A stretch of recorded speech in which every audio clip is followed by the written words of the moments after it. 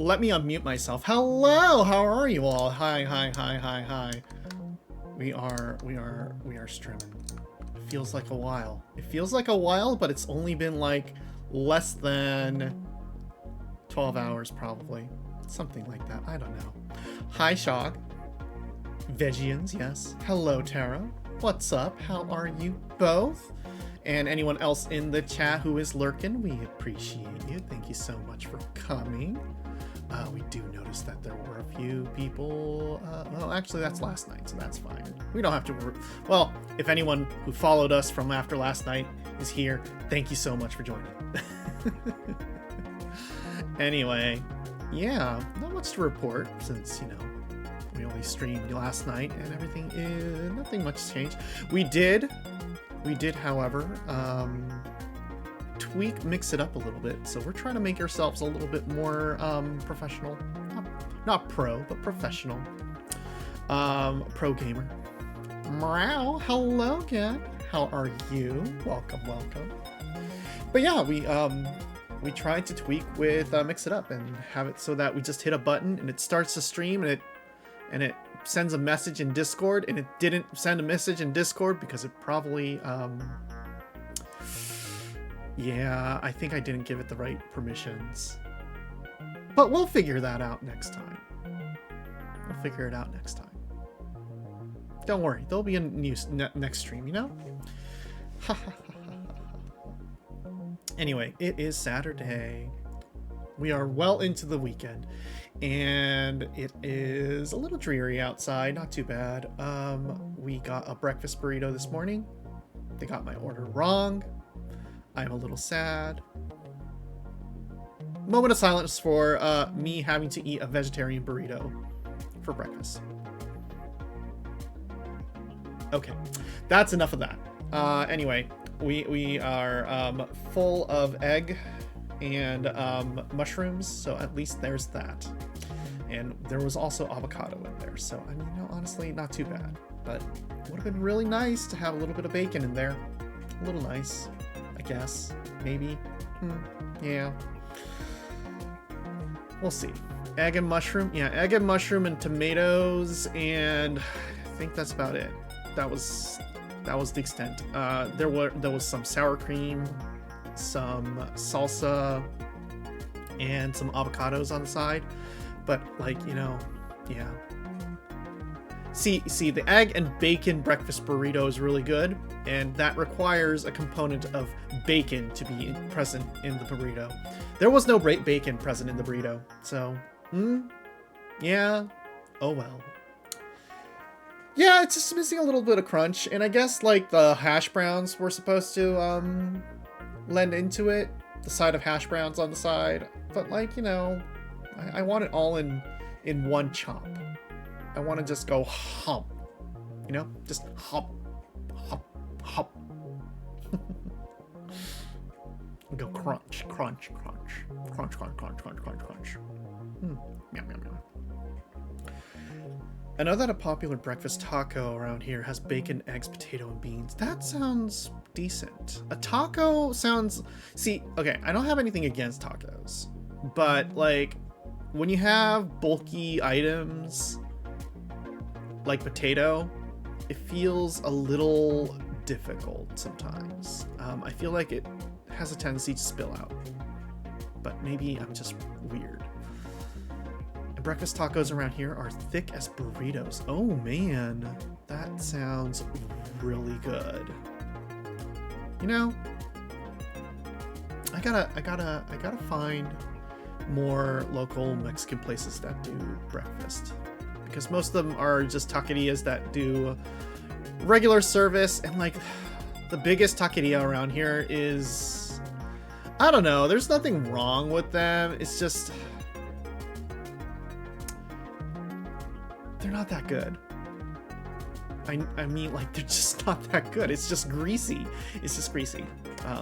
And the only reason why anyone goes there is basically there's like five different locations in the local area that does them, and it, like, why not, right? Why not? Yeah. Flour tortillas for breakfast tacos around here. Flour tortillas on a taco feels a little bit sacrilegious, but you know, if it's to hold more stuff and to prevent it from like falling apart and getting egg all over you, I guess that makes sense. I feel, yeah, I mean, it would have to be a soft taco shell. Flour feels like it's going to be very, very thick.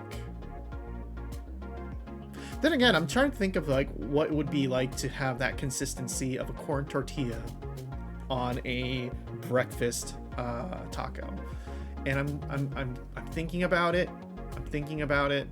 And you know what? I think the flour tortilla works. Yeah, corn tortillas are a little too small. And I think the consistency of a flour tortilla would probably pair better with like scrambled eggs, some potatoes. I think it has that heartiness to it. Woo, hello.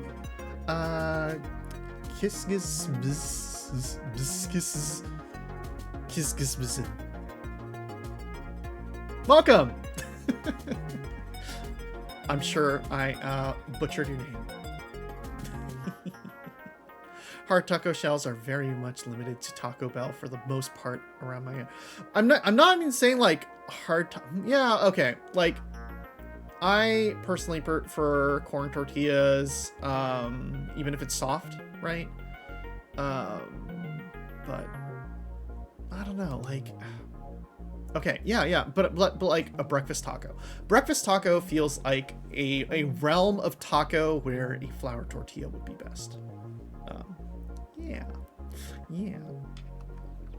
Also, shout out to the people who hate flour tortillas for no reason, aside from the fact that they're not traditional. That's funny. That's funny to me. Keep hating.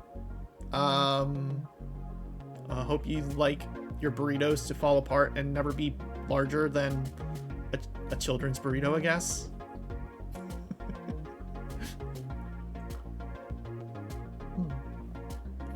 Any case. Oh boy, what are we doing today? Okay, so we got our DLC that we gotta play, and not traditional by Mexican Grandma. My Mexican grandma would make flour tortillas from scratch when I was little. Yeah, no, like flour tortillas are like technically like traditional, and there's like an entire region of Mexico that like makes them.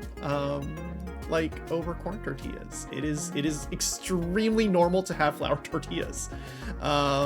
It's just that there are some people in California who are vehemently against the idea of a flour tortilla, and it's very funny to me. Papa Cat being one of them. Papa Cat will be like, a burrito? Why would I eat a burrito? They have flour tortillas. I'm like, Daddy. It's like, tortillas should be corn. They taste better. I'm like, sure, yes, but there's reason, there's applications for the flour tortilla. The burrito is the workers' ham sandwich. Well, actually, the ham sandwich is the workers' ham sandwich. The burrito is the farm laborer's lunch of choice. Let's just say that, yeah. In California. This is different application and purpose for both flour and corn tortillas. Exactly. Yes. And also, typically, we actually don't like hard shell tacos that much. They just fall apart on us. It's like, you know, taco shells just, like, why would you make a giant corn tortilla chip that just breaks apart and gets soggy? And, you know, no.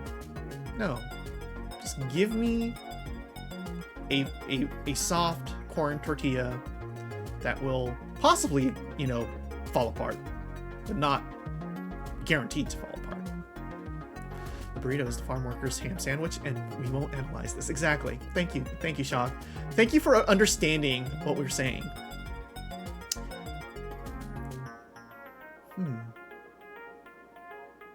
The burrito is the onigiri that is the ham sandwich of the worker. Yes, exactly. I think that is exactly what we need to call it. The onigiri ham sandwich of the common man. I think Americans like to race against sogginess. This is how I explain cereal. You know, that's the other thing. I don't understand why people love cereal. I kind of hate cereal.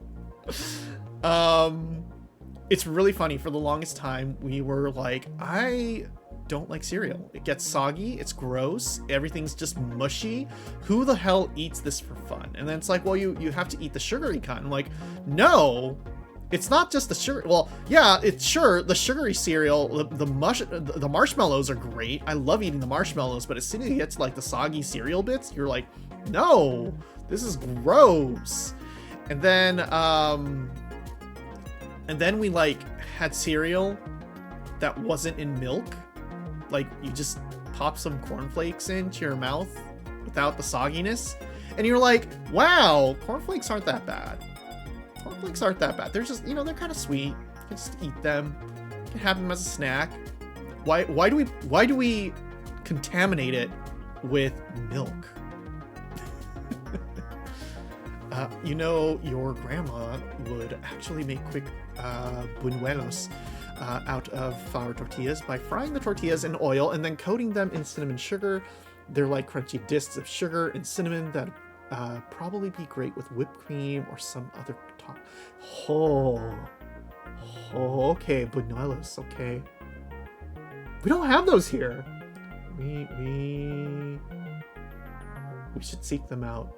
That sounds like a churro, but better.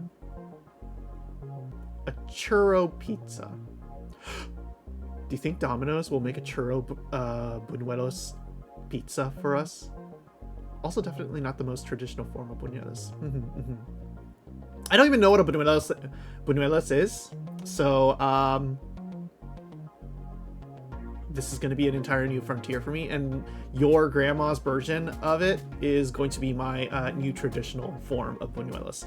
It is the only type of buñuelos, and people will show me the true form of buñuelos, and we'll be like, "That's not buñuelos. Gen told me it was this way." You get flour. If you got flour tortillas, dough, or an uncooked flour tortilla, you can make them at home.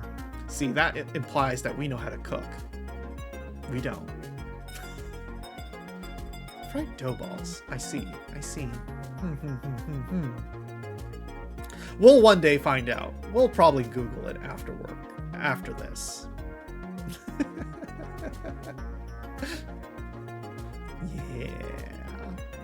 Yeah. Actually, I'm gonna Google it right now.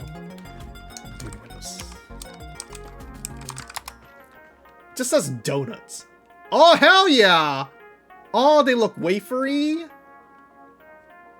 Oh, hello. Okay. Just add some maple, like some syrup on top. Cinnamon sugar. Okay. Yeah. Okay. Yeah. All right. I'm sold. I wonder if the bakery nearby here does them. They probably do, and we just never looked at or paid much attention to them. We just go straight for like their sugary bread, their melon pan. Oh God, I have not had that stuff in so long. We should go to the Ranchero market.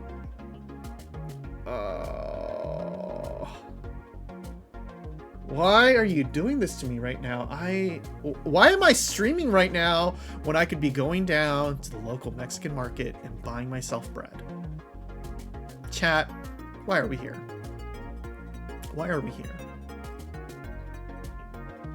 We're here because, oh shit, I never even loaded the game. We're here because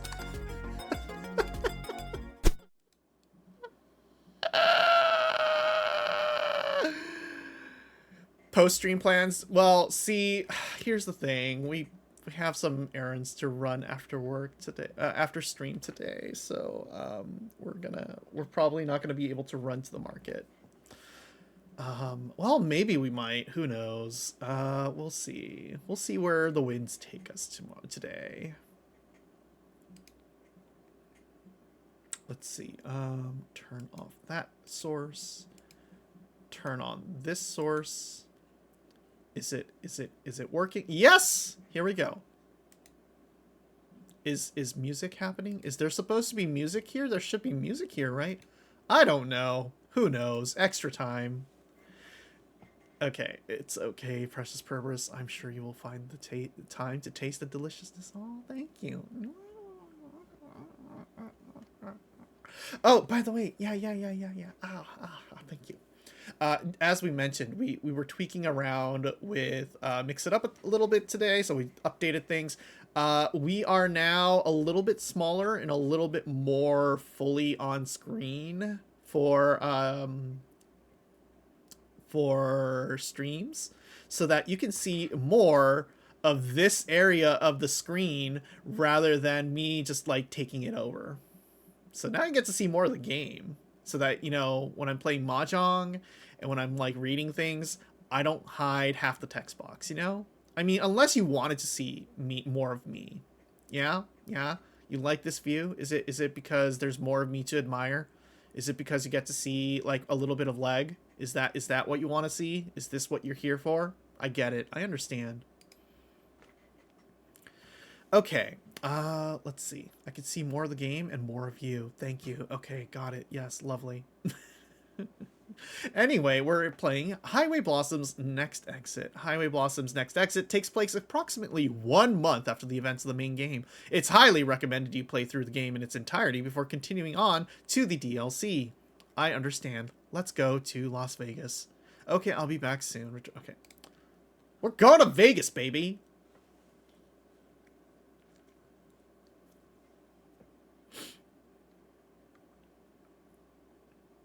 We're going to Vegas? Are we in Vegas? Is this Vegas? It's Vegas! Wait, is this not voiced? Is this not voiced? I'm guessing this is not voiced. Also, is there even sound? Is something broken? Is something broken? Let's check this out. Okay. Highway Blossoms. Auxiliary 1. Auxiliary 1. It's playing. Okay. Hang in there, babe. We're almost inside. Hold on. Hold on 1 second here. I'm gonna... There should be music playing. Why is this not playing? Why is there no music coming out? Oh my goodness. What the hell? What the hell? Why? Why? Hello? Okay,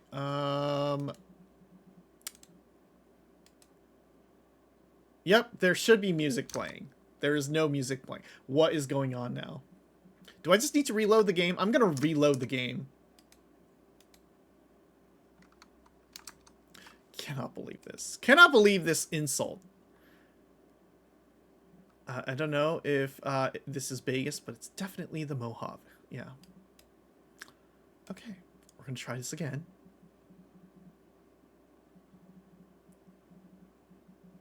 Come on. Come on.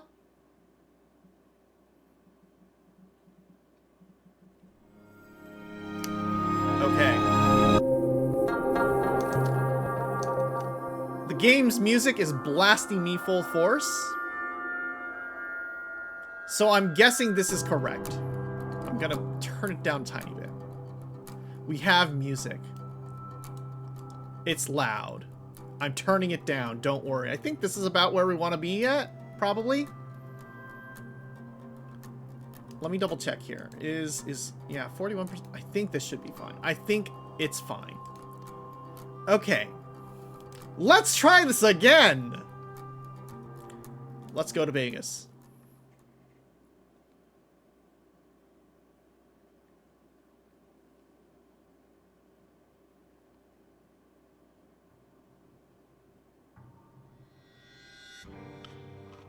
Hang in there, babe. We're almost inside. There it is. Marina's worried about us. She's yelling. She's screaming. She's scared. We're fine. Don't worry about it. Will you just relax? I'm not touching. Ow! Why would you just touch me there? I'm so sorry. I think I drove some of the needles deeper. Maybe if I just use my fingernails.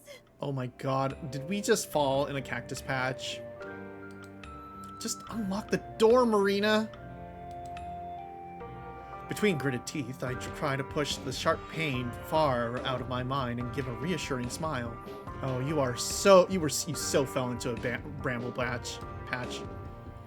See, it's fine. I'm not mad, or at least I won't be forever. Right. With a steady, ever-present whine, Marina fumbles with the motorhome keys. She jams one into the lock and fumbles that one too. After 4 clicks, it finally unlatches. I kick it the rest of the way open. It bounces against the wall, but I'm already sprawled out on the couch by the time the momentum sends it swinging back. Just stay right there. Don't move a muscle. Oh no. Consider me glue. Oh, that was a transition right there. Oh, there, she's zooming about. She launches herself at the nearby cabinets and starts chucking bags of chips and coffee filters onto the counter. First aid kit, first aid kit, first aid kit.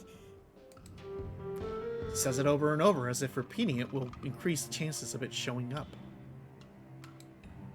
Forget it, just grab the duct tape. But why?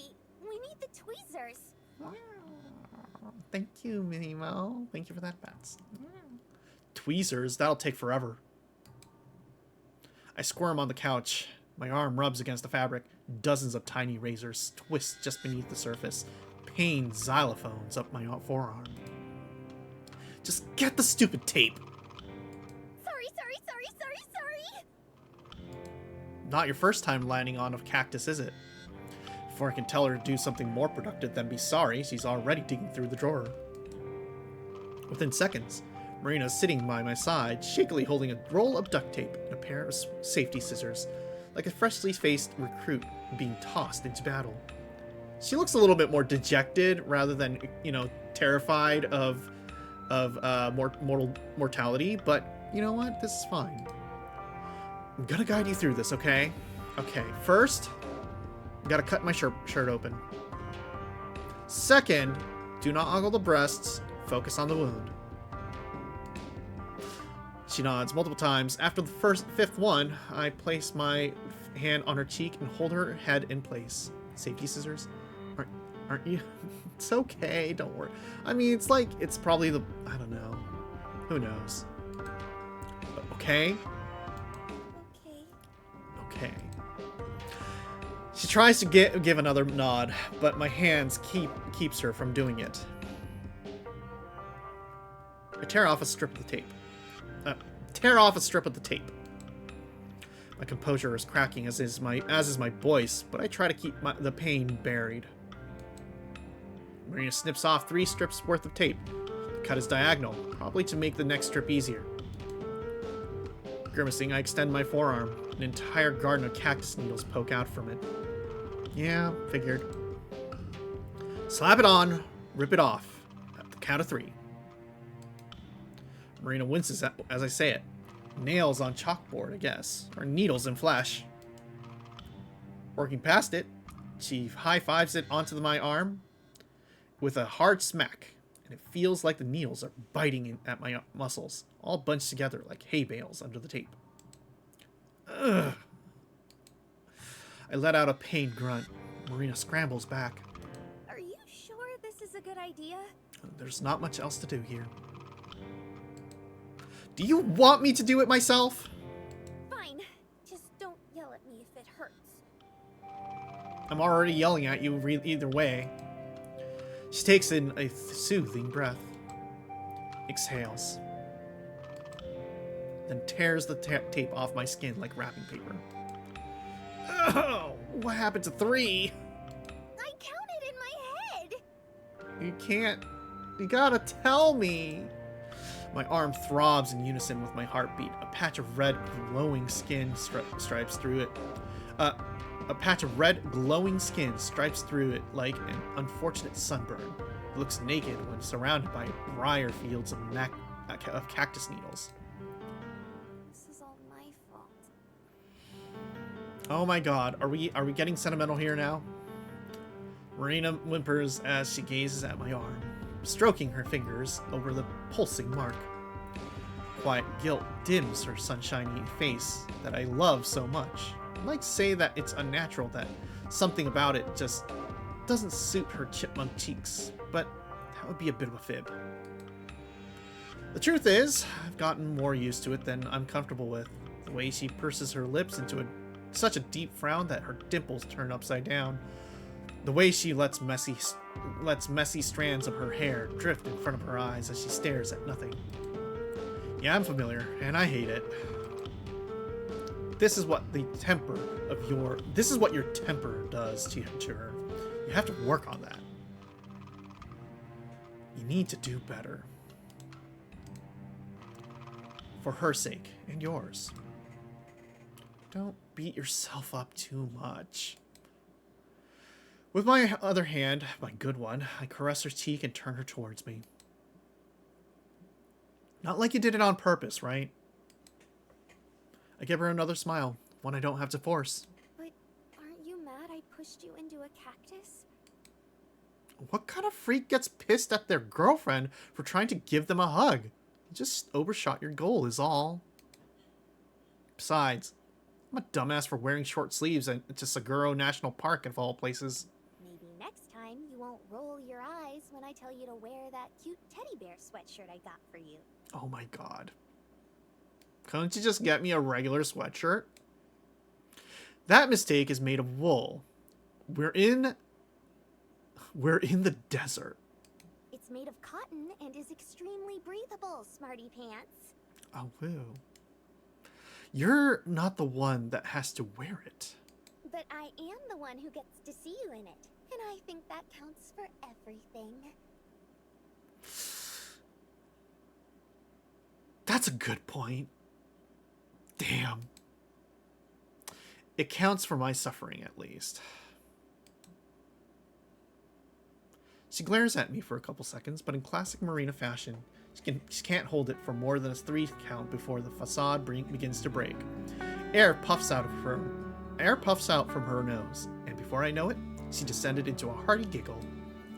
The joke wasn't that funny, and the exchange really wasn't any different from our usual banter. But seeing her laugh makes me want to copy her. Claim some of the genuine innocence and simplicity for myself. It's soft, submissive, and breathable. Chog? No. And so I do. And we laugh together while sitting on the beat-up old couch on the stuffy motorhome, the only real home I've ever known. Spending the last month with her made me certain of that. Are you saying that the sweater is soft, submissible, and breathable?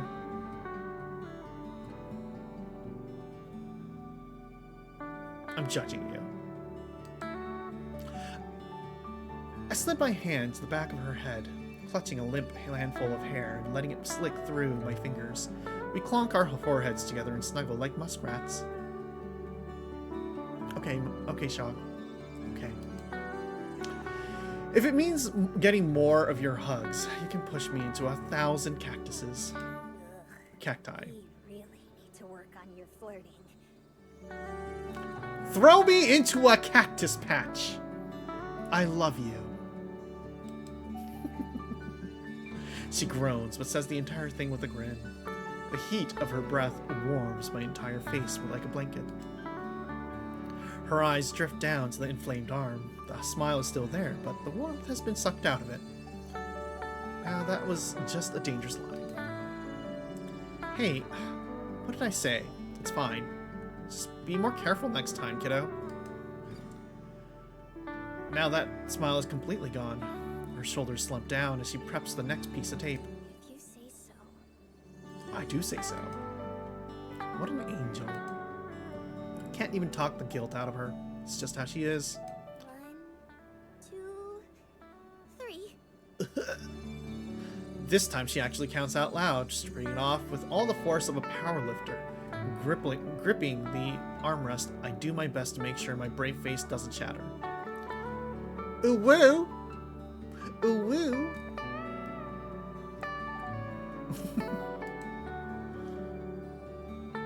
I'll have to pick up some candy at the next gas station to make it up for her. That always seems to help. And so, strip by strip, she tears the needles out of me. Each time, my teeth shave a tiny bit of each other off from all the grinding. And each time, she doesn't say a word, working it with silent focus and diligence. When it's all said and done, my arm is numb and as swollen as a raisin. I can't even feel the hot air as it squeezes the sweat out of the rectangles now engraved in my skin. We might be rich now, but I'll take the old-fashioned spit and dirt over a surprise ER bill any day. I look at the convulsing appendage coming out of my body, only slightly certain that it's still my arm. Even if this does really suck, Christ, this hurts. My words seem to fly right by Marina. She's staring at her lap, but it may as well be the void of deep space. Sorry, Space Cadet. Aw. You should take some pain helpers. It's in the medicine cabinet, I think. Pain helpers. Not a bad idea. I gotta do some washing up anyway. I plant a quick peck on the forehead and start for the bathroom. When I glance back, she's staring at her lap again. Upside down dimples, messy hair. I stop at the sliding door. Hey, everything good? She perks right up and shoots me with an injection of a smile from Concentrate. Super! Super? Okay, I'm glad. I don't believe it. I shoot her a smile back. Good to hear. I love you. Love you more.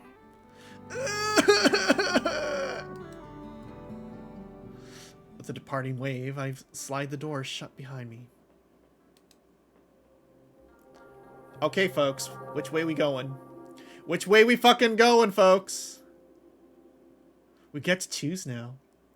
We get to choose. We get to choose.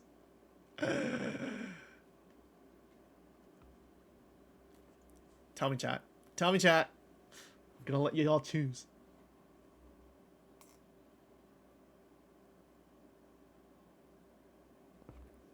I'm gonna take a sip of the tea while we wait. Well, yeah, true. We've been following Amber for a while. I was thinking the same thing, honestly. So let's go with Marina. Let's pick at her brain for a bit.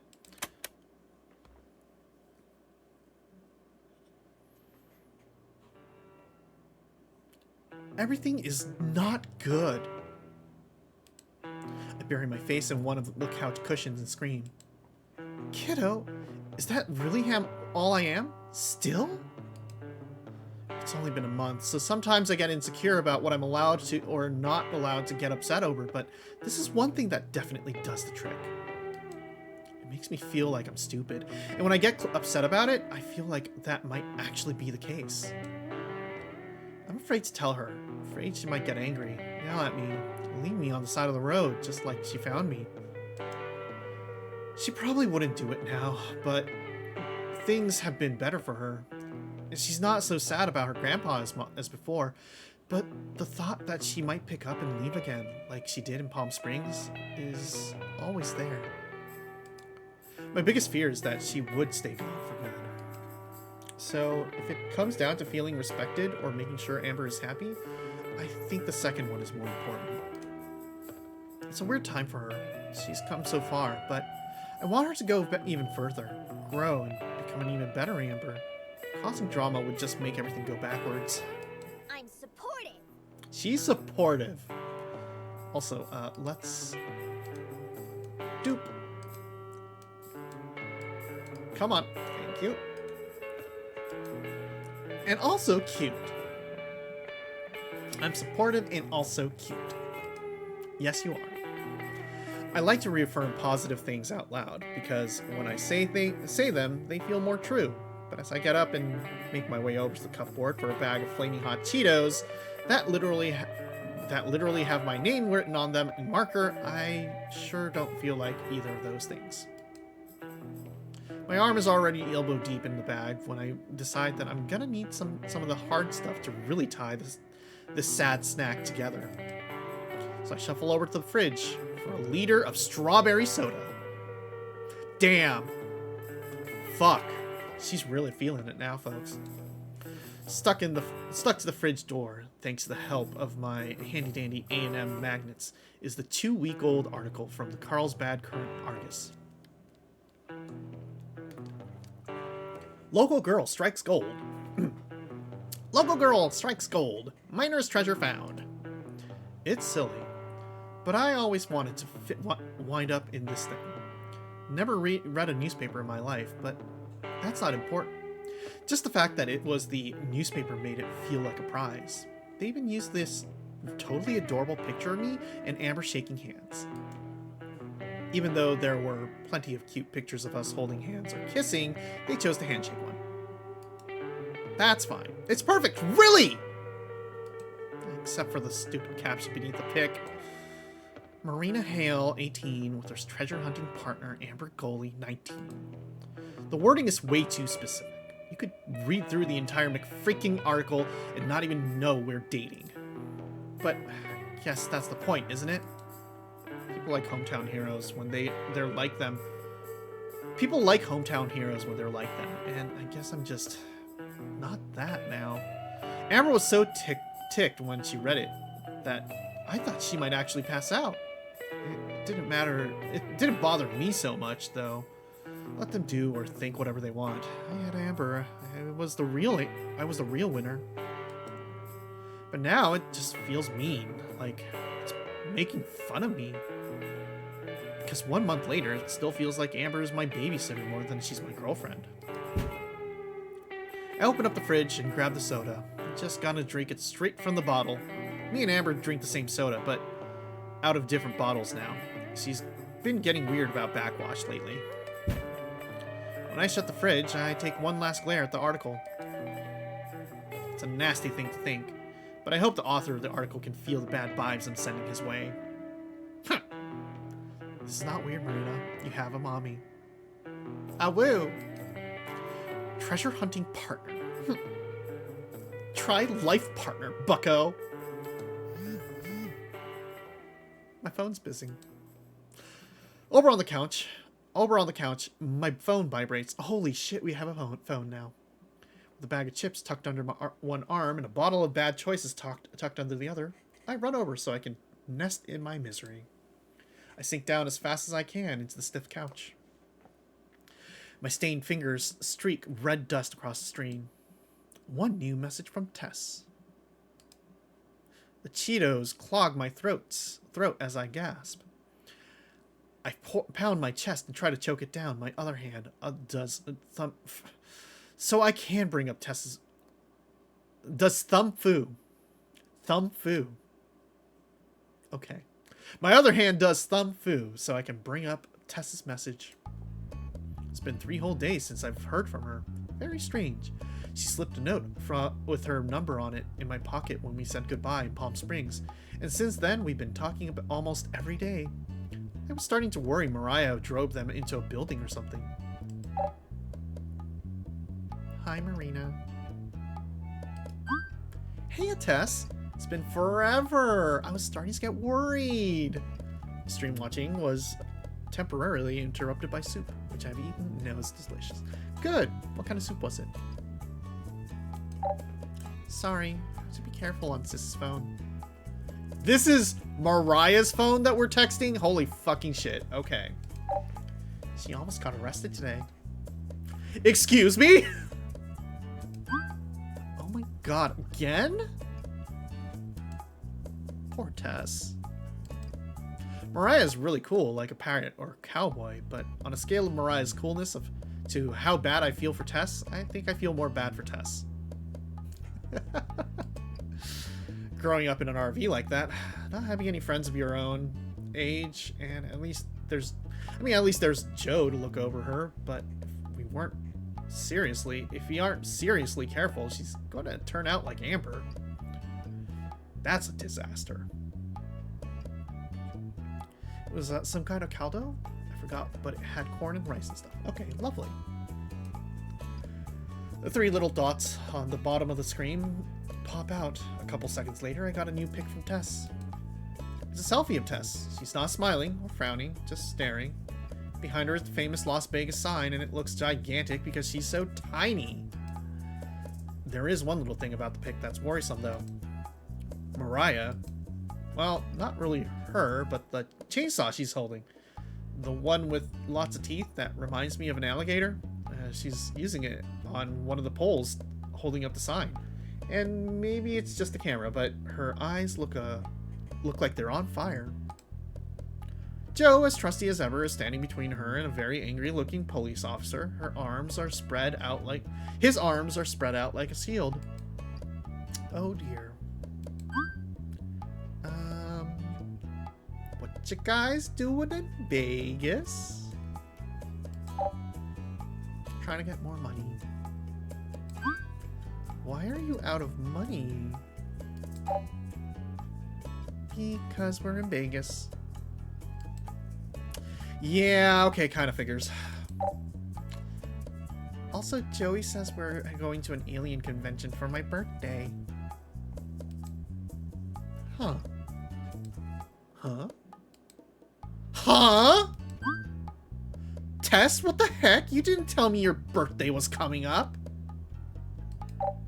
You didn't ask. How was I supposed to know, huh? How old are you turning? 12. I don't think it will feel very different from 11. No! You need to be happy. You only turned 12 once. Okay. I will try hard to be happy. Where's it gonna be? Here. She sends me a link to the website. I tap it over and over and over until that web app pulls it up.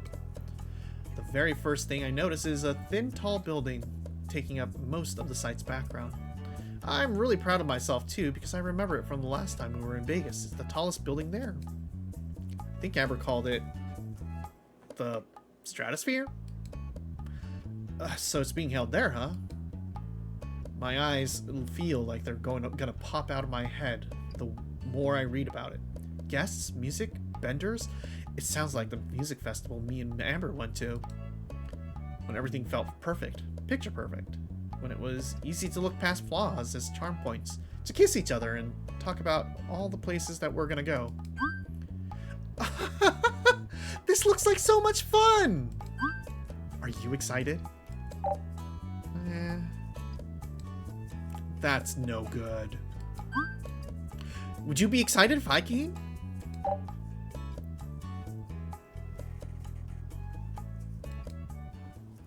The door to the back of the RV slides open so hard the wood rattles, and I'm afraid the whole RV might tip over. It's hard not to smile whenever I see Amber yawning. She steps out of the bathroom with her tangly, messy hair flopping everywhere. Feeling any better, Gorge? Gorge? Really? That's the best you can come up with? What are you going to call her next? A canyon? Maybe some valleys? Part of her can be a valley. Pleasant Valley. Square, but I think I'll live. Okay. Like some kind of freaky Terminator robot, she zeroes in on my bag of flaming hot Cheetos and the bottle of soda. I've been caught red-handed. Literally. And I thought I was having a rough go of it. It's nothing like that. I just wanted to treat myself. Why does she always have to make me feel bad about eating snacks? I already know it's junk. Tastes good and makes me feel good. And I wish she would just leave it at that. Better be careful with those Cheetos, though. Eat too many Cheetos, and cheese will start coming out of your ears. Actually, I think it's more your poop will get red. Moving on. Eat too many, and cheese will start coming out of your ears. I think the red poop is more distressing. Right on schedule. Even if that does happen, they still won't be as cheesy as your jokes. She walks over and flops down next to me, fishing a single Cheeto out of the bag before dropping it in her mouth. But you love it. Oh. When I giggle, it's like I'm forcing myself to do it. I wonder if it sounds as painful as it feels. Whenever I resent a stupid joke or comment, I always feel so petty. This is Amber. It's who she is, and I'm supposed to love her for it. Talking to Tess again? Collapsing onto my lap, Amber looks up at me with her bright hazel eyes. Seeing them right above the bags underlining them makes me want to giggle. Actually giggle. She's an uncomplicated mess, and I'm totally here for it. Red doo-doo only comes from hot Cheetos and other snacks that use the same seasoning. Exactly. Yep, I was a teeny bit worried since it had been a few days, but looks like everything is a-okay. How okay can things be when she has Mariah as a sister? So they might be getting arrested. I run my fingers through my hair and comb it back. Very handsome. Come on, don't be so harsh. She can't control who her family is. But her crappy family can control her phone usage. Why the heck does she need one anyway? She's like 8. She's like 8. It's Mariah's phone, and apparently she's turning 12 in the next few days even. Even worse if it's Mariah's phone. What kind of sites do you think that crusty sleaze goes to anyway? Mariah would absolutely fall into every single conspiracy theory. Mariah would absolutely, unironically, go to certain websites. Oh my god, did she actually just do that? Amber, didn't you hear me? Tess is turning 12. Mariah uses Facebook on purpose. Oh my god, that's insulting. I bet she's on Threads. She stops and clicks her head, like her hearing is only catching up to her now. If I'm being truthful, I think she's only going to acknowledge it because she thinks I might be upset. Oh, shoot. Tess, Yeah, Tess. that's great. That's great. Happy birthday, Tess. Happy birthday! She stares at me, waiting for the conversation to continue. Should we get her some presents? Oh my god. She's dug her own grave. I nod my head when she slowly pronounces presents. The relief is so obvious that she rushes out the rest of the word. That would be a start. I don't like that I'm already a little peeved. That said, if she can actually tell that it sort of gives me leverage for what I'm gonna ask next, she won't like it though. That said, if she can actually tell, then it sort of gives me leverage for what I'm gonna ask next. And she won't like it though. But since they're in Vegas, I was thinking we could drive over and visit too.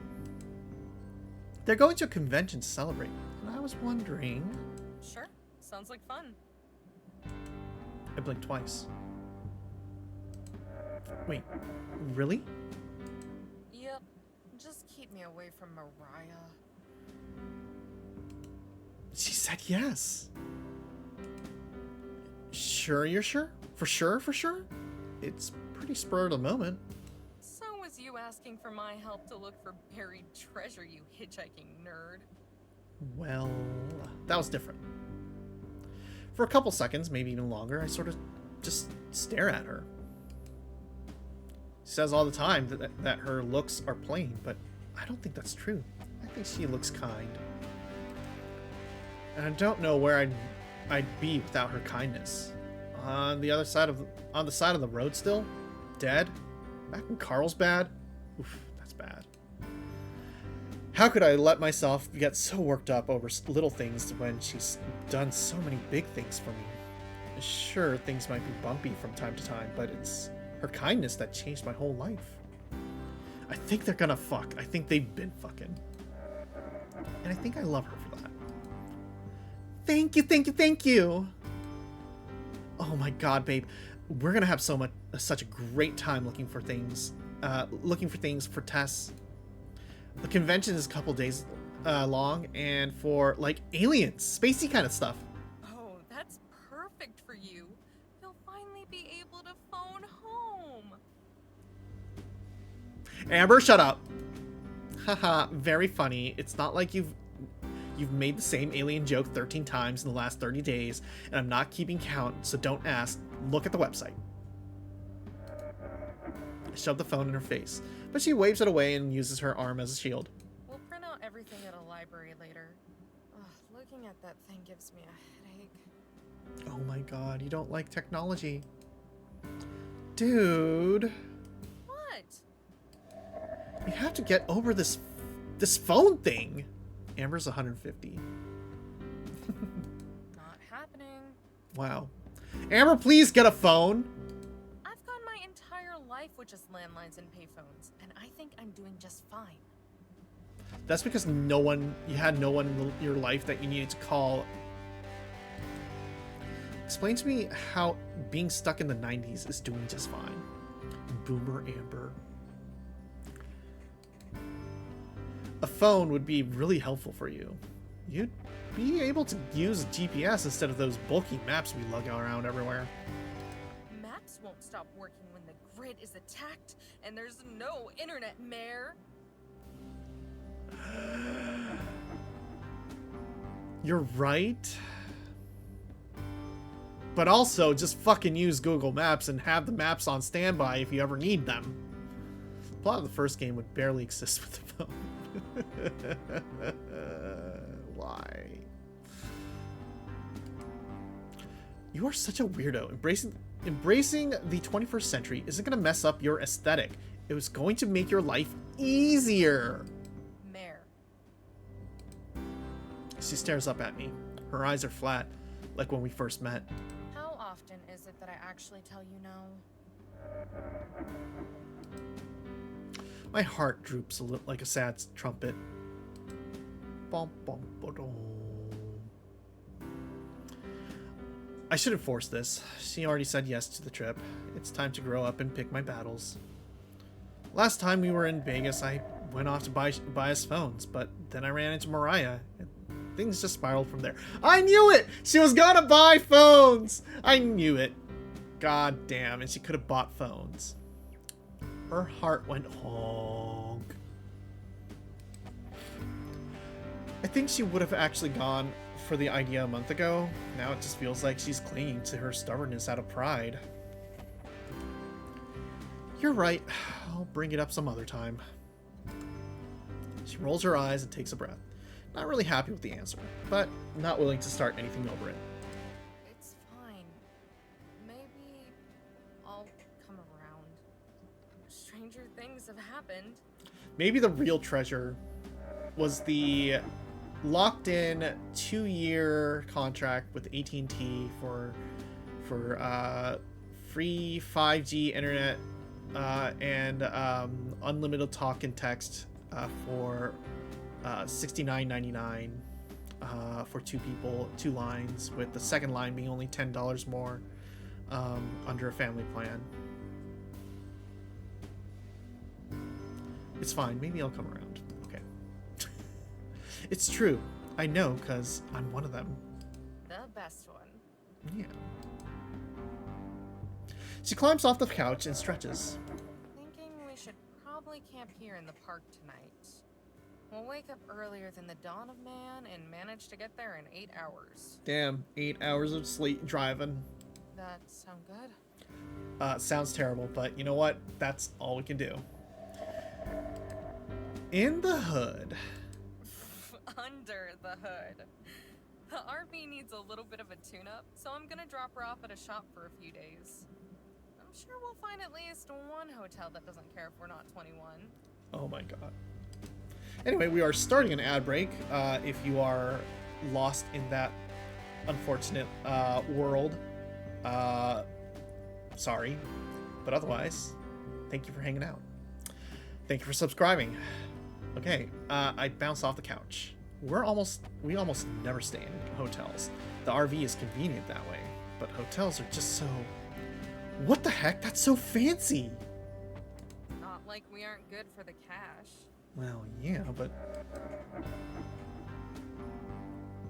She walks over to the driver's seat, and I follow right behind, taking my spot in the passengers. We're both millionaires! I can't believe you're so loose about this. You're usually so high-strung. Nah, I figure things are just going to keep happening to me. So resisting them is stupid.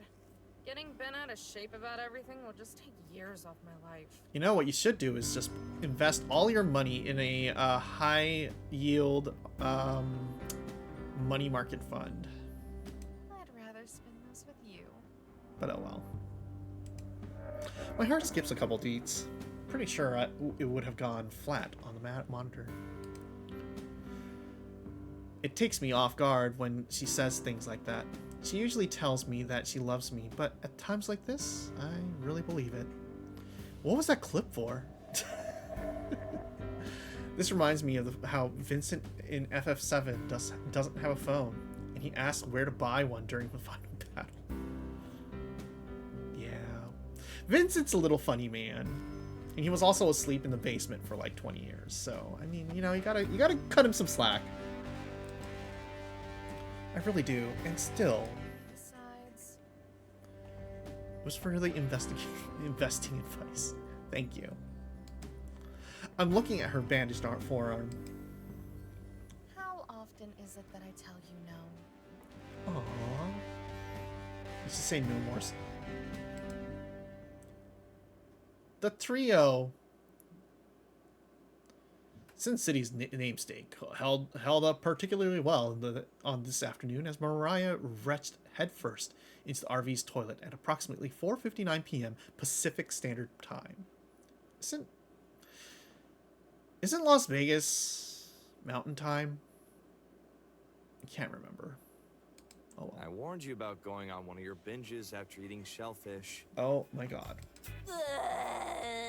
Oh my god.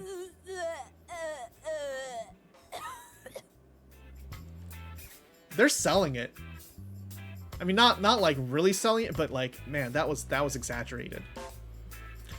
Joe cringed at the sound of the cocktails, both shrimp and mix, plopping into the water.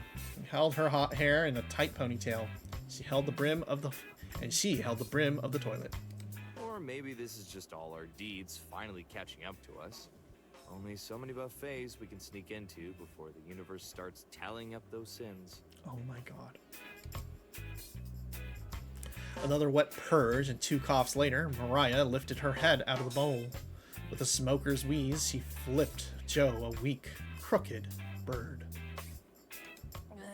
Shove it. Your Carmo Mumbo Jumbo is bullshit. Just like you. Well, you're more bullshit than I'll ever be. Not too sure about that, Mariah. I know you're familiar with what they say about karma, because it's the same thing they say about you. Oh my god. Oh my god! At least I'm not a slacker like some bum I know. Who's the bum? With one last echoing belch, Mariah wobbled to her feet. She yanked away from Joe and used the sink as leverage. We're all going to be bums if we don't figure out this little financial crisis we're in. You worry too much. It's so freaking annoying. Only half paying attention, Mariah dug through the many pockets of her jumpsuit, the number of which she'd probably get bored counting if she tried. And I think she might get bored trying to count too, so... Considering we don't even have enough to pay for our next tank of gas, I don't think I worry enough. They're kind of fucked. Give me a break. We're We're in Vegas, baby. Vegas! Land of opportunity and all that crap. A couple of games of poker, and we can turn whatever pocket change we have left into millions. I don't know about that. Devious smirk onto Mariah's face as she finally located her flask, as if it were the only happiness she had ever truly known. She pulled the leather-bound canteen out of her breast pocket and twisted the cap off. Seriously? You're already completely crocked. Mariah closed her eyes and put on her best impression of a California stoner. They were both from Missouri. Seriously? You know, I've never liked Mariah, and for maybe a single moment, I thought she was okay as a foil. But man, no, she fucking sucks. Breast pocket. In Mariah's case, it's just cleavage. I mean, she's wearing that jumper. Like your own damn beeswax. You don't know what it's like to be me. I mean, I don't think anyone wants to be you. She's carefully built to be awful. Yeah, she's very, very surgically built to be the worst person. Unaware that Joe had watered it down the morning of, Mariah took a swig of bottom shelf whiskey, gurgled it like mouthwash, then swallowed. Pleasantly surprised it didn't burn as much as usual when going down, she took another sip. No, but I do have to live with you, which is why I'm not paying you your cut tomorrow unless you promise to stay away from the table games. Mariah choked, spitting the whiskey into the sink. It came out as a brown spray. You have no right! Preemptive measures. I have every right. Yeah. Yawning, Joe sauntered out to the bathroom and over to the beat-down leather couch. He had laid down in it so often that it had begun to mold itself to the shape of his tall, lanky body. He fit in it perfectly. I forbid it! I forbid you to have rights!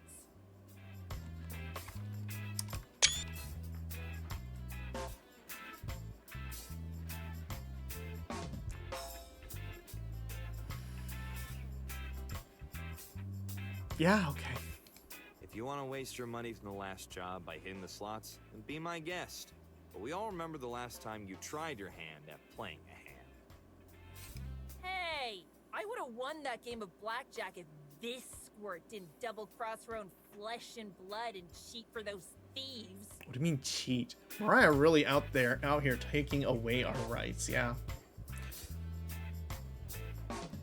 She pointed at the hidden cot built into the cabinets above the couch. In the shadows, a small girl was curled into a ball and tapping on the cracked screen of a phone. Tess glanced up at her sister's piercing finger, then returned to the phone, the blue artificial light glowing on her face. Yes, Mariah, blame the literal child. Surely she's the cause of all your woes. Oh my god. Besides, Tess was a fair and impartial dealer. You're just a sore loser. Tight space. I used to do this a lot as a kid. Oh no! He raised his hand high enough to reach the cot and kept it there, expectantly. Tess gave a tiny sigh and patted his hand with a limp high five. There was no decisive slap to punctuate Mariah's poor life decisions, just awkward silence. With the bare minimum of her expected participation met, Tess rolled over on her side and buried her knees deep into her chest. Her focus rested solely on the phone, in the cramped space. It was the only light that shined. It had been like this lately. Not that Tess was ever much of a talker, but whatever whatever was left of it had slowed down to a trickle, from a trickle to a drip. Like tiny and tight spots, I used to be very flexible, like a pretzel. Pretzels are delicious. Gone were the inquisitive questions and follow-ups to Joe's sick burns directed towards Mariah. Even her precious license plate collection, once polished daily, was collecting dust. She stared up at the bottom of the cot, wondering if his guts was working itself into another ulcer, or if Tess really was putting out strange vibes. You two don't even know how lucky you are to have me. I'm the one who keeps the show on the road. Really? How What so? road? We've been camped out in the Treasure Island parking lot for 3 days. Oh boy. And we'll camp out for 3 more if we gotta. To do what? To gamble all our money away? Joe couldn't help but feel tremendous pity for Mariah. The treasure she had been searching for all her life had slipped from her fingers, and now, like with most things in her life, she was compensating. Only now it was with cheaply themed casinos. He wondered if the irony was lost on her. It probably was. You know I can just go around the city and look for folks who need handiwork done, right? Don't get me wrong, I love a good get-rich-quick scheme. There are more ways to make money.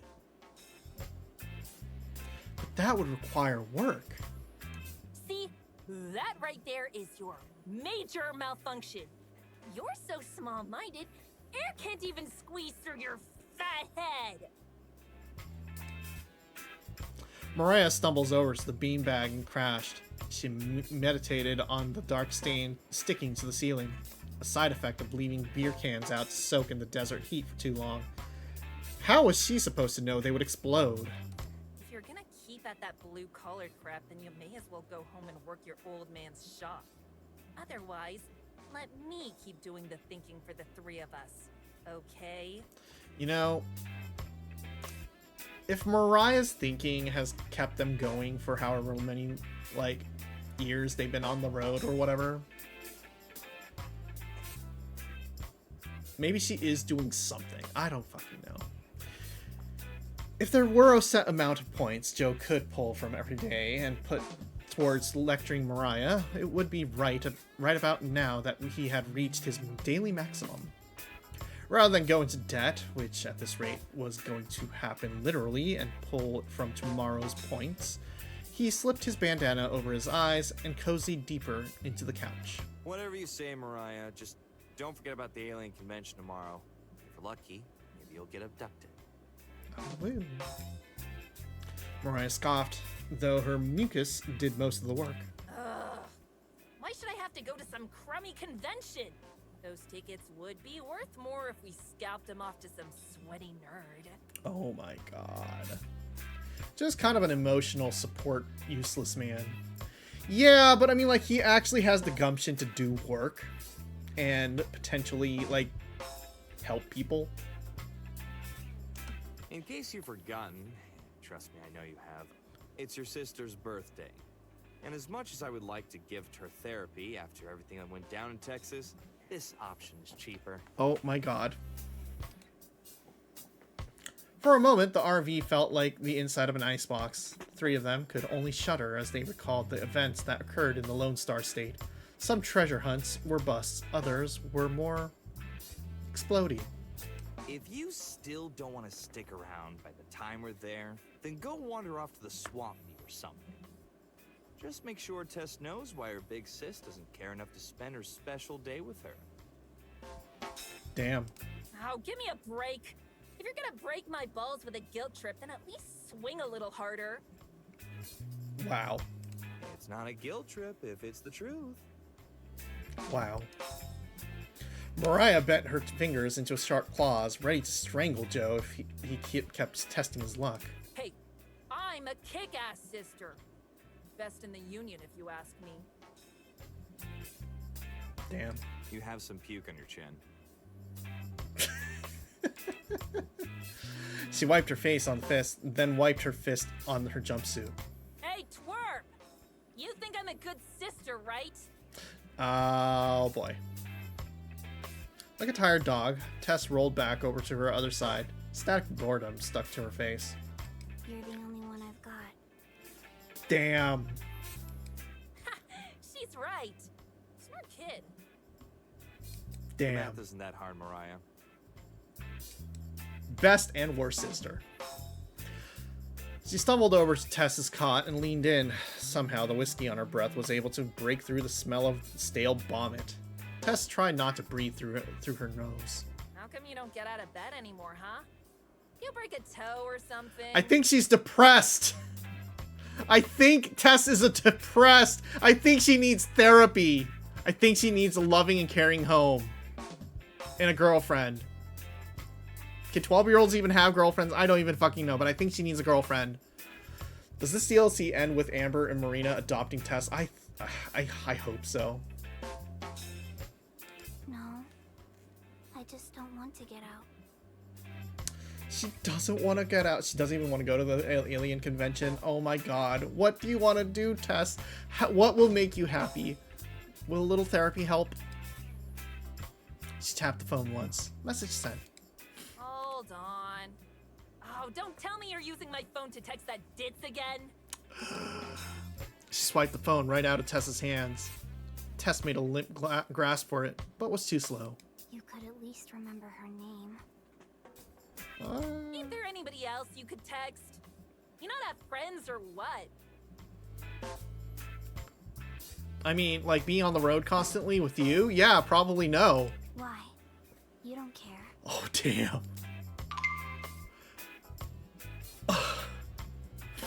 Mariah looked at her phone as another message from Marina popped up. She swiped it away. Tessa changed Mariah's lock screen to a rendition of American Gothic, where the husband and wife, somber Depression-era faces, had been replaced with oversized sunflowers. Her eyes shifted up to Tess, who glanced away at the microsecond there was contact. Instead, Tess just looked at the wall across the RV. The space was naked and empty. With a tired sigh, Mariah tossed her phone back to Tess. Ugh, just don't go snooping in my journal.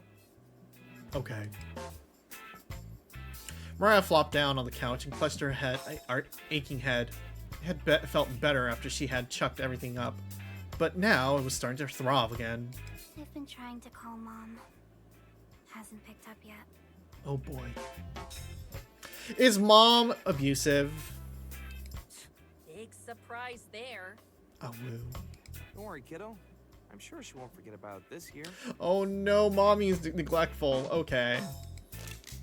Mariah chose from one of the several cans spread out around her.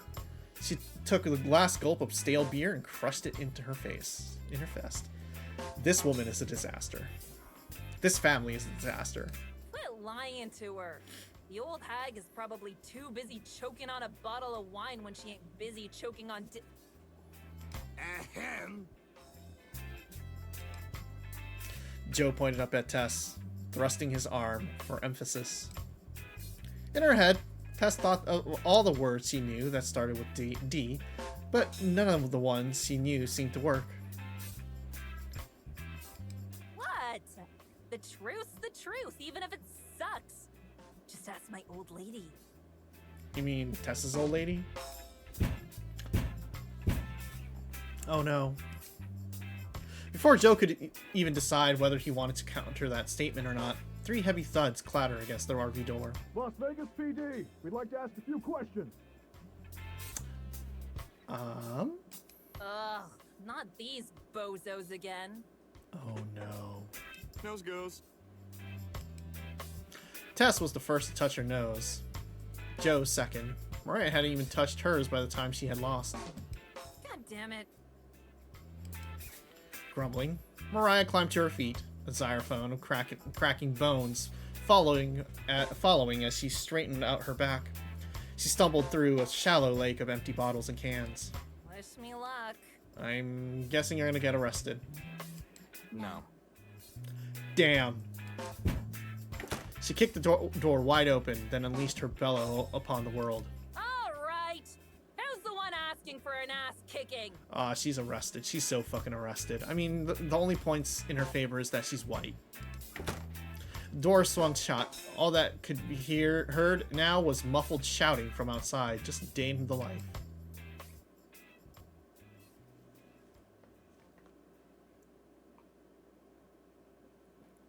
Left in relative silence, Joe laid on the couch. His bandana still covered his eyes, giving him plenty of focus to hear the stock sounds of sent and received messages coming from the phone.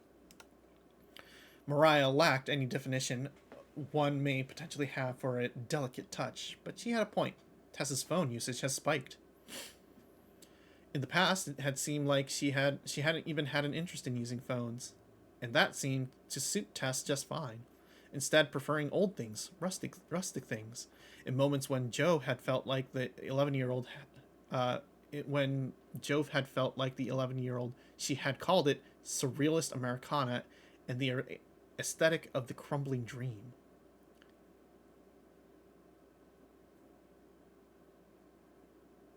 What? In moments when Joe had felt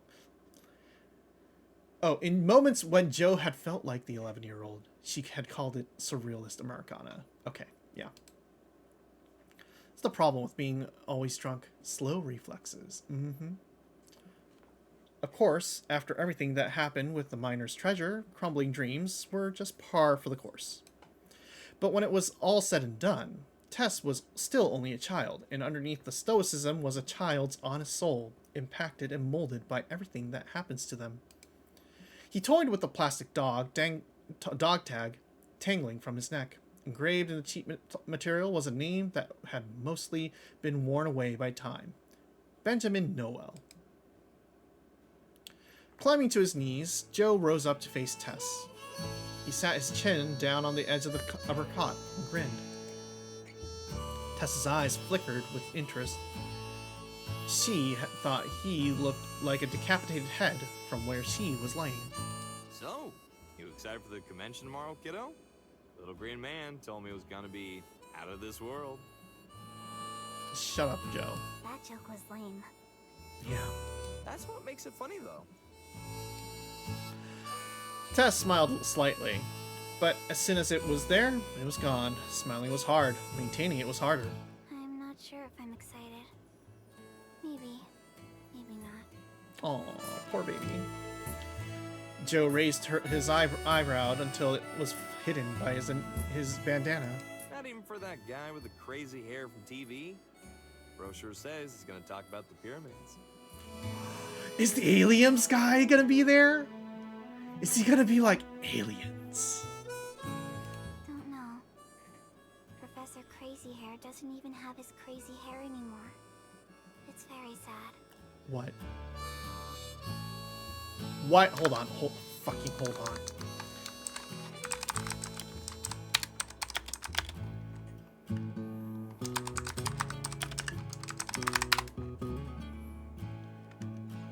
Giorgio A. Tsoukalos. Okay, what does he look like? He's still got, like... His hair's still kind of weird.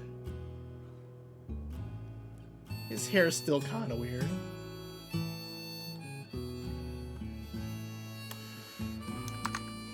I'm sorry. No, his hair is still pretty weird. Is he going bald now? I guess that's fair.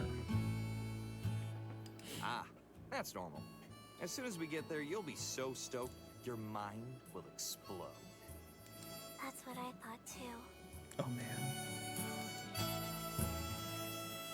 Tess nursed her temple, sliding her own bandana down until it covered her eyes. But the closer we get, the more I don't know.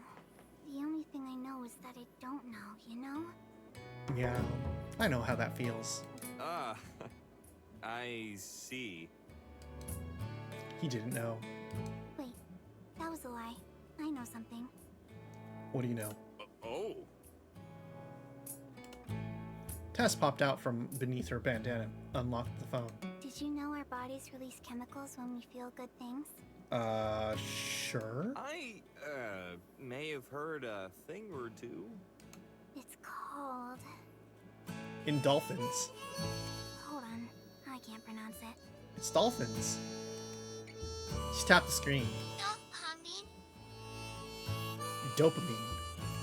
It's called dopamine. It's probably why Sis drinks. Because she's a dope. Wow, that's... Huh. Where did you learn all this? The internet. Tess looked back up, staring past Joey, staring at the wall. It was a solid wall, sturdy wall. Good for an RV. I wonder if my brain makes dopamine. Oh no. Possibly. Possibly. It might be what it is. I mean, I think dope by itself is also a different slang for other things. That is something probably worth looking into the linguistic history of, but we will not be covering it in this class, unfortunately. The conversation was making more twists and turns than Mariah's driving. Hardly able to keep up with it, Joe said the first adult-sounding thing that that entered his head. Oh, I'm sure it does. Oh dear. Joe tacked a question on the end of the sentence. Somehow he didn't think that made it sound very comforting. I hope so. Sometimes I think it doesn't. Oh no, you are so depressed, dear. Other times I'm afraid it does and I just don't feel it. Oh no, you're so depressed. Dope is often used as slang for weed, but it is sometimes generally used for other drugs, depending on who's talking. Yeah. You know, when you're talking to some people, weed is literally every single drug. I hope I feel it. Oh, she's gonna hurt herself to see if she still feels. I hope I feel dopamine. Oh my god. Child, you are 11 years old. You are 11 years old. It's unrelated. I see. I understand. That's fair. Tess, you are 11 years old. You should not be having... Oh no, you need a therapist. Joe sat there and stuttered. A collage of panic shot through his head. Holy crap. What the hell? Isn't she supposed to be 11? Did she get into Mariah's liquor cabinet? But one thought in particular rang with resounding clarity. Something is seriously wrong. Yeah, no, I think she needs therapy. I know Hank Hill referred to weed as dope in an episode where I believe he did get high on weed thinking it was a tobacco cigarette. That happens. Sometimes you eat like a special brownie and thinking it's a regular brownie, but it was special. Makes you sound like you're a cop in the 80s. Yeah. The phone buzzed. She stopped staring at the wall and checked the screen. Her eyes grew wide, like a curious cat. Something up? Marina and Amber are coming tomorrow. Yay. She brought the phone close enough to his face to burn his retinas. Amber said we could come. Joe lowered down his goggles and leaned in to inspect. He pulled them back up and smirked. No kidding? It'll be nice to catch up with those ladies again. Not that they ever seem to be very far. Bound by fate. Bound by fate. If Joe needed proof that Tess's brain produced dopamine, then the evidence was right there. There was just something about Marina that clicked with her. Joe had a soft spot for those ladies, too. The bitter taste of losing the treasure to them was still fresh in his mind, but he got that sneaking suspicion that they deserved it more. Que sera, sera. How about I take that taser and shove it down your throat? That's, that's threatening an officer. Mariah's shrieking voice seemed to pierce through the RV's very frame. Let's keep this between you and me for now. That wound hasn't quite healed for your sister yet. Oh boy. Self-inflicted. Self-inflicted. Mariah tore through the door. A cop followed close behind. She slammed it in his face. Buckle up! We're going to circus! Oh boy. Because you're a clown? Oh boy. Mariah slapped him over the head as she ran to the driver's seat. She cranked the engine on. They know about the chainsaw. Awoo. He's calling for backup! They know about the chainsaw. He's calling for backup. What? Tess slid the cabinet door to her caught shut, closing herself in like a vampire in a coffin. Joe had still wanted to talk more, but certain other issues were a tad more pressing. He rushed to the passenger's seat and rolled down the window to stick his head out. All units report. Suspect is resisting arrest and entering their vehicle. Oh boy. You just make new friends wherever we go, huh? Can you even stay in Vegas when you're wanted by the cops?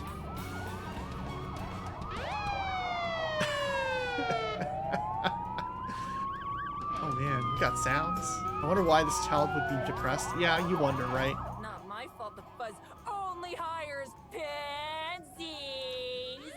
Honestly, Mariah, if you weren't a white woman, you would probably be dead by now.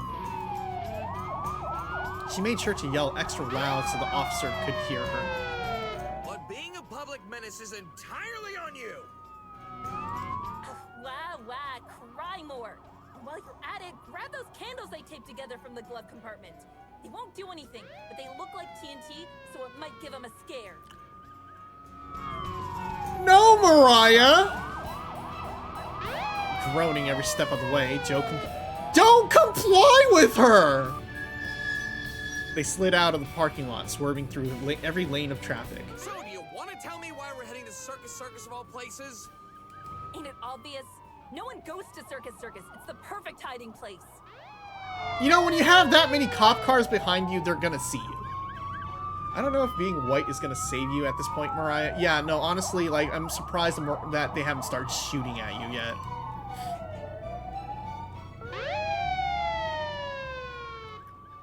And we're back to being Amber.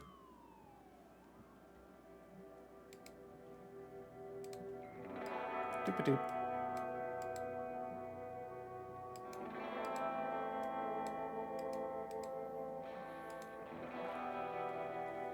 She'll only survive this if her dad is a cop. Oh my god.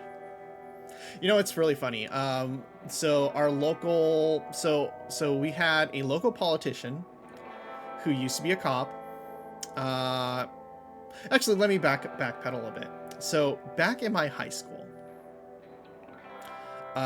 there was a kid who got stabbed in the bathroom. And so he said, she said, stuff happened, and they fingered one kid who was truant at the time, who was my neighbor. And the cops swarmed the house to arrest him because, you know, apparently he stabbed a kid. No, he was just sick and hadn't sent in doctor's note yet. Anyway, he gets arrested. Turns out the kid who stabbed the other kid in the bathroom, one, trespassed. Wasn't even a student at the school. He came in. He was older than, like, I think he was a previous graduate or whatever. I don't fucking know. He came into the school and stabbed a kid in the bathroom. And, a little bit of investigation found out who he was. And they found out that the kid who did the stabbing was, one, the son of a local leading political figure, and two, that leading political figure was a former chief of police.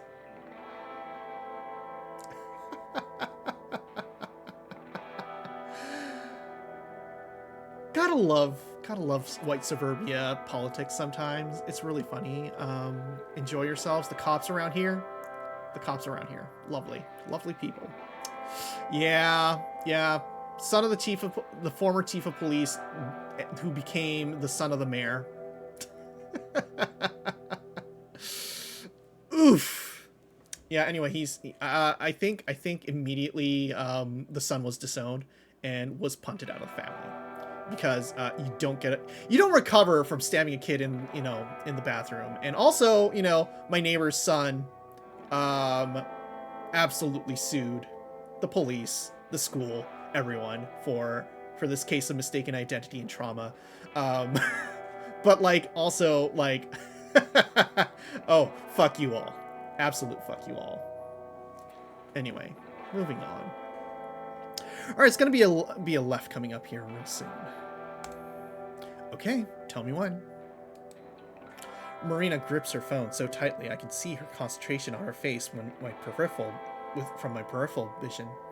It looks like she's afraid that the directions are going to slide right off the screen if she looks away. How much further? Almost there. I think it's at this light. You think? No, it definitely is. It's at. Wait, no, it's not. Turn left now. Turn left now. Turn left now. Her arm shoots in front of my face, just in case I forgot which direction is left. The biggest problem is that I don't have enough time to react and end up missing the turn. You've got to give me more warning next time. I can't keep the edge out of my voice entirely. This isn't the first turn we've missed. Sorry. Her face falls, and so does her phone into her lap. It's fine. We're riding through the labyrinth of Las Vegas as Marina tries to direct us. Of course, the GPS application that she's using can't make up its mind, as Marina keeps complaining. Our destination, the Stratosphere, stands tantalizingly close. Even among the gaudy structures that make up most of the famous Las Vegas Strip, the Stratosphere stands out again because of how tall it is. What's the next direction? She fumbles with the phone, which had gone dark. It takes her several tries to get it unlocked. You're gonna want to go right at this next light. Okay. Are you? I'm sure, Amber. Okay. I bite my lip and hold back the just checking that I desperately want to utter. It's nothing personal against her. I just want to actually get there. I merge into the right turn lane, and then make the turn. Next? Next, you wanna. Wait, crap. What now? It wanted us to go down a street we just passed. Why didn't you say so? It didn't give me enough time. I bite my lip hard again. Harder this time. Exhale deep breath. Okay. What do we do instead? It's redirecting. Sounds utterly pitiful. Holding up the device to show me just how useless it's being. Deep breaths, Amber. It's not her fault. You know, honestly, if you're ever driving with a GPS and you feel like it's very stressful and you don't know what the fuck you're doing, and it tells you to go left and you miss your left turn, ignore your GPS. I get it. I get the instinct. Find a place to turn right, and turn right again, and turn right again, or pull into a parking lot. Figure out a place where you can make that, you can go get back on track. That is the most important thing you can do. That's how that's how you deal with getting lost. Be situationally aware of where you're driving and whether, you have a sensible way of making a U-turn or pulling off to a side street so that you can go back the other, the way you came. If you're on a country road and you are utterly fucked, pull to the side of the road. Seriously, just pull to the side of the road and see if, you can pull a little U-ey. It's okay. Unless the cops catch you. And if there's a cop right behind you, just keep going down the street and pull off somewhere. I don't know. Fuck it. I coast down the road, waiting for Marina's phone to catch up. Oh, it's coming up! Right on Sahara. It's on this street! Oh, nice. This time I'm able to make it onto the correct street, and Marina breathes a sigh of relief. The Stratosphere looms over us, only 9 minutes away according to the GPS. That was a close one. See? That's why I prefer good old-fashioned maps. The directions aren't going to change on you halfway through. No, the directions don't change on you even if you're using GPS. You just gotta have a good sense of direction. Yeah. Even as she denies it, I can see the hint of a smile starting to form on her face. She knows as well as I do that we could have been there at least half an hour ago, not for the navigational mishaps. Any more surprise turns coming up that I should be aware of? None. Smarty pants make smarty pants. And then we just shot by. Outside, the shimmering sunset makes the whole place look like a mirage. The skyline glistens like it's sweating. In the seat next to me, Marina squirms in anticipation. You really that excited to see some aliens? I'm excited get to see Tess. Who's an alien? And also the aliens. And also the aliens. Maybe they'll take you back to your home planet with them. This time Marina just glares at me. Well, they can't all be zingers. Just take me with you if they do. She can't help it. She cracks a smile. Right as she does, we reach the parking lot, and I slowly swing in. Las Vegas casinos are some of the few places that are built with people like me in mind, specifically people driving large, unwieldy RVs. There's a lot of overnight RV parking, and I follow the signs to make my way there. How many of these people do you think are here for the con? There's a fairly steady stream of cars going in and out, people on foot hurrying across the lot. Most of them look like they're the kind of folks you'd expect to be at a casino right around the early evening. No idea. Didn't see much signage coming in, so maybe it's not a big deal. Oh, I hope that's not true. How come? That just means that we'd have to stand in lines longer. It's a convention. It's supposed to be busy. Imagine if we went to that concert and there were no other fans, just us and the band. That would be really cool. Wow, that would have made it even better. Marina swats my arm, making her trademark sound for when she doesn't have any better comebacks. I find us a parking space and squeeze in. Driving in these kinds of spaces used to make me nervous, afraid that I'd bump into someone or scratch a car. Spending the past few months on the road have eliminated that fear entirely by now. Marina skips to the back, grabbing the duffel bag that she packed for us hours ago. Here, let me carry that. It's fine. I've got it. Okay. She clutches the bag tightly like it's a treasured possession. Suit yourself. We step out of the RV and I lock the doors behind us. Which way do we go? This place is huge. What is this column here? What is this weird column here? That's wild. She isn't wrong. The parking garage alone is big enough to host a convention in. It offers some much-needed protection from the sun, which is sure to be furiously hot today. Just follow the crowds of people. I'll take us to the front. Crowds might be an overstatement. It's more of a steady trickle. Mostly older folks, people who retired and now are wasting their savings on slot machines, or hoping to win their way out of a crippling debt. I feel a little bad for them. Not everyone can dig their fortune out of the ground, conveniently left behind by someone years ago. Oh, Amber, look! I follow her line of sight to a pair of pitiful-looking cardboard aliens. Packing tape covers their necks like a noose, as well as their waists and legs, attaching them to a concrete pillar. One has a sign that says, "What happens in space," while the other sign says, "Stays in Vegas." Very clever. Hold the bag for a sec. I'm gonna go take a picture. Aww. After hanging the bag on my shoulder, Marina darts over to the decoration, and she uses her phone to take a couple pictures of the aliens on their own, and then squeezes her face in next to theirs to take a selfie. Then she frowns. Hey, Amber? What is it? I already know she's going to ask me to join for the photo with her, and I start heading towards her. Can you take a picture of me? I can't get an angle I like. Oh, sure. Take the phone she offers and press the camera button. It's all blurry. Tap me. What? On the screen, tap my face. Okay. Tap. But it's all. Just do it. Oh, okay. I follow her instructions and the camera focuses on Marina. Better? Yeah, that fixed it. Okay, cool. I snap the picture. Here you go.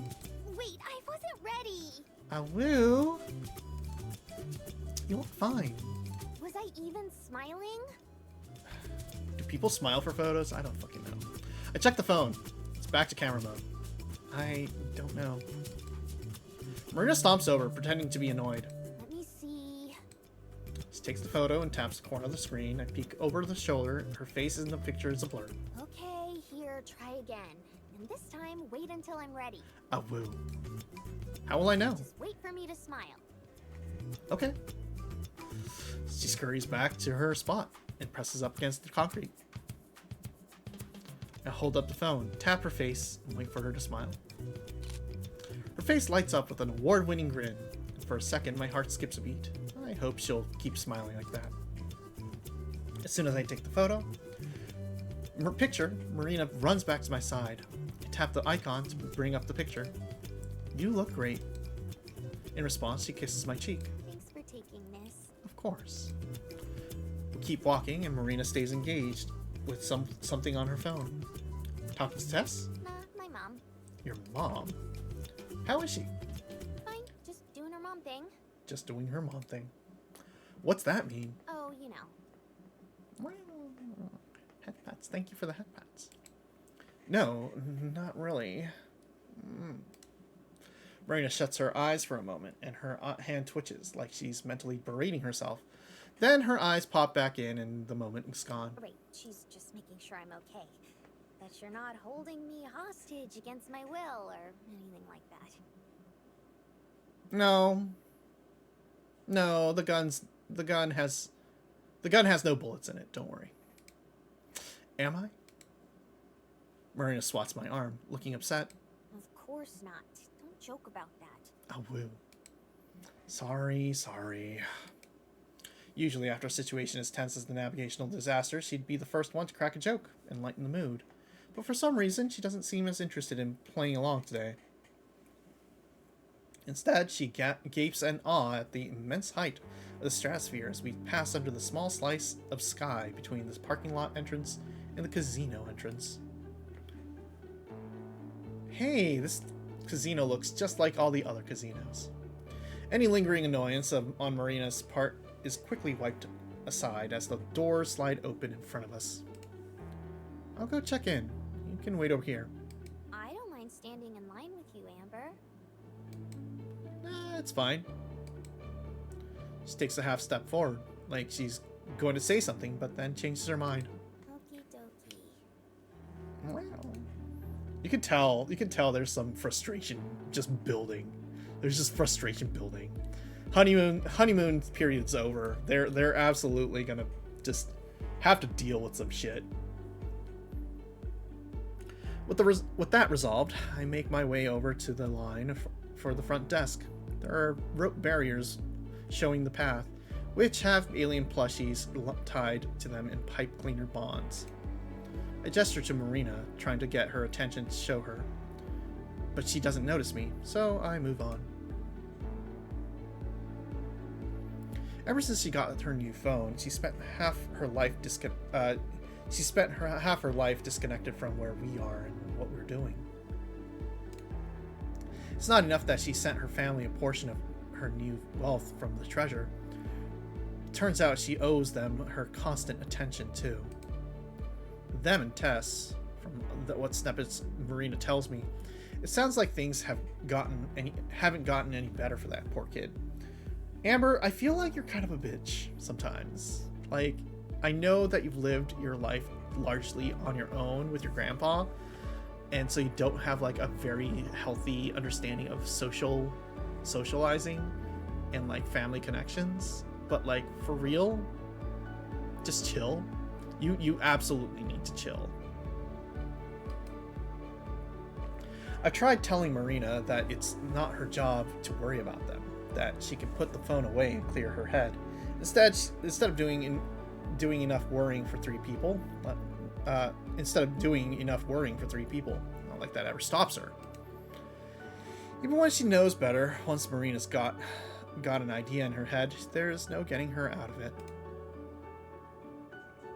But I guess that's the attitude that I have to thank for bringing the two of us together in the first place, so it can't be all that bad.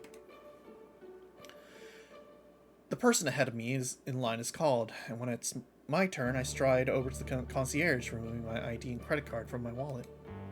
Hi, we're here to check in for our hotel and for the convention. Should be under Amber Gully. Miss Gully. Ah, right. Here you are. He prints a few pages and has me sign them. and then hands me a pair of room keys. Enjoy your stay. Yay, that was easy enough. I collect Marina and we head to the elevator, tucking our luggage close to us. We crowd in with several other people, Marina squashing against my chest to make room. It's a huge area with shiny reflective walls. It whizzes upwards with breathtaking speed, and I can feel Marina lean against me for support. Oh, that looks nice. That's a nice little bed. Oh, yeah, alright. We reach our level, over 100 stories later, and head for the hotel room. Whoa. Look at that cuck chair. It looks so plush. It's not even facing you. Her suitcase handle hits the floor as Marina hurries over to the window. She turns back towards me, excited. It's like being in an airplane. I join her at the window. She's right. I can see forever from up here. But only a little slice of forever, since the window isn't that large. This is definitely the tallest building I've ever been in. Oh boy. Me too, probably. Marina leaves the window to inspect the rest of the room. Ooh, this is nice. Yeah?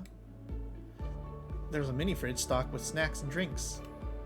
Don't touch those, they'll charge you like 3 times the price. 3 times the price for them. Wait, they aren't free? What a ripoff. I know, right? That's so rude. No kidding. I dump our bags in the corner and then flop down on the bed. It's not as comfy as mine, but it's fine. No taking naps. We've got stuff to see. Let me just enjoy my time in the hotel room. I'm not napping, I'm just laying down. I've been driving all day. Well, no laying down for too long. Oh, boo. What stuff is it you want to see? Everything. Since last time we saw pretty much nothing. Okay. I could just as soon stay in bed for the rest of the day, but I know how excited Marina is. With a dramatic groan, I force myself out of bed. Alright, then let's go. We head back downstairs and outside. Marina stays close to me, and our hot hands comfortably familiar with each other's as we interlace fingers. It hasn't been that long since we were last in the city together. Still, there's an odd sense of nostalgia to it, because it feels like Marina and I were both different people then. The months since may as well have been years. Hey, we're back. As we take the first steps into the furious Las Vegas heat, it feels like we're doing it for the first time. If there's any sentimentality to the moment for Marina, she doesn't show it at all. Instead, she's already got her sights set on the horizon and is pulling me along. Hand in hand, we set off down the blazing path towards the famous Las Vegas Strip. Heat makes everything shimmer, as if the whole city is just an elaborate mirage. The sidewalk is crowded with people, and the streets packed with bumper-to-bumper traffic.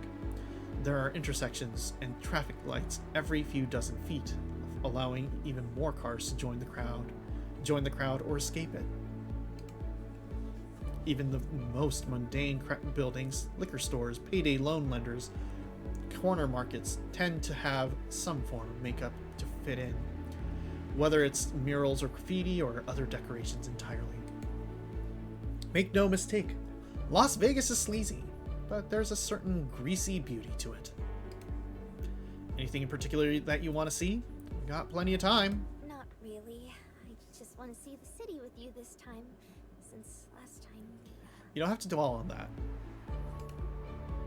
Got cut short, yeah. She and I both know that it's a pretty diplomatic way of putting it.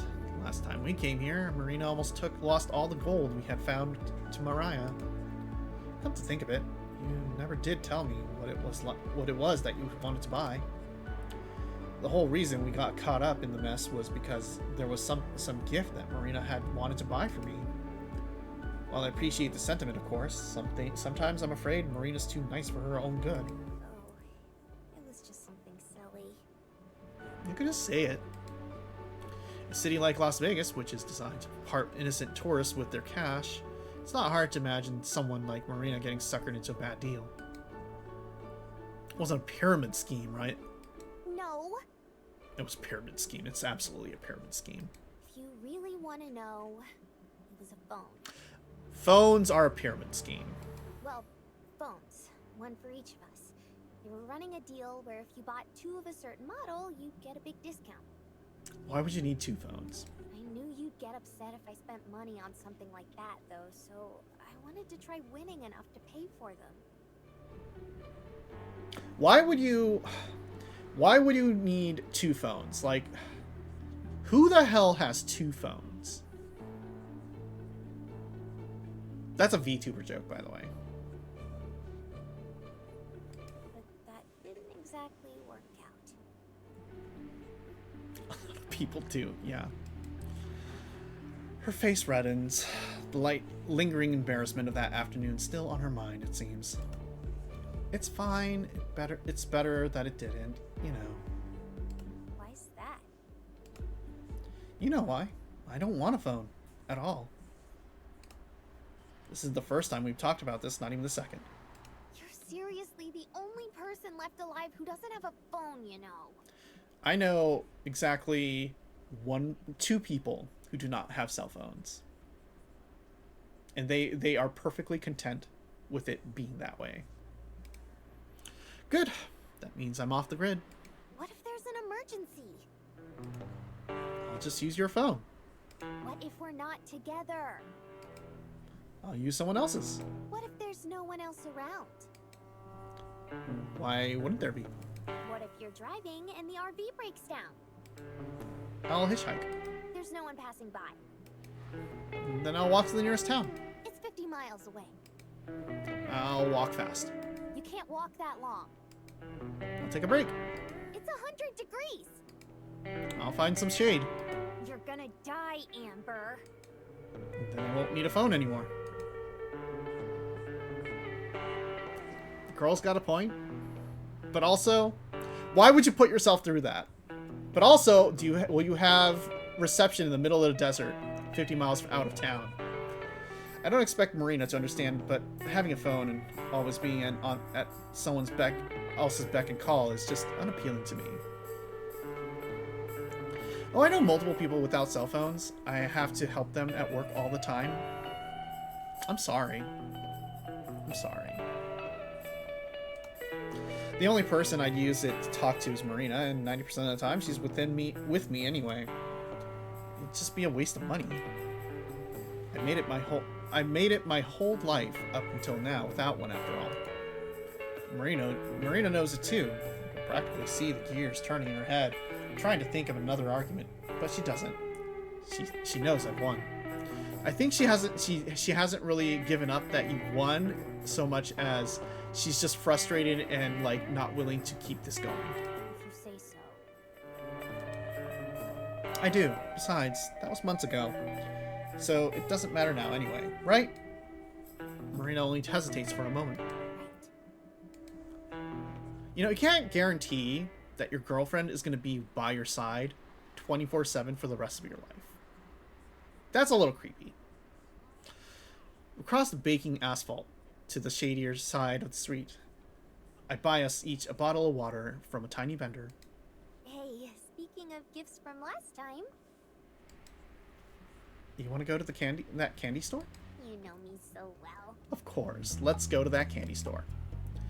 It's the peach rings, right? And the gummy bears, and the chocolate almonds, and everything else. Absolutely. In fact, please don't take your girlfriend with you when you go to the bathroom. But Chog, don't you want to go to the bathroom with me? Don't you want to just watch me? Amber, you got stressed out when Marina was 15 minutes late to meet you because she was out trying to buy a phone for you, which would have been solved if you had a phone. Exactly. Honestly, yeah. Most of this entire visual novel would have been solved if we simply had a phone. But mostly the peach rings. Mostly the peach rings. Dork. Cross your fingers that I can remember the way to get there. Marina slides her phone out of her pocket. Want me to... Nah, I'm pretty sure it's this way. Luckily, my memory and sense of navigation don't fail me. After a couple of minutes, I start to recognize a couple of stores that I passed by the last time I came through. It should be right across here. We turn a corner, and sure enough, there it is, in all its lime green, architecturally challenged glory. Here we are. Paradise itself. And we are hitting an ad breaks, and it's the 2-hour mark, so we are gonna take a quick little break. All right, just a moment. Yep. We're gonna take our break. We'll be right back and get ourselves a little bit more water and stuff.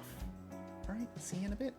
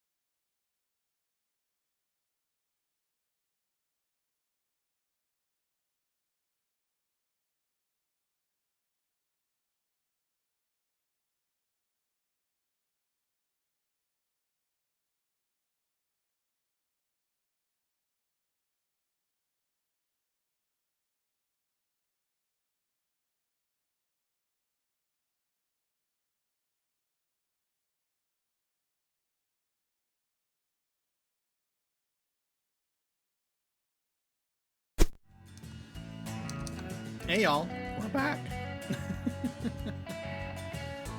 I hope you enjoyed that little boat trip. Luckily, this game likely doesn't end with the boat. Yeah. We got ourselves some Funyuns, so we'll crunch them a bit. Funyuns. Okay. Ow. I'm inclined to agree, since the air conditioning that welcomes us is like manna from heaven.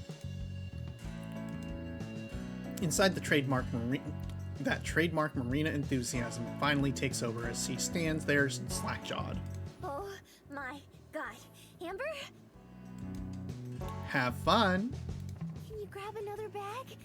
And grab all the fucking bags. We're gonna do that 10 for 1 special. Make that a few extra bags. Oh my god. She's gonna buy out the whole fucking candy store. Last time I came here, they had a deal where if you buy 10 bags, you get one for free. She freezes in place and spins around to face my eyes wide. Do you think they're still doing that? I chuckle. You'd have to ask the clerk. She was the one who told me about it. To my surprise, I'm able to recall that attendant's face, the name. Cassie, even though we only spoke for less than a minute. Being in a relationship was still new to me, and it was right after our first kiss, right after our friendship became something more.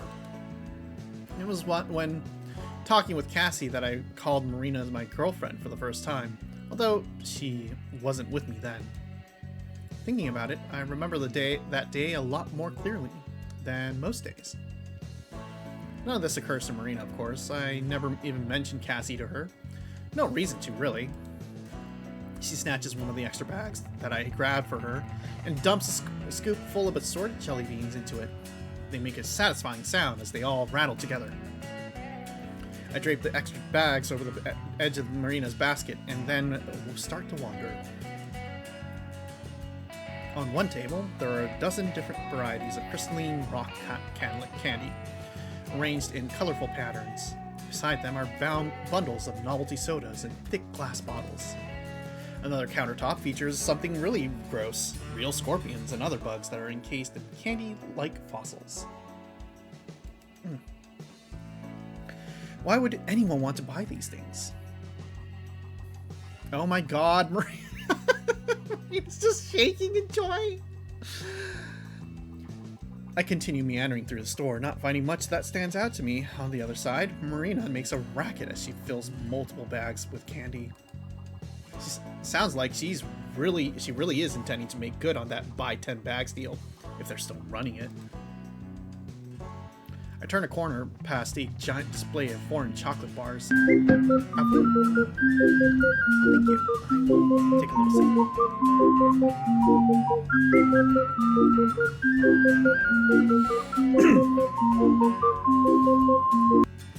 And also eat a Funyun.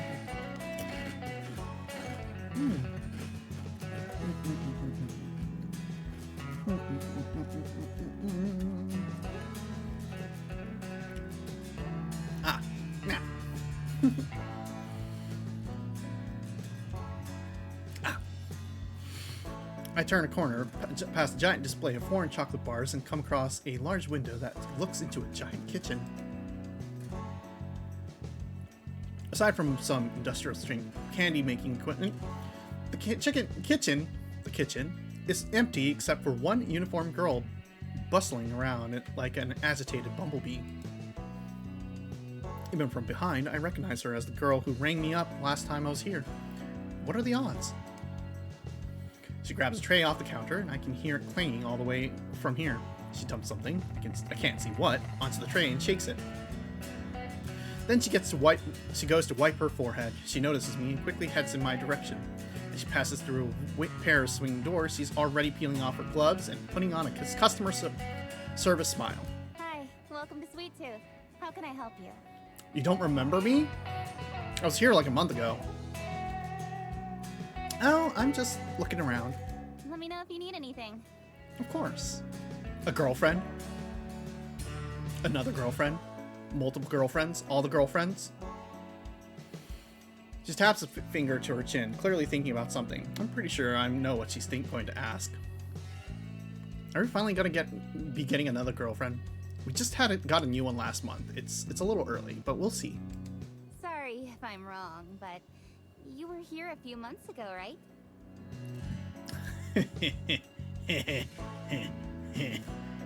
Yeah.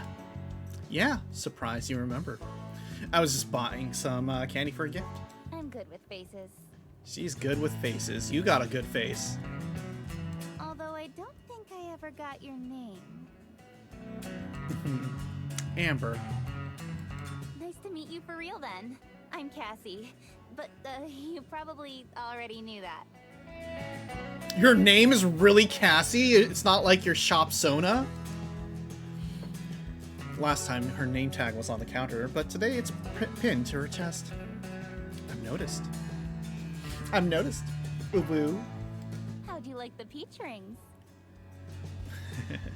I like the peaches. I like peaches. And melons. Pretty good. My girlfriend loved them. She's probably emptying your entire supply of them right now, in fact. Your girlfriend's got good taste. Yeah, I would know. Marina herself comes around the corner a second later, probably because she's heard us speaking. Several bags of candy dangle from both of her hands, nearly scraping against the ground. Who are you talking to? This is Cassie. She works here. And this is Marina, my girlfriend. Hey there. Hi there. It's nice to meet you. I'd shake your hand, but mine are covered in chocolate right now. That just increases the potential for me to want to shake her hand. Do you two know each other? Yeah, we had a financial transaction a month ago. We do now. She helped me the last time I came here when we passed through. So you're not from around here then? No. Nah, I'm not really from anywhere. She's from Carlsbad. Oh, in New Mexico? Nice place. Damn! You must have never been there. It's the most boring town on Earth. I mean, she didn't say California, though. Boring? You kidding? All those caves, trails, nature? Aww. I can't get enough of that. Aw, she's an outdoorsy girl. Okay. I know exactly what you mean. Give me some quiet in the middle of nowhere rather than the city any day. Cassie nods approvingly, while Marina just shrugs. If you'd grown up there, I'm sure you wouldn't feel that way. Oh my god.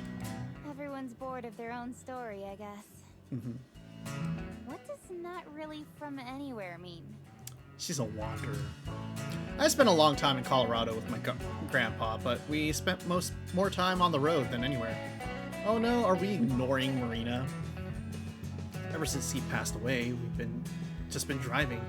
That's how Marina and I ended up meeting. What brings you two back to Vegas then? Besides the irresistible offerings here at Sweet Tooth, of course. Oh my god. She's a businesswoman. She's here to sell you. And I'm sold. I want her number. She's down bad. I'm down bad. Marina heard about the sailing convention thing going on at one of the casinos, so we're here for that. But it doesn't open until tomorrow, so we're killing time right now. Alien convention? The one at the Stratosphere? Sure is. Is it a big deal? We don't really know what to expect. There'll be a few hundred people at least. A few hundred.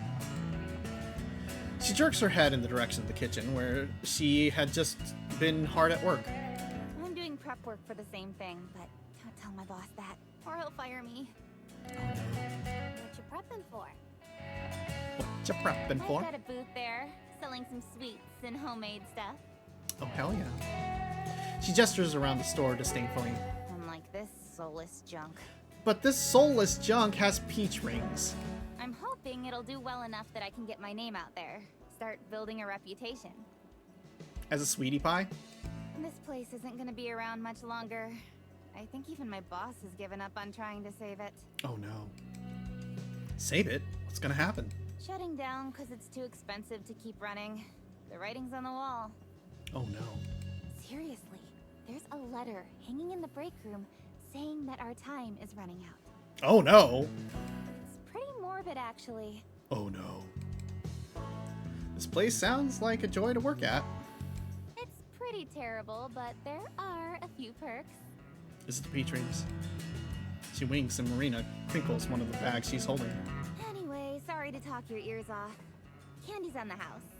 My treat. How much candy are we getting on the house? That's a lot of candy. Marina's just about to ransack the entire place. What are you telling us that, like, oh my god, that's so much candy. We're living like kings. Seriously? Marina looks at me wide-eyed as if she's scored the biggest jackpot in Las Vegas. Yeah, it's not like anyone will ever notice. We'd just be bagging it up and tossing it out in a bit anyway. Oh my god. Okay, wow, if you'll excuse me, I'll just be dying of happiness over here. Yeah, fair. Mood.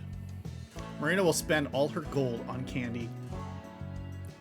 Well, yeah. I mean, there's nothing wrong with that. I remember this girl. Don't get more than you can carry back to the car. You have 2 free hands, don't you? Wow. And maybe 1 smartphone.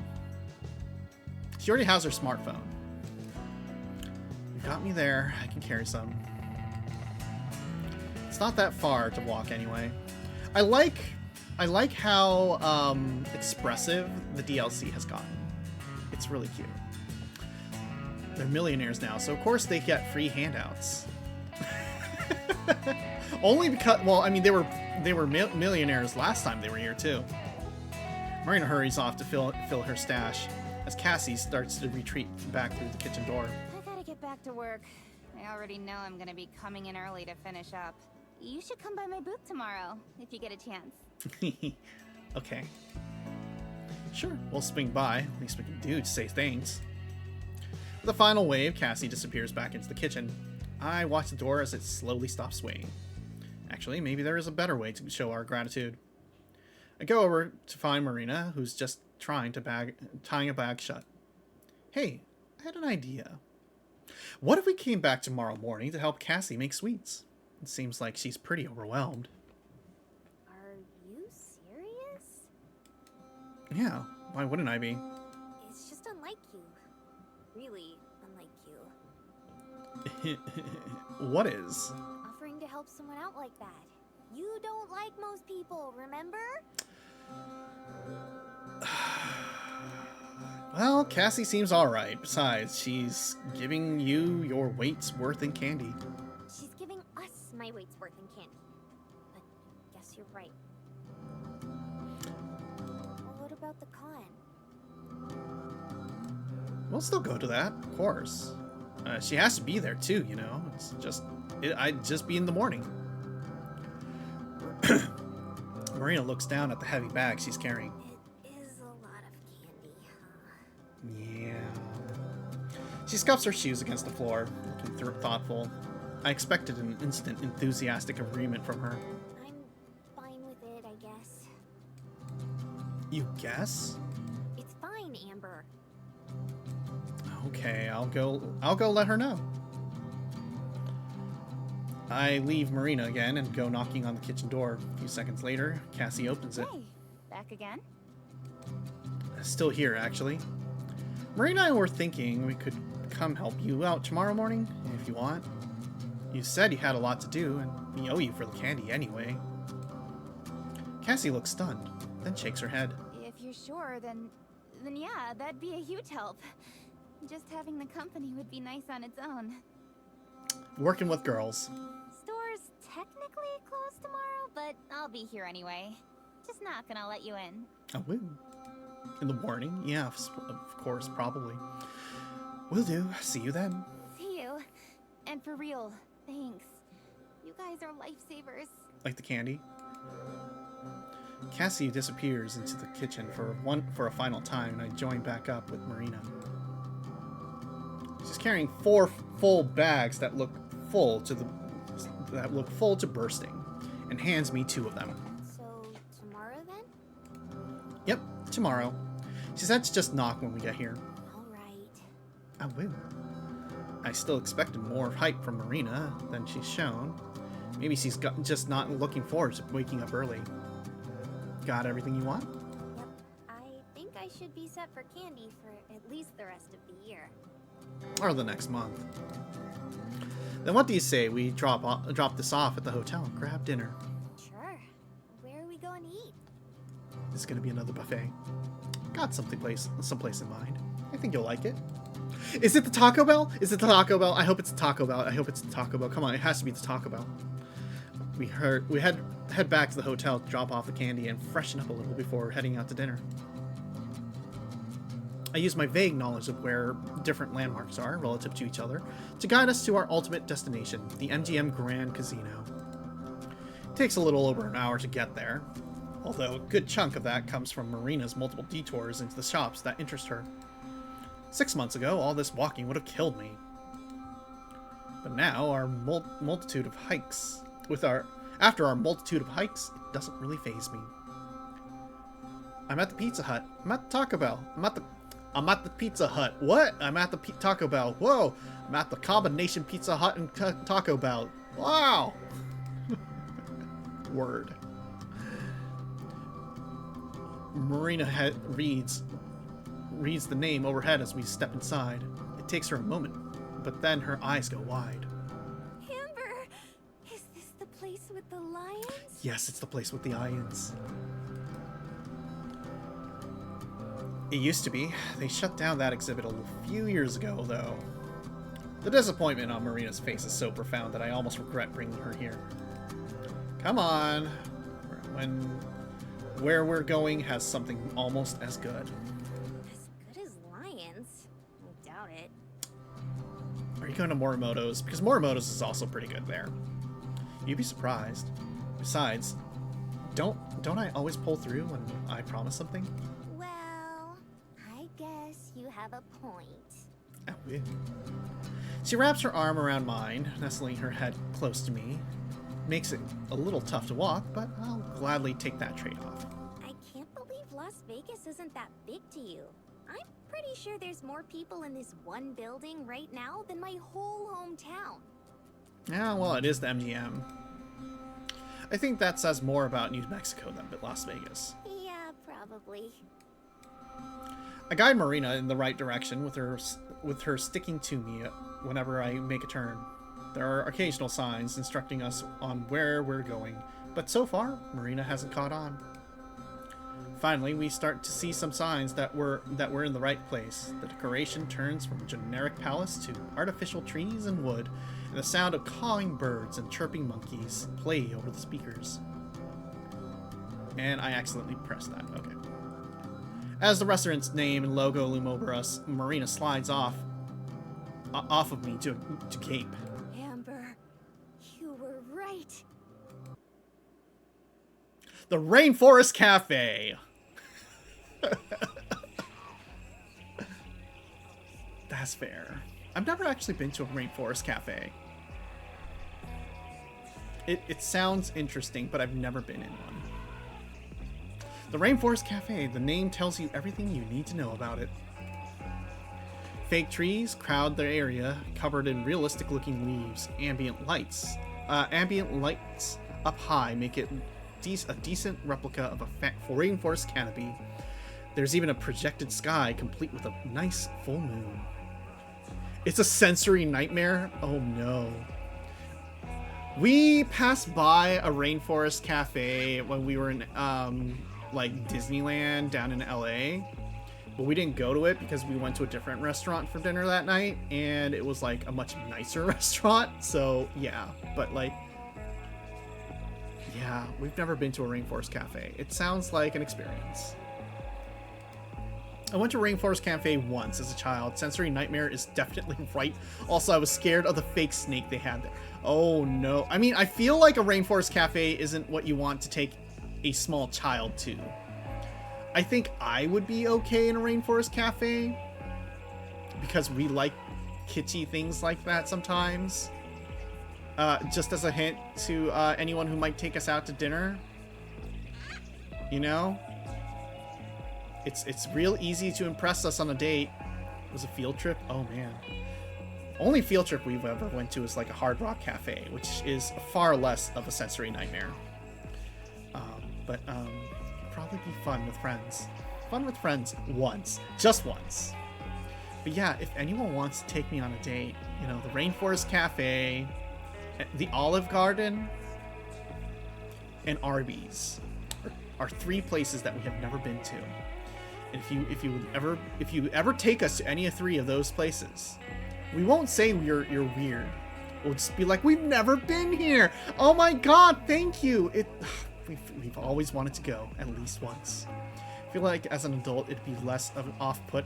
I'd be less off-put by the Rainforest Cafe. Okay, that's fair. Yeah. Honestly, it's pretty hokey, but in an endearing way. Even I have to admit it. Come on, I'm starving. Though I'd have to go non-sober. Oh no. If you ever happen to be in Michigan, I'll take you. There's one nearby. Oh no. I have to drag Marino away by the hand from the oversized gift shop, whose size rivals the restaurant part of the building itself. Our waitress seats us quickly, and Marina orders a cola while I request my usual black coffee. Coffee? Isn't it almost your bedtime? Caffeine does nothing to me at this point. I don't even notice caffeine. I just like the taste. Besides, oh my god, Amber, you're just like me. Besides, how can I sleep when I'm so excited for tomorrow? You could at least pretend, you know. Hey, I am pretending. That one gets me a well-deserved but gentle kick in the shin.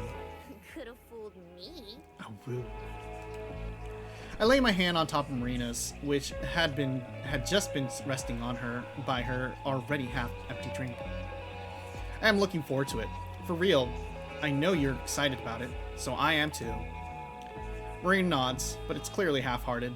I opt to change the subject. So, spot any lions yet? Huh? She blinks twice. Fast, like I interrupted her from some deep thought. Look around. So far, Marina hasn't even noticed the best part of the restaurant's theming, and the main reason I brought her here. She looks around, somewhat glazed over after she notices an animatronic monkey scurrying along a branch. Then the light comes back into her eyes as she notices it more and more. Oh, look! She can't help but lunge across the table to point at a robot parrot that's flapping its wings and rocking on its perch. It's just like when she tries to give me driving directions. She can't help but get 100% into it. Check out that elephant over there. Directly behind her and several meters away, a realistic-looking elephant is trumpeting silently. Looks like it might be life-sized. Okay, this is pretty cool. By the way, I'm not sure if it still exists, but there's a thing called the Elephant Bar. We went to it a grand total of 1 time. Just once. I think they accidentally dumped a entire bottle of salt into my pasta. And also they were extremely late on getting the food out. So I'm wondering if they were they just didn't like people of our kind to be eating there. But that was why I've only gone to the Elephant Bar a single and 1 time. Because yeah, no, it just tasted like salt. And it wasn't even a pleasant amount of saltiness. It was oh, I think they just dumped an entire canister of Morton salt into this sauce, because all I could taste was this rancid saltiness, and nothing else. Absolutely awful food. And I wasn't sure if that was how it's supposed to be. It was supposed to taste, or they were just making a mistake, or they were slightly being racist and trying to make sure that we never come again. I'm not sure. This was a while ago. Anyway, they're closed now. And I have never had to think about them ever again. But now that I've looked at an elephant inside of a restaurant, I'm thinking the Elephant Bar existed. And I'm wondering if the Elephant Bar still exists today. Told ya. Give it a bit. Every so often, there's a little show. Do you think they'd let us move tables to get a better view? Oh my god. For real? Marina shrugs. Think we I want to tell her that we probably shouldn't. There's probably some complicated system that they have set up to keep track of how many people are sitting at each table. But then I think of her pulling her hand away and realizing what a dumb thing it is to worry about. Sure, why not? We grab our drinks and scurry like a monkey on a branch over to a different table, more in the middle of things. Our new spot is right beneath the fancy flowers and equally fancy butterflies. Marina laughs to herself as we settle into our seats. What's so funny? I was just thinking of that time we snuck into the Mummy Cave ruins.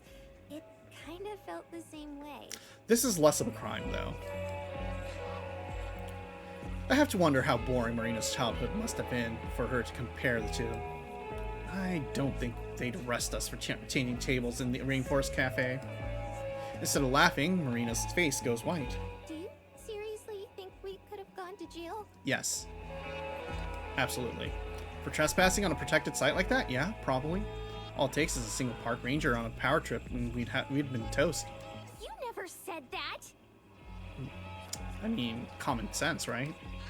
Well, it turned out alright, didn't it? Marina smiles. Yeah, I'd say it did. She looks away from me, towards the ferns and artificial jungle rocks. I think that was the night I started to fall in love with you a little. Oh my god, really? Aw. My heart pangs. Even after months, it still feels weird to hear somebody talk about me so affectionately. Like, oh yeah, she's referring to you. She thinks you're worth loving. Really? And yet, that's all I'm able to croak out. Fortunately, Marina doesn't seem to mind. Yeah, it was, oh, how do I say this? Say, however, I'll know what you mean. It's such a you thing to say.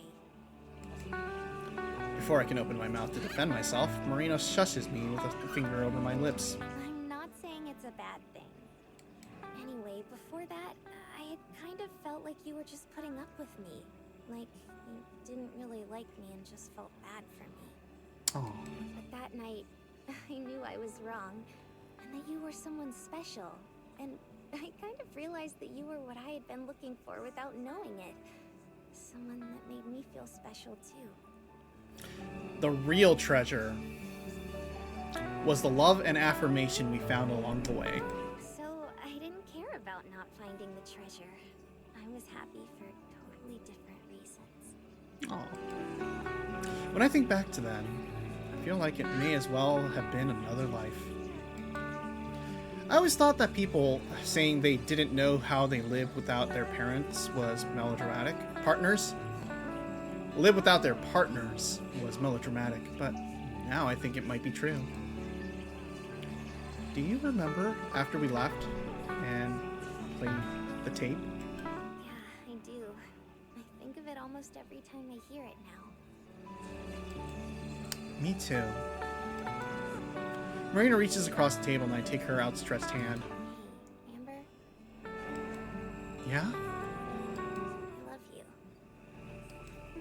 I love you. With a roar, an animatronic gorilla near our table comes lunging out of the shadows, the tinny recording overpowering what I was about to say. Wait, is this what the Rainforest Cafe is like? I might not want to actually go to the Rainforest Cafe. Can we go to the Hard Rock Cafe instead? Can we go? Oh my god, no. Absolutely not. We're never going to the Rainforest Cafe. I will die.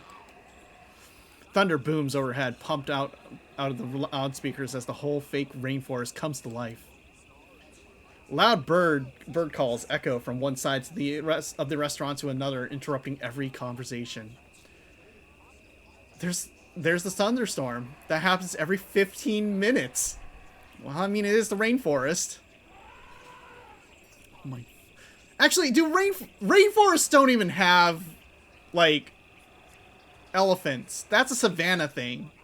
I went to the Hard Rock Cafe in Orlando in September. Yeah, okay, how was that? Like, Hard Rock Cafe is like a normal cafe, right? It's huge and the bar is nice. Yeah, like it's a respectable, normal ass bar with a lot of music paraphernalia. That's normal. This sounds terrible. That was nice. My god. Above us, the butterflies rustle the flowers. Like, okay, I was expecting like the Dole experience at Disneyland, if you know about that. Like, you know, where you go to the tiki room and all the tiki masks start dancing and they have a little show and they sing. That's fine. Animatronic gorilla screaming in your face, though, I don't fucking know about that. This sounds like an entire thing. Absolute nightmare, and not a place to actually eat food. This should have been a experience. Like I said, a sensory nightmare. That's fair. Wow. All the different animatronic animals come to life at once, just like I told Marino they would. Although it could have happened at a better, it could have happened at a better time. There was also a massive stage in the Hard Rock Cafe, but it's only used for events. There was ads for Baby Metal concert. Wow. Yeah. No, like, you would go there for like a night show maybe, right? I never actually really go there very often.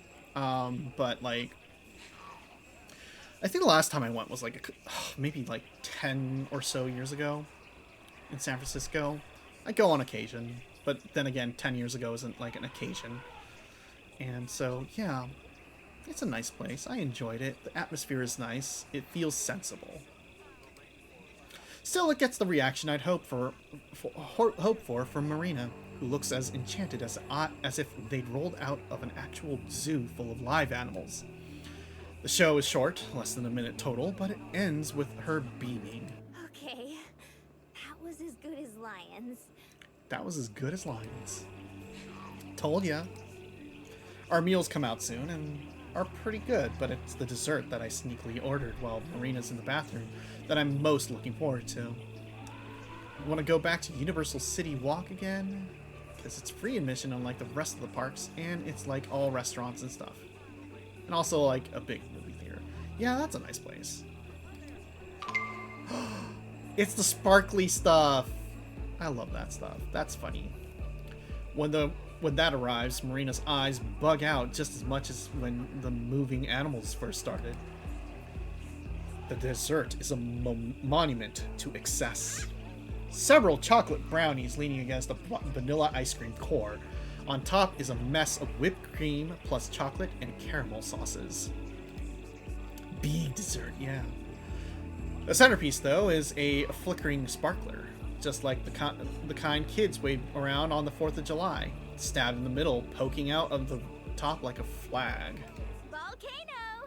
A volcano! God, I love stupid desserts like that. I don't actually eat them. They're too expensive and they're too much for me, but like, I think they're hilarious. The waitress tries to sound enthusiastic as she sets our dessert down in front of us. You know, tries to sound enthusiastic, but like, Volcano! whoever they got to do this voice, she sounded too excited. She sold it too much. She sounds like she's happy to be working at the Rainforest Cafe. With 2 spoons. She sounds too excited. Marina takes one of them and searches for a point of attack. It's huge. I don't even know how to eat this. You put pieces of it in your mouth and you chew. And you just swallow. Start with one of the brownies. Scoops up a bite, and a bite that has ice cream and whipped cream included.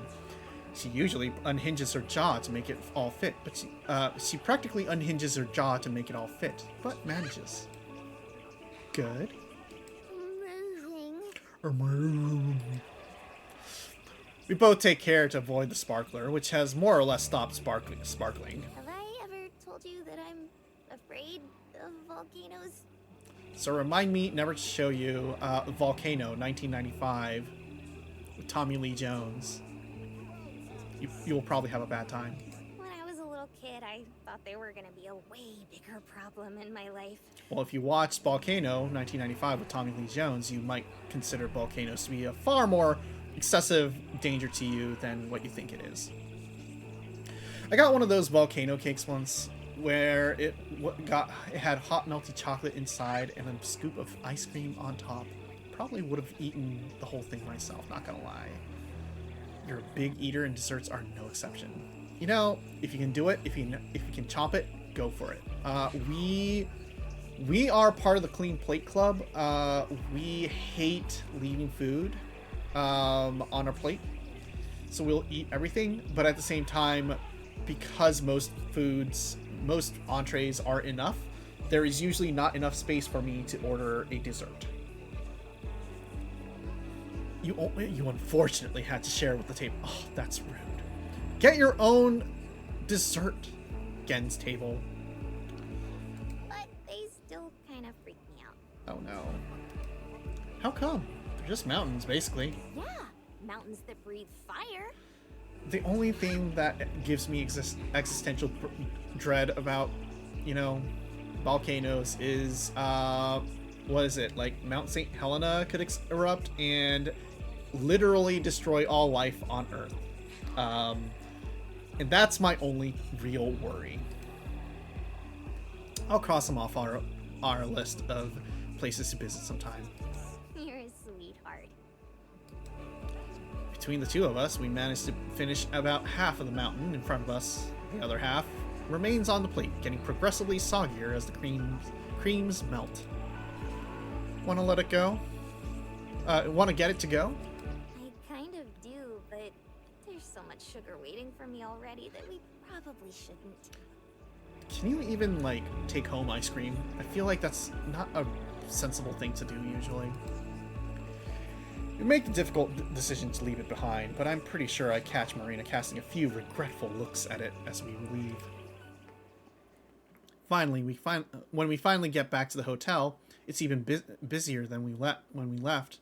Most of the slot machines are full, and the air is heavy with the smell of cigarette smoke. Marina makes a face as we hurry to the elevator and up to our room. Oh, that's a nice view.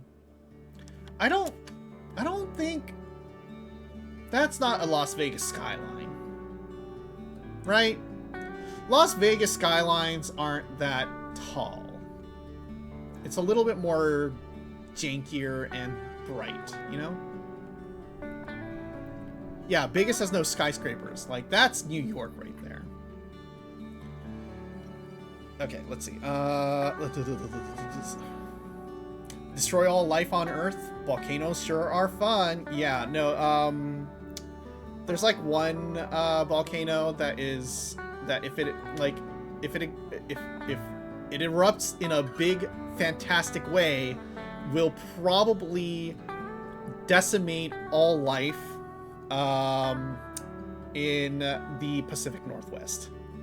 Basically, it's donezo. And then it's nuclear winter for everyone else. It's no bueno.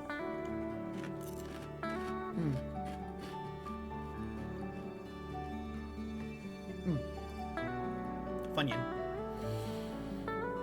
Inside, I kick off my shoes and collapse onto the bed, worn out from all the walking. I'm gonna take a shower, unless you want to first. What if we both take a shower together? Go for it. While she steps into the bathroom, I stare up at the ceiling. I've been either driving or walking all day. Some folks don't understand how a long road trip can tire you out, but it's exhausting. Even I still feel it sometimes, like today. Rocky Mountain National Park. Oh, that's a nice little shirt. In the bathroom, there's a loud thump, followed by Marina's pitiful whine. Amber. Oh no! Which faucet do I use? Oh no! Do you need me? Wait, no, I got it. Okay. Sound of running water starts. Oh no! Sometimes I wish I was a being capable of eating lava without being harmed.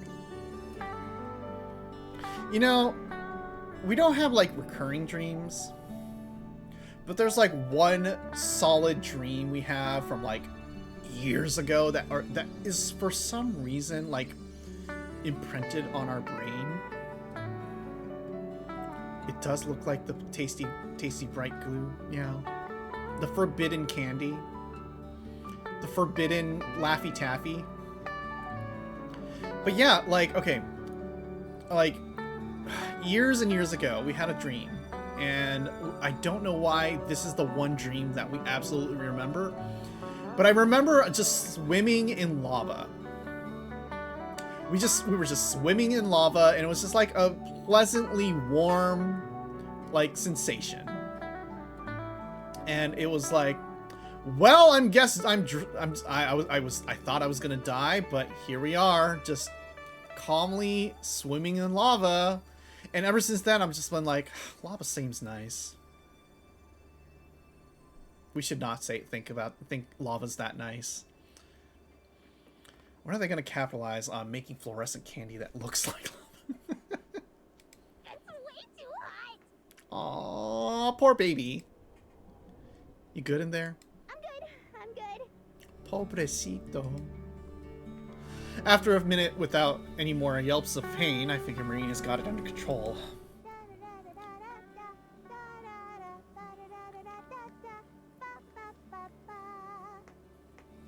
When she starts singing in the shower shortly after, I know it for a fact. I just lie in bed, listening to the noises of the city. Besides Marina in the bathroom, there's the dull thump of our neighbors in the other rooms, as well as the honking of horns and the squeal of brakes that float up from down below. Wow, thank you for the head pats. I should tell you about my bizarre dream I had later. It was quite the oddity. Yeah, no, feel free to DM us that. Every so often, there's the sound of whoops and cheers from one of the theme park rides as it whooshes overhead. Since our room is on one of the highest floors, we're some of the closest to the action. I hope it doesn't go on all night. Keep me awake. She's steamy. Eventually, Marina comes out of the bathroom with a puff of steam. She's carrying her day clothes in a bundle and has changed into her pajamas. Her hair is down and wet. How's the bed? Pretty good. I slap it a couple times to demonstrate its firmness. It's alright. Not as comfy as the bed in the RV. We've got totally different ideas of what comfy means, don't we? Maybe. Booba!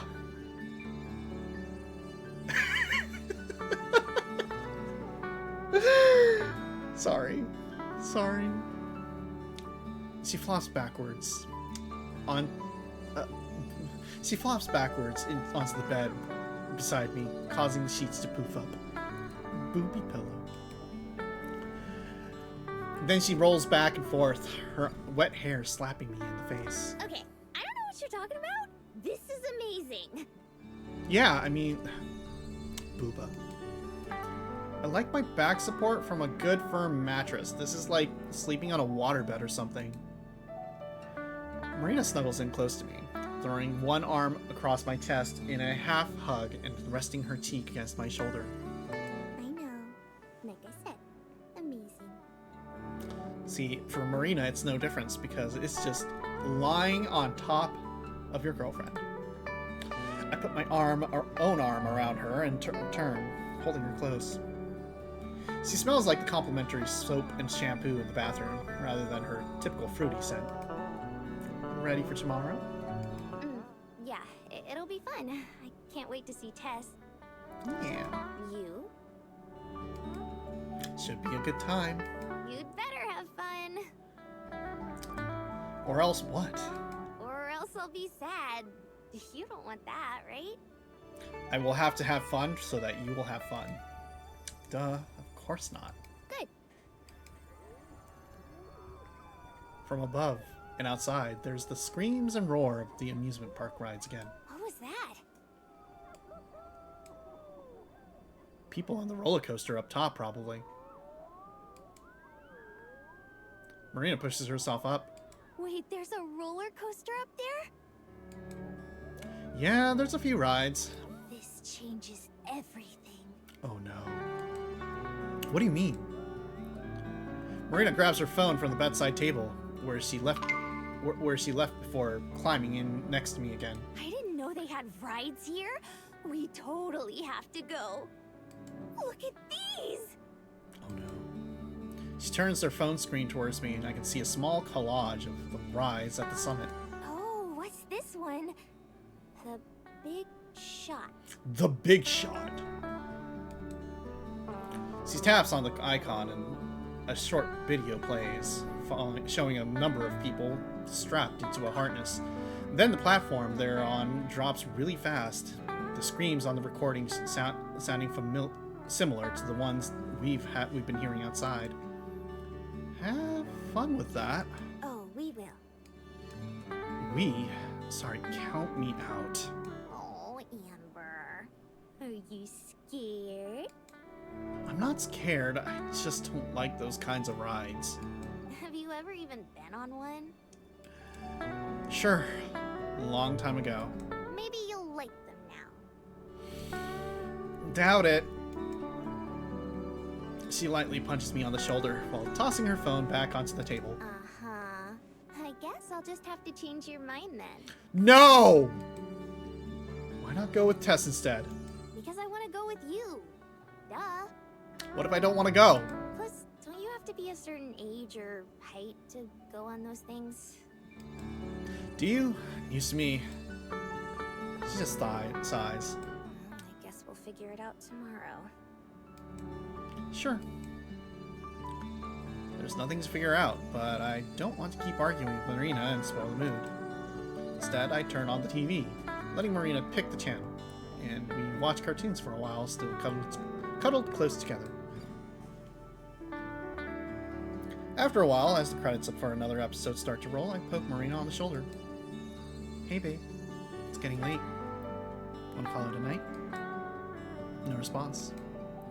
I contort my neck at an awkward angle to be able to look at Marina and see that she's already fast asleep. I can't help but smile. Turning off the TV, I pull the covers up and over us.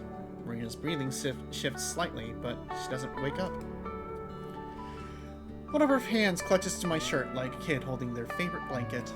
Love you too. I whisper the words into the quiet night before switching off the lights and drifting off to sleep as well. And we're back to the trio. Oh boy.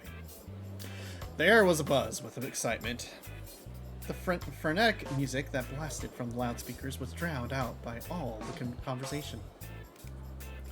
Boxes slammed, booths scraped, burgers sizzled as merriment ensued. From corner to corner, every inch of free space was covered with someone selling something.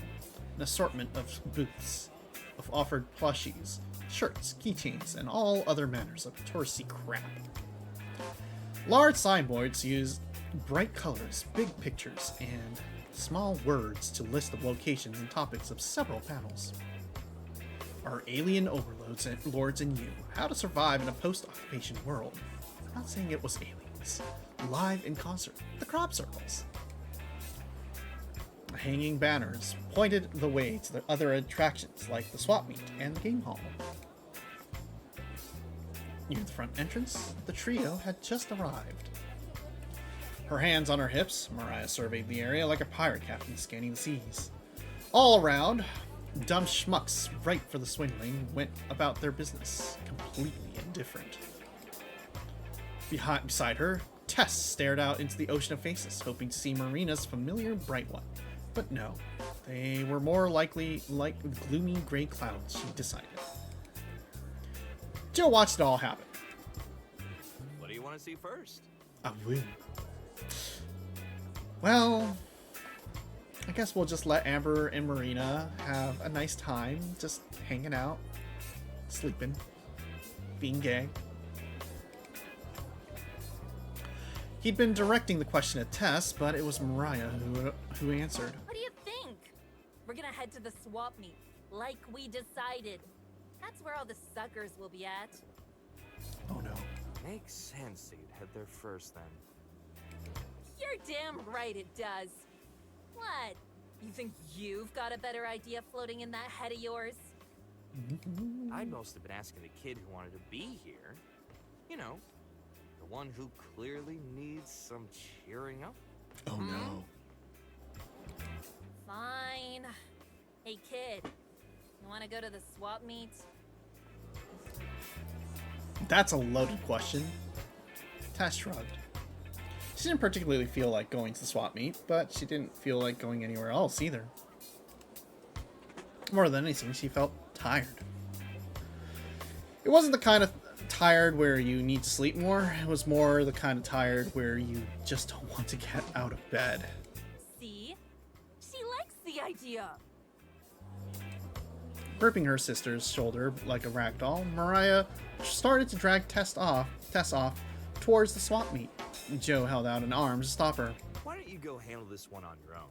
I'll take Tess and go do something fun. Do something fun. Fun? Fun? What's the use of fun? You can't pay for shit with fun. You know, Las Vegas is an entire testament to people making money off of the fact that people are looking for something fun. You can't pay anything if you waste all your money gambling, but that's never stopped you before. Well, if somebody would count the cards like they're supposed to, then it wouldn't be such a waste. Tell you what, I'll give you $10. Surely that's got to be enough to get you started, right? $10? I couldn't blow my nose with $10. Fine, 20. Mariah eyed him slyly, calculating just how far she could push Joe's generosity and patience. Finally, she held out a hand.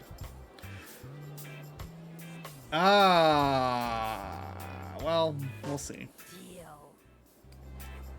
Joe slid a crisp $20 bill from his wallet and passed it to Mariah. She sniffed it, licked it once to be sure, and then pocketed it. You know, yeah, just don't lick money. It's really bad for you. Don't spend it all in one place. She probably will.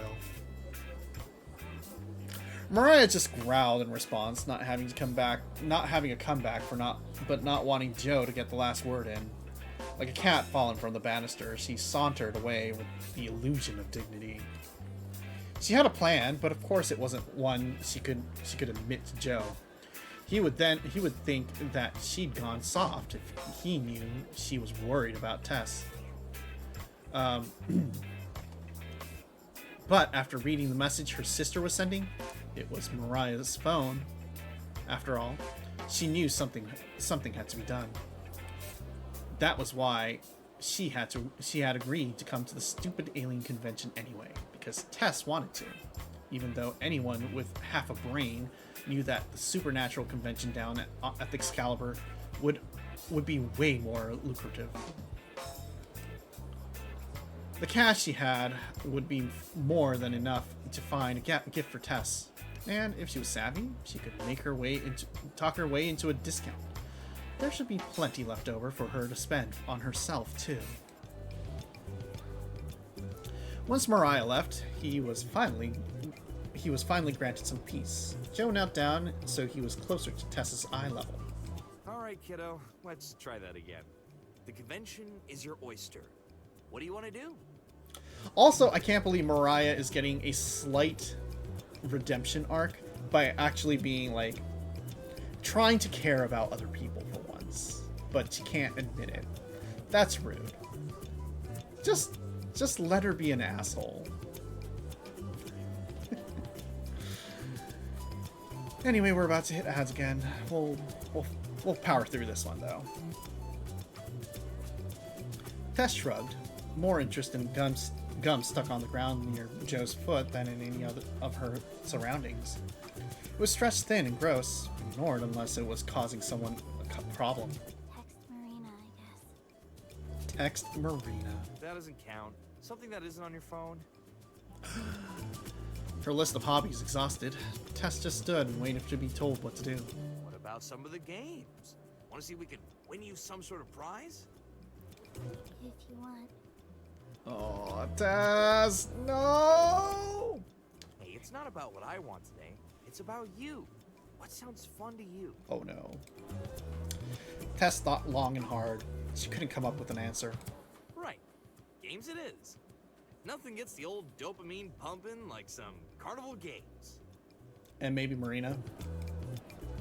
Joe didn't know if this was true, but he desperately hoped it was. Oh, look at all these aliens!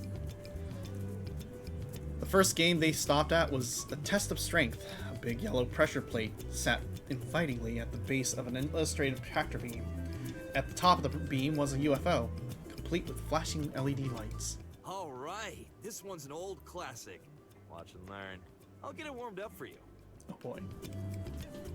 With extra pomp, Joe rolled up his sleeves and flexed his arms, accepting a large mallet from the bored-looking college student running the game.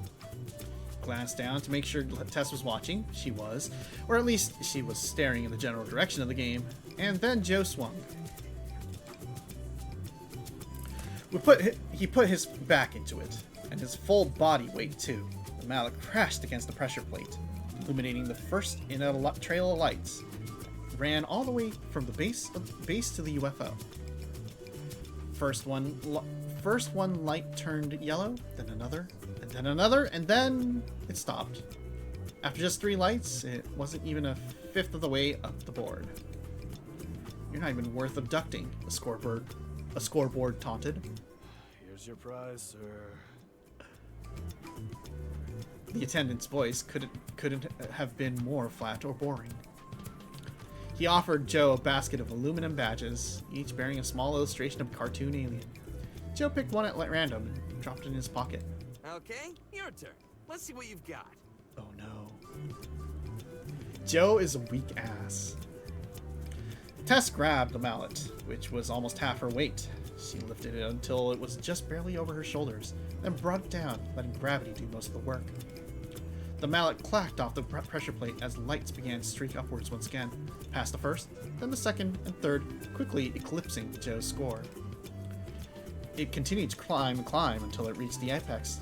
The UFO lit up, making a clattering and chiming sound in celebration. The person manning the game approached Tess carrying an immense UFO-shaped pillow. It was almost as big as one of the tires on the RV. Here's your prize, ma'am. He sounds so excited. He sounded just as unimpressed as he had been by Joe's score. Hey, great job. Damn. Tess struggled to wrap her arms around the new prize as Joe clapped in support. You did it! You hit the jackpot! Wow, there's a winner everywhere. Most of it, Tess. How's it feel? Pretty good, right?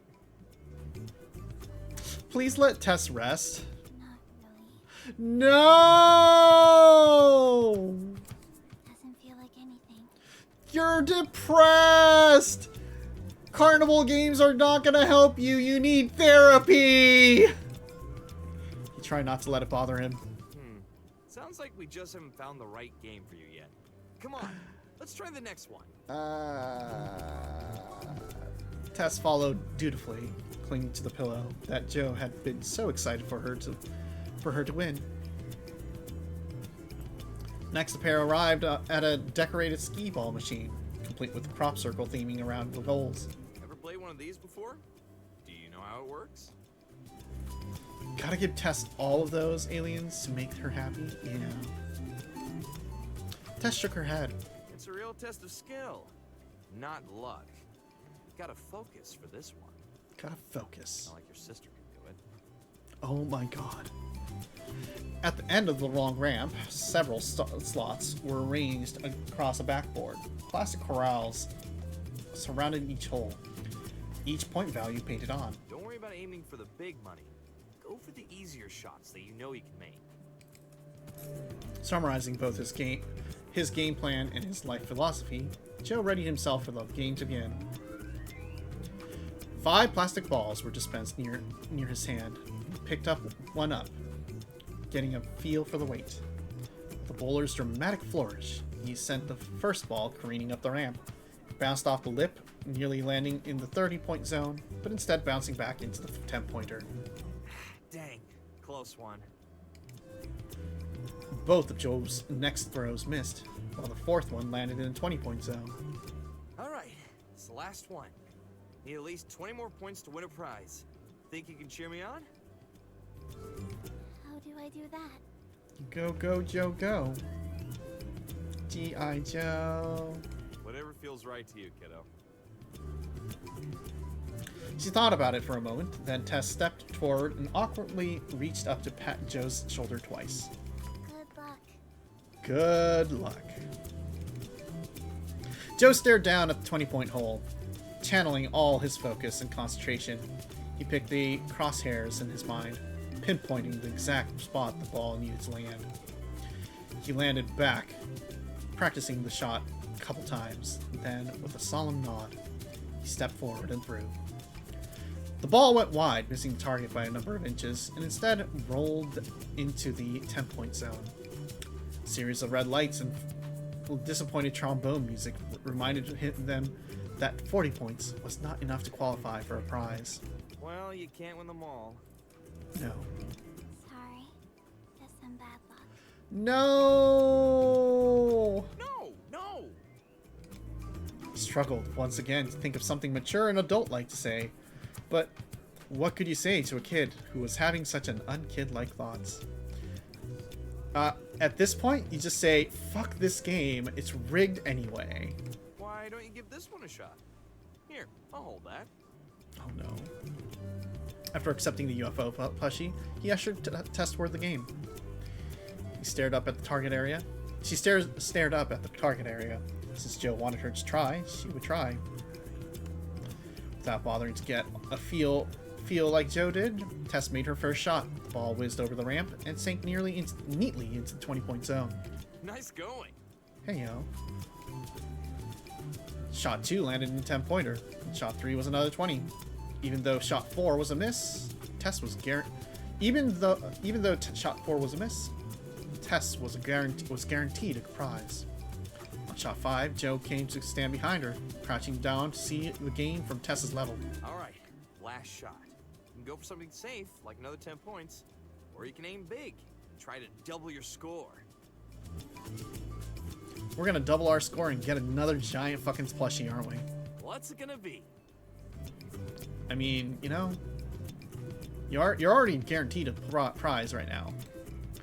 Tess threw the ball, not caring too much about where it landed. The ball sailed over and cracked against the 50-point zone, but didn't make it in. It ran down between the two other slots and then finally disappeared into the 40-point hole. Woo! Go Tess! Hell yeah. Once again, Joe whooped and hollered in celebration, trying to have enough enthusiasm for the two of them. But after Tess had accepted her prize, a t-shirt that was 3 sizes too big, she didn't look any happier. What about now? Heart racing? Blood boiling? Please just take her home and maybe call a therapist. Still no. Tess! Still not determined to give in, Joe led them on to the next game. Now this. Oh no. This is sure to make you really feel alive.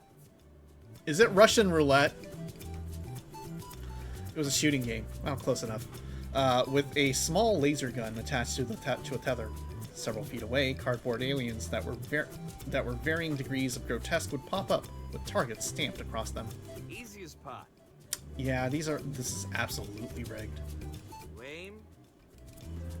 Joe closed one eye and raised the gun up as he leveled it at the target. Wait for it. One of the high-value cutouts, an especially hideous thing with purple skin, horns, and tentacles, was due to pop up in any second. The moment it reared its ugly head, Joe pulled the trigger. But just a second later, it disappeared again. Joe's shot having gone wide and missed. Sighing, he placed the gun back in its holster. Well, I was never much good at these. Uh-huh. But I bet you can step up there and show an old geezer like me how it's done, right? Oh boy, I already know where this is going. Wordlessly, Tess stepped forward and readied the toy gun. When the targets first started to move, she began firing lazily, her motions shaking and random. But as fate would have it, her shots were finding their marks. Not every one landed, but many did. With each hit, there was an accompanying sound effect to add to the hype. Well, if there had been any hype to begin with. Tess fired with the cold indifference of a hardened criminal until the timer ran out.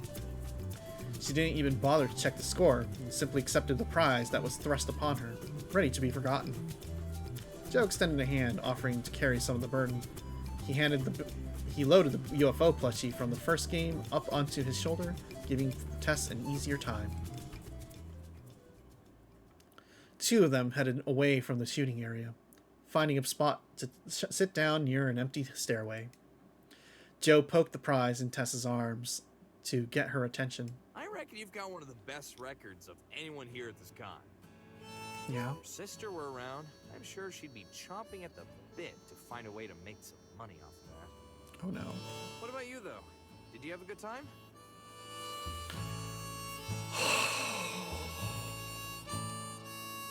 Tess was quite quiet for a long moment, which Joe took as a good sign, but if she had to think about it, then the answer could have just be an easy no.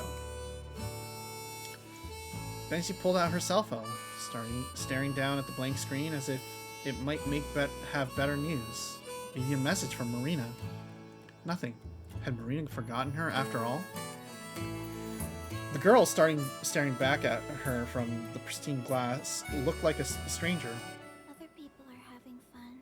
Oh my god. You're having fun? I don't think Joe's having a lot of fun right now, dear. Joe's suffering. Why can't I have fun too? Because you're depressed. And you need therapy. And maybe a call from your mother. The quiet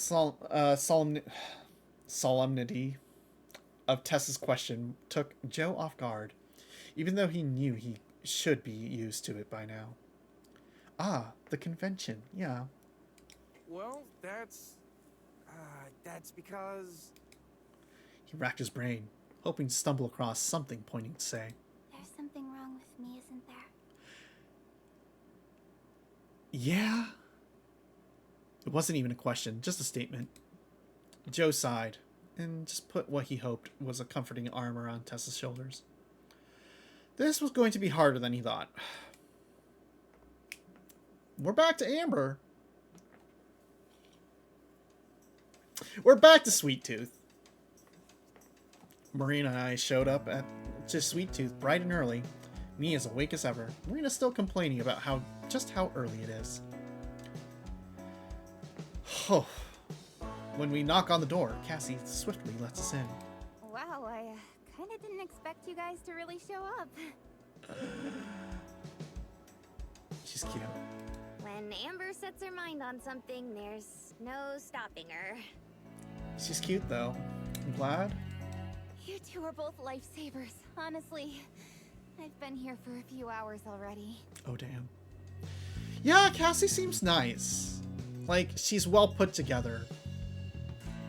Like, she's not a fucking disaster. Are you running this thing solo? Yep, just me. My recipes, my decorations, all of it's mine. She is way too well put together. She does not... No one deserves her in this game. She needs somebody else. I should have done some of this stuff days ago, but you know how that is. Yeah. What are we making? Candy? Nah, the candy's all finished. We're gonna make crispy rice treats. Come on, we'll use the main kitchen. Crispy rice treats. We're gonna eat a Funyun.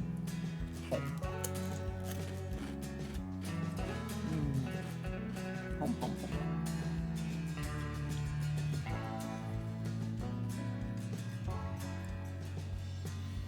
She guides us through the dark storm.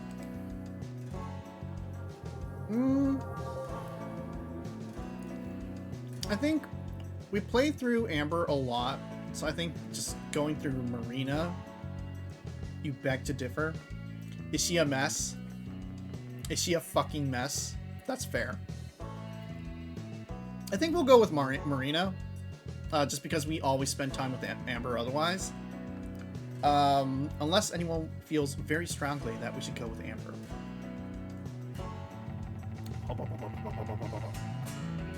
Go with Marina.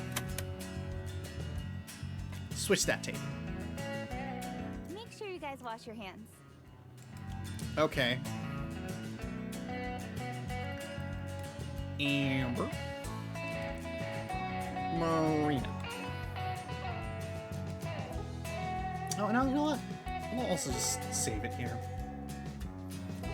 Aw, greetings from New Exit Las Vegas, Nevada.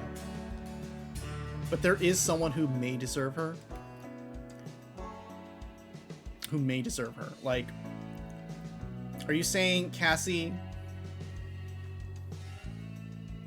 Is Cassie going to date Tess? Is Cassie going to adopt Tess? Is this what we're going towards? Oh.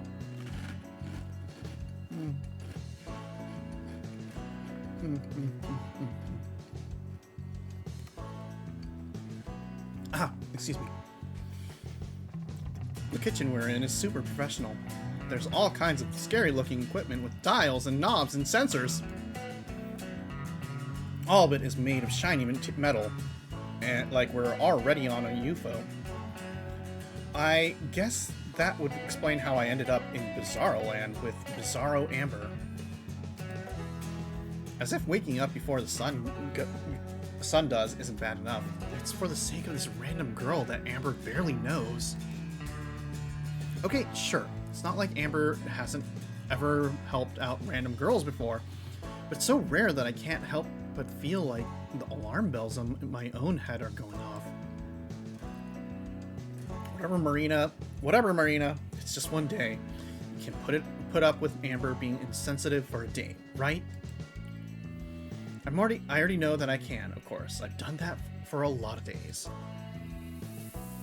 Ever made these before? Nope, never. You?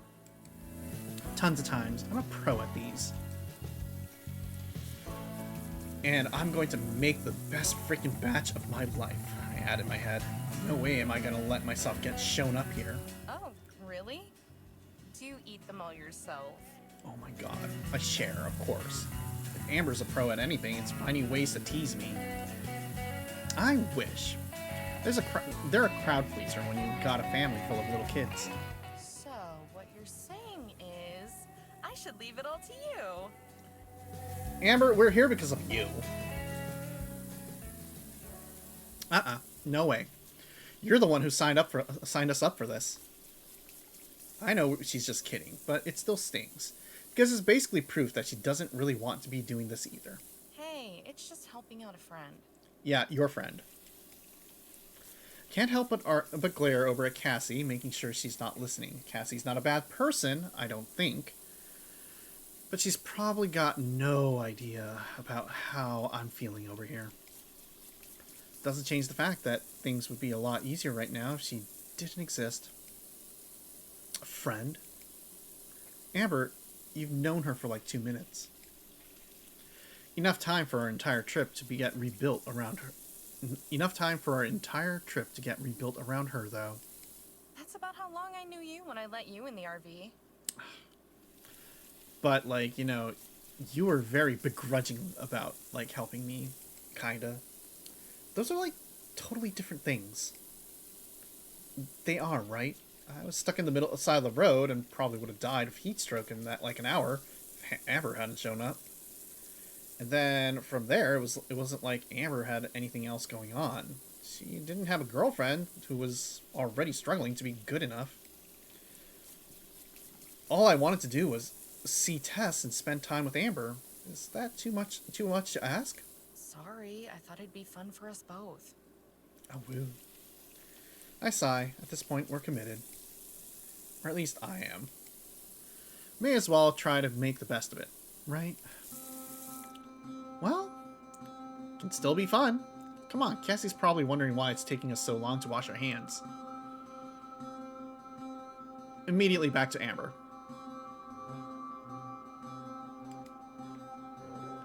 Whoop. Whoop. We join Cassie at the long counter and put on the clear plastic gloves that she hands us. She starts doling out supplies, pots and pans, utensils, ingredients. There's already a few pans of stuff boiling on the stove. Thanks again for helping out. Seriously, I mean it. Let me know if there's anything I can do to make it up to you. Threesome? Once we're done here, I can drive us to the con. Does that work? Hell yeah. But also a threesome? I glance at Marina, who shrugs. Sure. He's having to park the RV at a casino. An RV, huh? And you met while driving? I'm guessing there's a good story in here somewhere, right? Yeah, you should check out the critically acclaimed Highway Blossoms visual novel. Available on Steam. It's kind of an unbelievable one, really. Like, if someone told me it happened to them, I'd think they were lying. It sounds fictional, yeah. Okay, now I've gotta know. Oh, you think so alike? We think so alike. A few months ago, did you ever hear about this journal?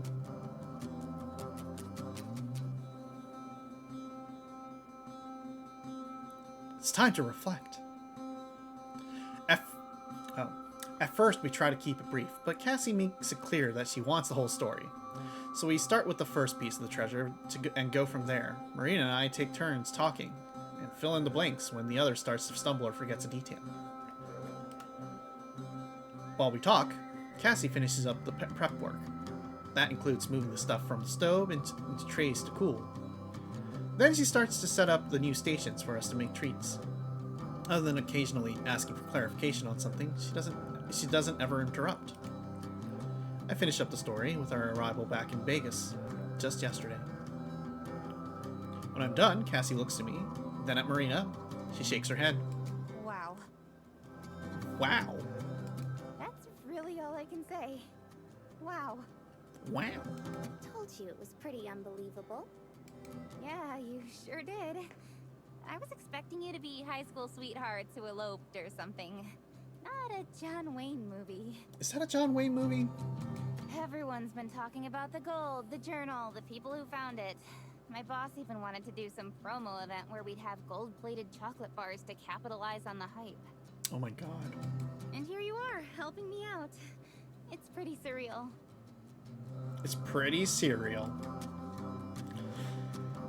It's been one serial moment after another for us. You get used to it eventually. Maybe you do. The road sounds a hell of a lot more interesting than things here. This is Las Vegas, though. It's one of the most famous cities in the world. How's that not interesting? Real talk, I don't think Las Vegas is all that cracked. I honestly hated, like, being there most of the time. I guess when you live here, you get used to it. Besides, the Las Vegas that people dream about is a scam. Fool's gold, pretty much. Yeah. That's the way all cities are. They sound nicer from the outside until you're there and have to deal with the traffic and the people. You know, San Francisco is a beautiful place with great culture and wonderful people, except most of the people are tech bros and they suck, and also the traffic's terrible. You have to excuse Amber. Sometimes she forgets how to have fun. It's okay. I'm just correct. I'm just saying, I'll bet even Carlsbad sounds interesting when you're not from there. Hey, I can see it both ways. I moved out here because I thought it would be a lot different than what it is. Turns out the Las Vegas they try to sell you on TV isn't real. Yeah. Yeah, at least the city doesn't smell like cigarettes like Vegas. Yeah, I cannot get over how foul-smelling Vegas is. And honestly, I will always say that, you know, if you're gonna go to a gamble or stuff, just go to Reno. Reno is so much nicer. And I mean, like, it's a pitiful kind of sad niceness, right? Like, you still have all the people who are chain smoking at 11 p.m. at night, alone, and, you know, there to play blackjack with a bikini-clad dealer. But, like, that trashiness has charm to it compared to Vegas, where it's like, we are trying to be an experience, you know? San Francisco is a wonderful and beautiful place until Sonic runs through, getting chased by a GU1 truck, causing immeasurable amounts of property damage. Now, we recovered from that, though. It's fine. Don't worry about it.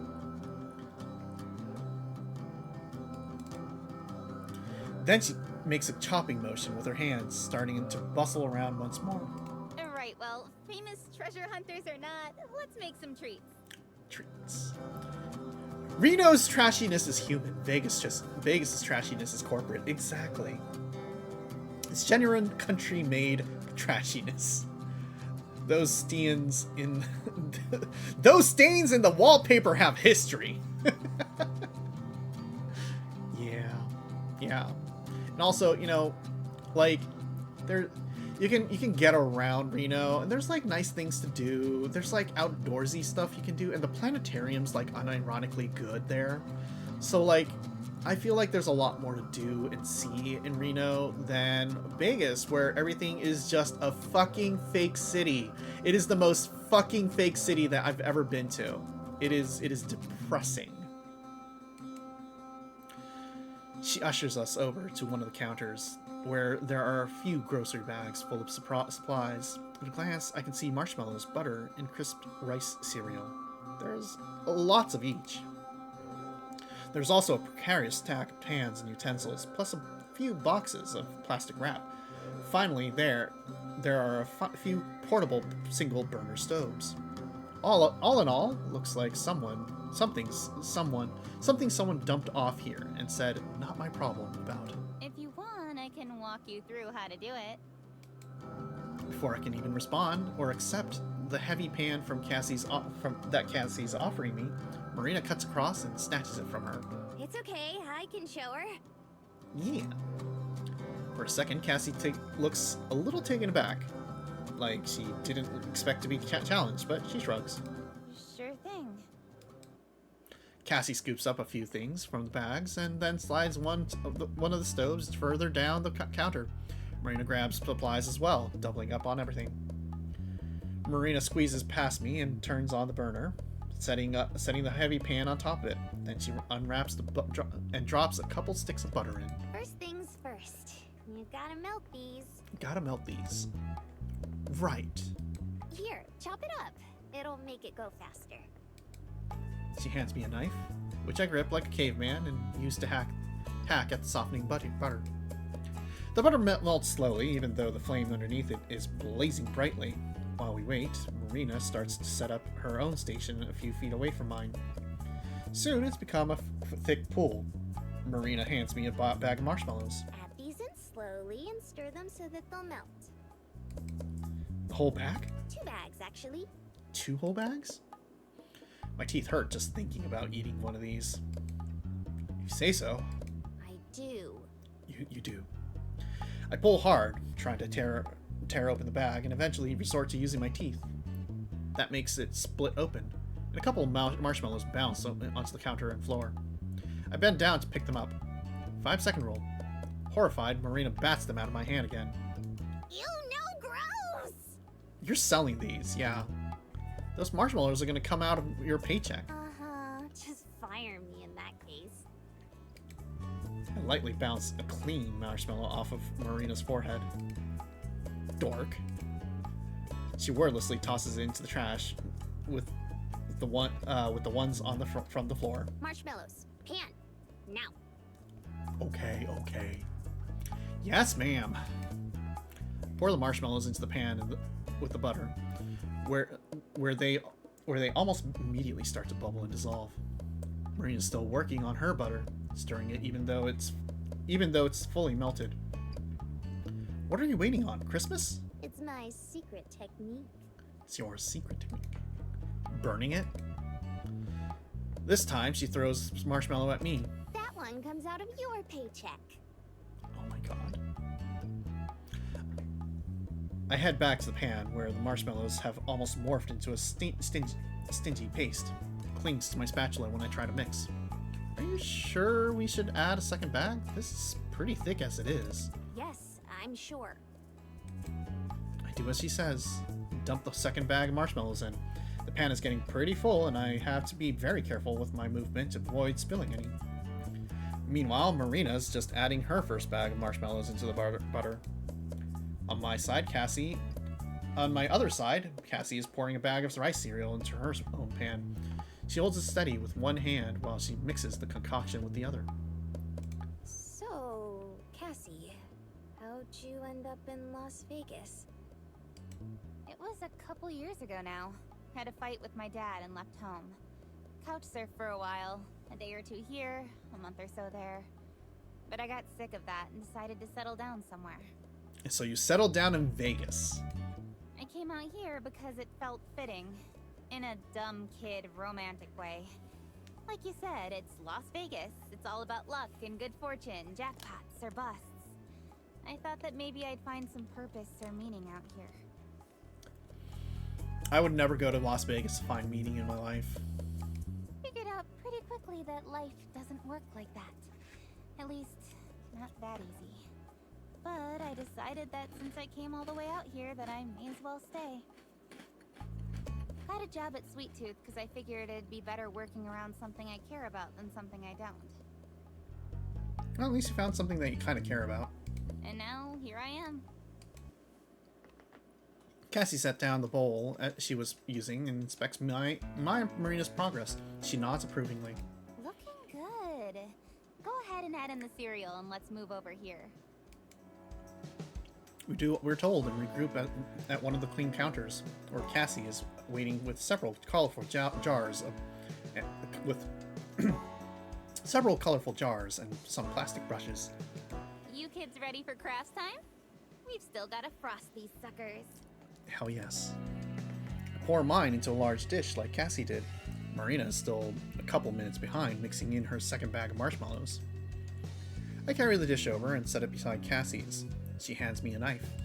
So go ahead and try to cut these into ovals. It's okay if they're not perfect. Okay. She carves out her own batch like she's cutting a particularly tough steak. Then with a constant back and forth motion. She goes slowly, trying to keep the line straight. The curve is tough, but she manages to pull it off. Half a minute later, she plucks out a piece. It's kind of an oval, I guess. That's stretching the truth.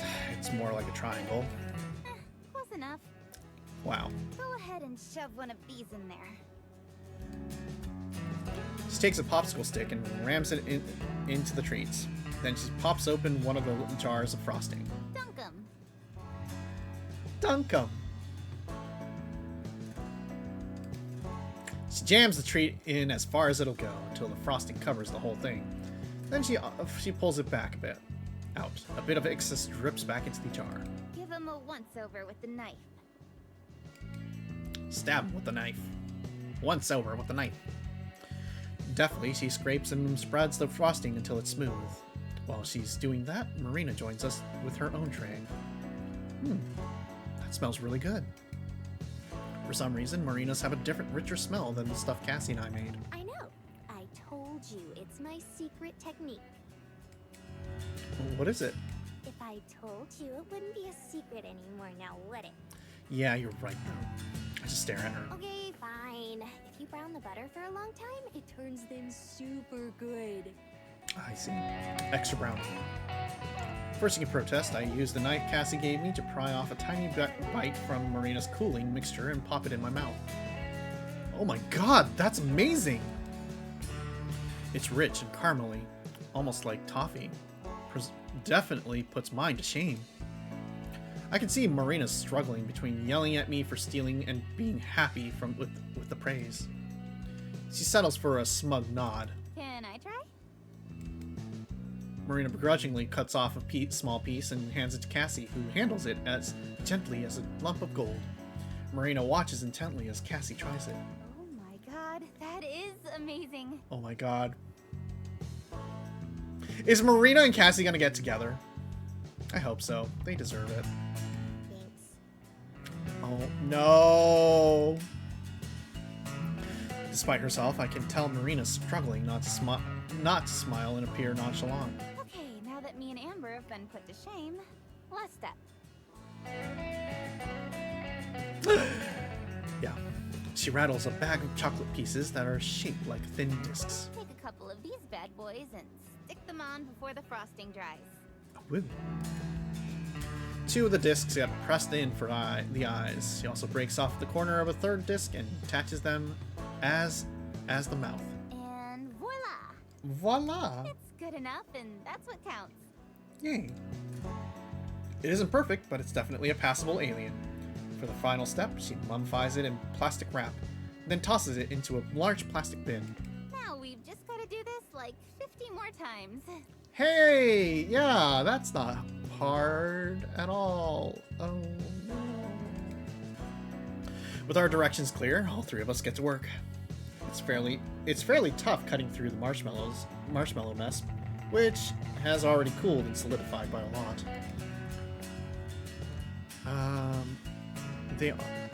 If they all date, it's more girls for all of them. It's true.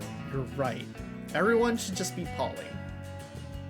And not be and like, you know, get past the jealousy of it all. Just date other girls should all date other girls, and all the girls should date other girls. Except unless like the girl is like kind of a bitch and you really do not want to be with that girl. But like if you're two girls, grow up, you pansies. Yeah. If you are two girls and you like each other, you should date. That's all there is to it. I have to frequently change my angle and stab a top spot with a knife, a lot like when we were digging for treasure. Cassie also starts to melt the butter for another batch of treats. I finally managed to cut out a rough alien head shape from my tray. Cassie's first one was kind of a triangular. Mine is even farther from the target. I don't think there's even a proper name for the shape. It's just a blob. Popsicle stick step is easy. Head pats. Thank you for the head pats. But when I tried dipping it into the frosting, only a little bit sticks. I pull it out and try again, but still can't get more than a third of it or so covered. Cassie, who's watching me, shrugs. Don't worry about it. It's close enough. Good enough! You've got a pretty generous definition of close. It's abstract art or something. How do we know aliens don't really look like that? Probably. Good point. I press in the eyes and small mouth and then set it aside to be wrapped. How are yours going? I hover over Marina's shoulder, and this time she doesn't wave me away. She just finished frosting hers, leaving an artistic unfrosted spot near the neck. Using her fingernails, she snaps chocolate discs into more jagged eye shapes, and then attaches those using one of the scraps from the mouth. She holds it up for me to see. What do you think? Damn. It's out of this world. Marina groans as she sets it down next to mine and Cassie's. All three of us huddle together, admiring, or in my case, pretending to admire, our handiwork. Cassie whistles in admiration as she picks up Marina's, turning it this way and that to inspect. This looks great. Good work. You get an A+. You get an A+. Told you guys. I'm a pro. Hell yeah. Cassie pantomimes, bowing in recognition of Marina's skill. Amber, you get A C? Can I get a B? Can I get a B minus? You don't have to say it. an A for effort? A for effort. That's way higher than what I was expecting. You're more generous than any teacher I've ever heard of. It's still one that I don't have to make myself, and that's more than enough. Damn. Only 48 left to go. Oh no! We get back to it. With Cassie sometimes pouring new batches of cereal mix into the trays for us to work with. It takes longer than I would have expected, but we managed to get them done. Oh no!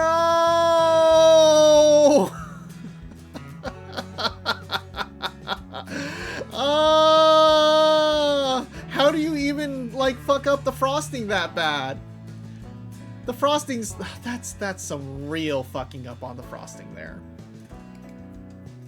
Oh, there's a clear hierarchy in terms of skill. Marina's are nearly perfect and would fit in well at the Roswell Museum. Oh.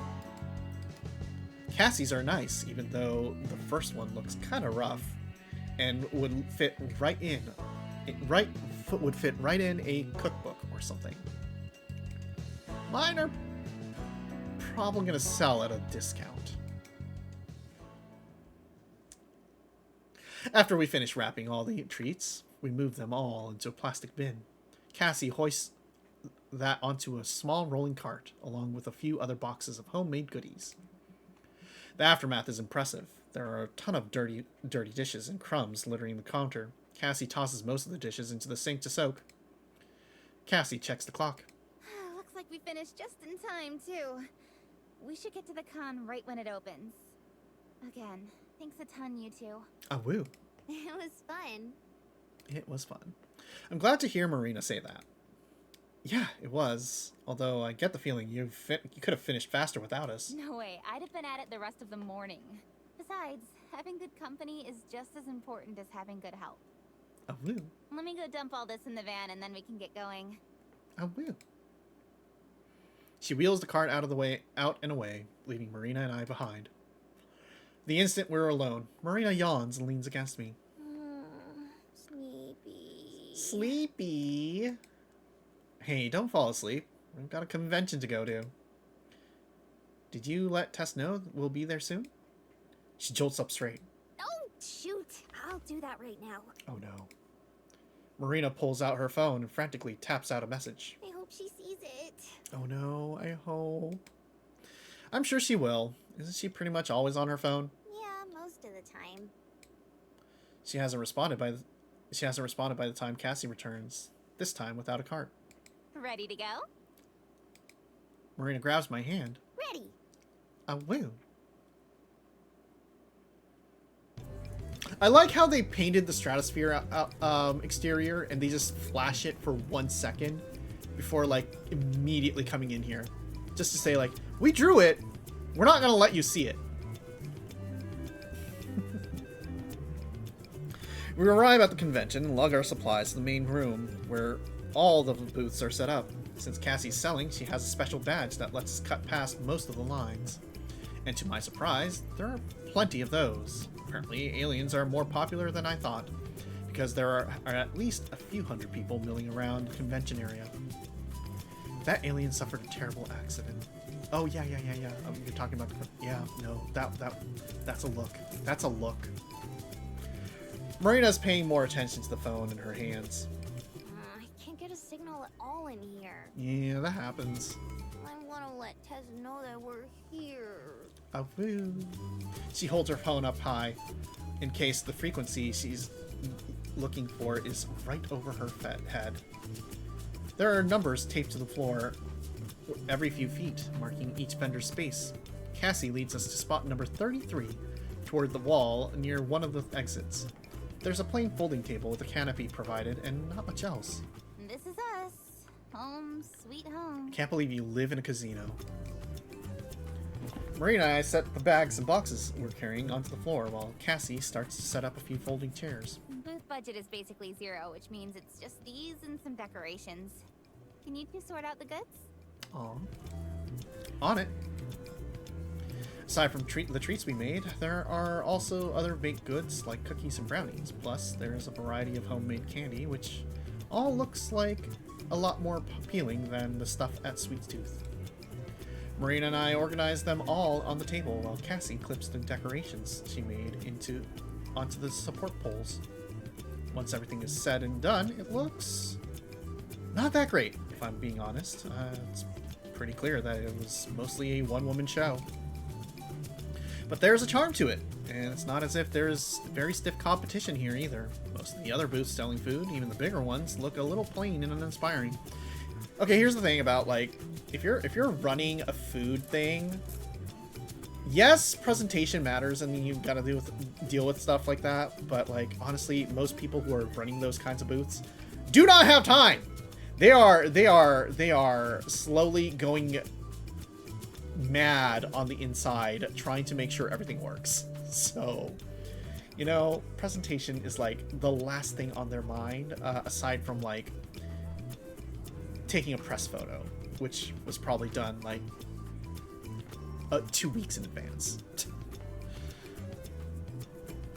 But there's a charm to it, and it's not as if there's very stiff competition either. Okay, yeah. Cassie checks and rechecks the stuff for sale, rearranging the layout while taking talking under her breath. Put these here so they're up front. Cover up these guys who didn't turn out so well. Oh no. She moves some of the cookies around so that the prettier ones are out front, and the few that have gotten crumbly around the edges are hidden. Okay, now these here, or here. There's a bowl of free samples. She slides it from corner to corner, trying to find the perfect spot. I think about offering to help, but I decide against it. I'm pretty sure she just needs something to fuss over to just distract herself. Even though Marina and I are just tagging along, I have to remind myself that this is a big deal for Cassie. Marina and I leave her to her last-minute preparations while we lean against the wall behind us. Any luck with Tess? No, but I still can't get through. I might have to go outside to get reception. Oh no. You should just tell her where we are and have her come find us. What if they don't get here for a while? You weren't planning to spend the whole time at Cassie's booth, were you? Dunno. I hadn't really thought about it. Figured I'd just follow you. Is there anything that you want to see while we're here? Not really. To me, this kind of hokey tourist stuff is the same no matter where you go. Stick something in a shiny enough package and you can get people to buy anything. You really don't care, do you? Sure I do. That's why we're here, but I'm not gonna pretend I'm more excited for it than I am. More than anything, I wish Marina would stop bringing it up. She and I both know that this isn't the kind of thing I enjoy. But I came anyway. Why isn't that enough for her? Every time I try to do something for her, it seems to go badly. Or at least, maybe it's just never enough. Marina checks her phone again, scowls, and then sighs. Sorry, maybe I'm just stressed about Tess. I don't want her to think that I'm ignoring her on her birthday. I'm sure she'll know. Besides, won't her signal be just as bad as yours? I guess. Just then, the PA booms, and a voice announces through the speakers that the convention is officially open for business. Immediately, people start to trickle into the vendors area. Not a flood by any means, but a consistent crowd. Cassie finally joins us, drumming her fingers against her legs. Well, here goes everything. Good luck, Cassie. I'm sure it'll go fine. Everything looks really good. I just hope it's enough. It's fine, you did enough. The first couple of customers walk right past our booth without stopping or even looking over. Cassie watches them go. Most people pass right by without even stopping. A couple folks browse, but nobody buys anything. Our first sale is a kid who buys a single lollipop for $1. Cassie very carefully tucks the bill away to a portable cash box that she brought with her. Hopefully most people use a credit card because I only have $50 in change. Oh dear. I'd loan you some of ours, but most of it's still in nugget form. She laughs.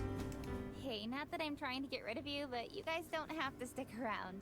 I don't want to keep you from having fun. Yeah, I think it's time that we go wander, maybe? I don't know, fucking do something. I think that would be the natural point, unless you have some reason to stick around with Cassie. I don't mind Cassie, I like Cassie, but like, you know, go have a fucking date, you two. Since Marina's listening, I keep myself from saying anything snarky. Mare, do you want to go find somewhere with better service? Sure. There you go, that's smart. I don't want her to miss out on seeing Tess just because she's too stubborn to go alone. Marina can't text her friend because there's no signal here, so we'll go message her. Then maybe we'll walk around a bit. We'll come back though. Sure, I'll be here. Have fun. Marina and I leave the booth hand in hand. For once, she puts her phone away. Let's go out front. You'll probably have better luck out there. We should look around some too. Fine by me. There's a steady stream of people filtering into the convention area now. Of course, it's hard to say if they'd be here without it, even without it. Lots of them look lost or confused by the decorations. It's just like Fanime, where people just walk by and they're like, why is everyone dressed up in weird costumes in the middle of June? Or in the middle of May? Occasionally, we pass by small exhibits featuring photographs of real UFOs, or artists' recreations of what aliens might look like. Some of the photos are of plain-looking people, along with their written testimonials about being abducted and taken aboard spaceships. In other words, a bunch of crap. Oh, Amber, check this one out. She says that she got abducted and she fell in love with one of the aliens who captured her. And now he sends her letters from space. I'm pretty sure that's a scam. Isn't that romantic?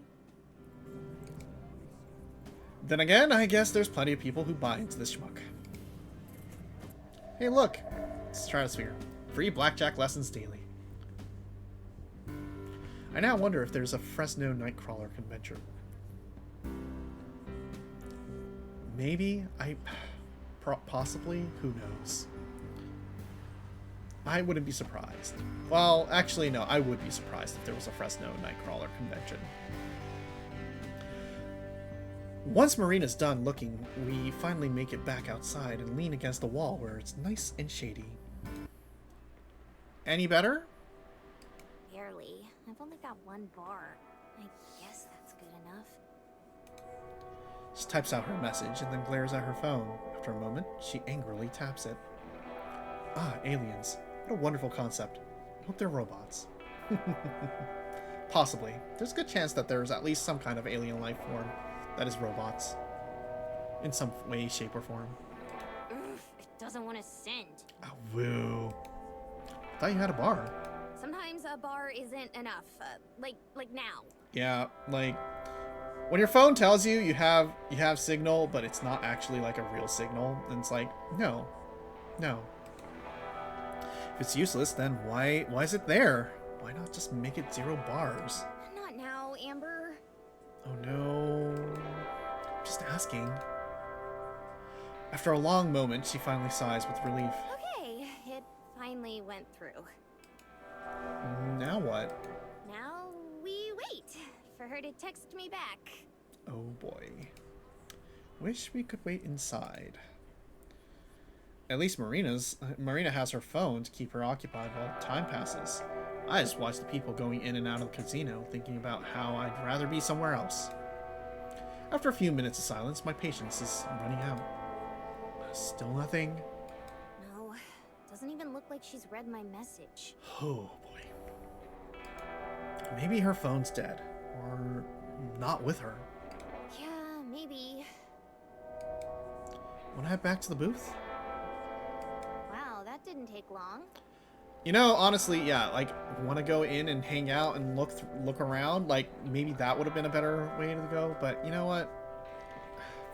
I know you want to hang out with your new friend, I guess. I feel like robotic life forms formed from natural evolution would be incredibly different from anything humans could ever imagine. Yeah, probably. Bioengineering kind of things. Who knows? I don't know. Or like, you know, some people might, or some forms of life might even like feel artificial. Like, can you imagine a rock that's alive? What if minerals came alive somewhere in the universe by some magic of science? That would be pretty amazing. These gals have a lot of issues with phones. These gals have a lot of issues because they're all young teenagers who do not know how to adult, probably. A rock that's alive. Yeah, I've heard of the Rock Lords. Exactly. We can stand around here some more if you want, I guess. Marina sighs yet again. You know what, Amber? Just go back to the booth. A woo. There's a harsh bite to her words.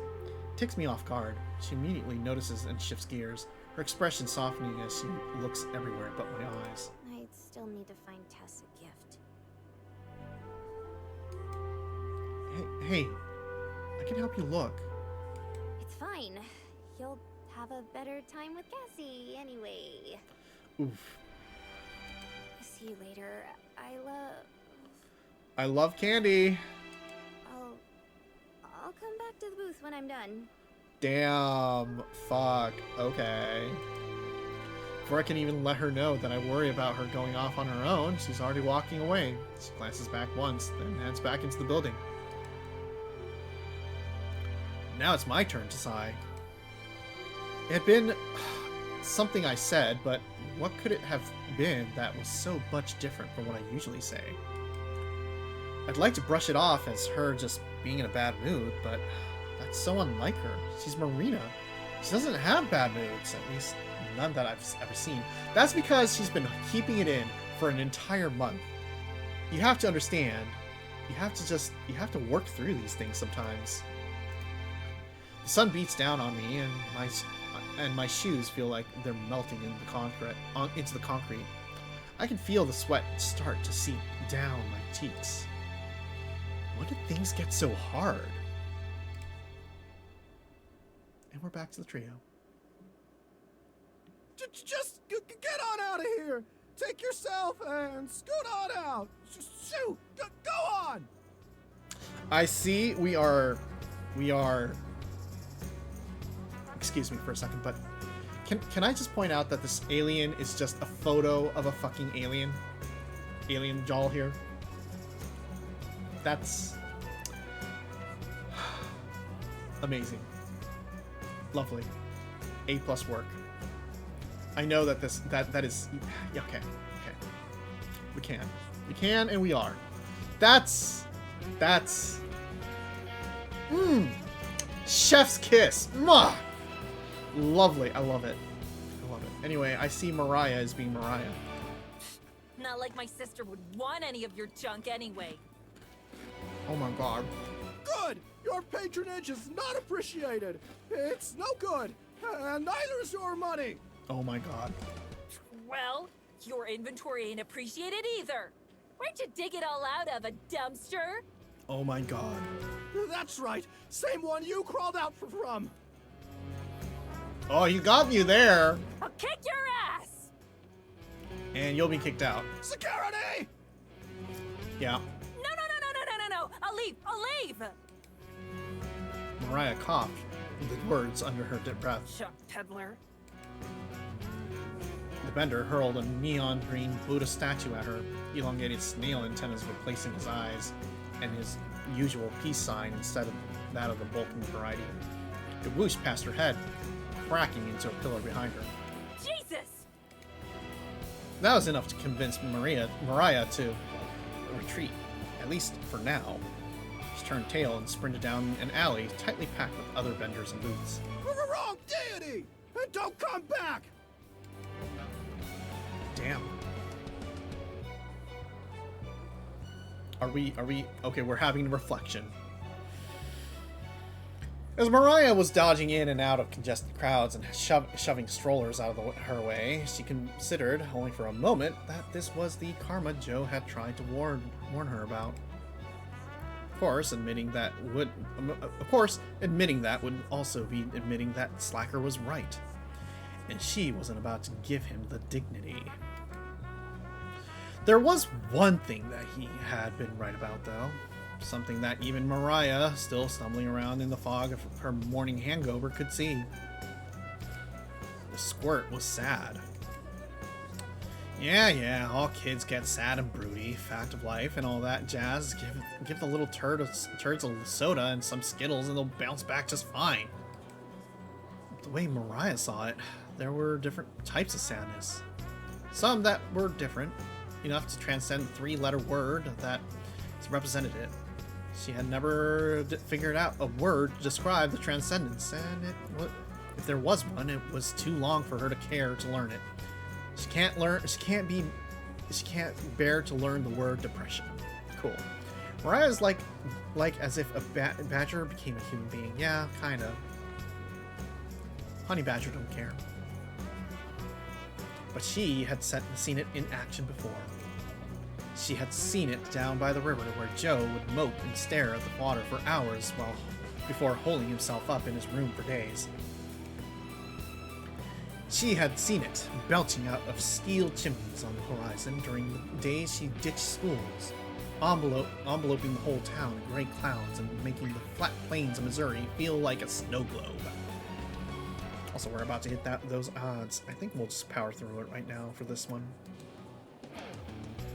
And she had felt it when watching her neighbor's cable. The blue glow from the garage sale CRT lighting up her face as she cranked up the volume to drown out the noise of her old lady and whatever uncle she had brought home that week we're making. Whatever this was, that feeling that would poke at Mariah whenever she was forced to stare down the spout of an empty bottle, and that now seemed to be stabbing her kid sister. She hated it. It was like a virus, spreading, cyclical, now trying to sink its teeth into Tess. Trying. Mariah Pastorius, the terror of the Southwest, badass treasure hunter, and the true winner of the race to find the miner's gold, was not about to let this thing take a bite out of her sister. Not yet. There's gotta be something around here. Maybe it's the friendship and love that Tess deserved all along. In a way, Tess's birthday felt like a deadline. If she could just find one thing to give her, something that would make the twerp smile, well, she might be able to beat this thing off for just a little while longer. She took a gander at the rainbow tarps on both sides that trapped her in the aisles.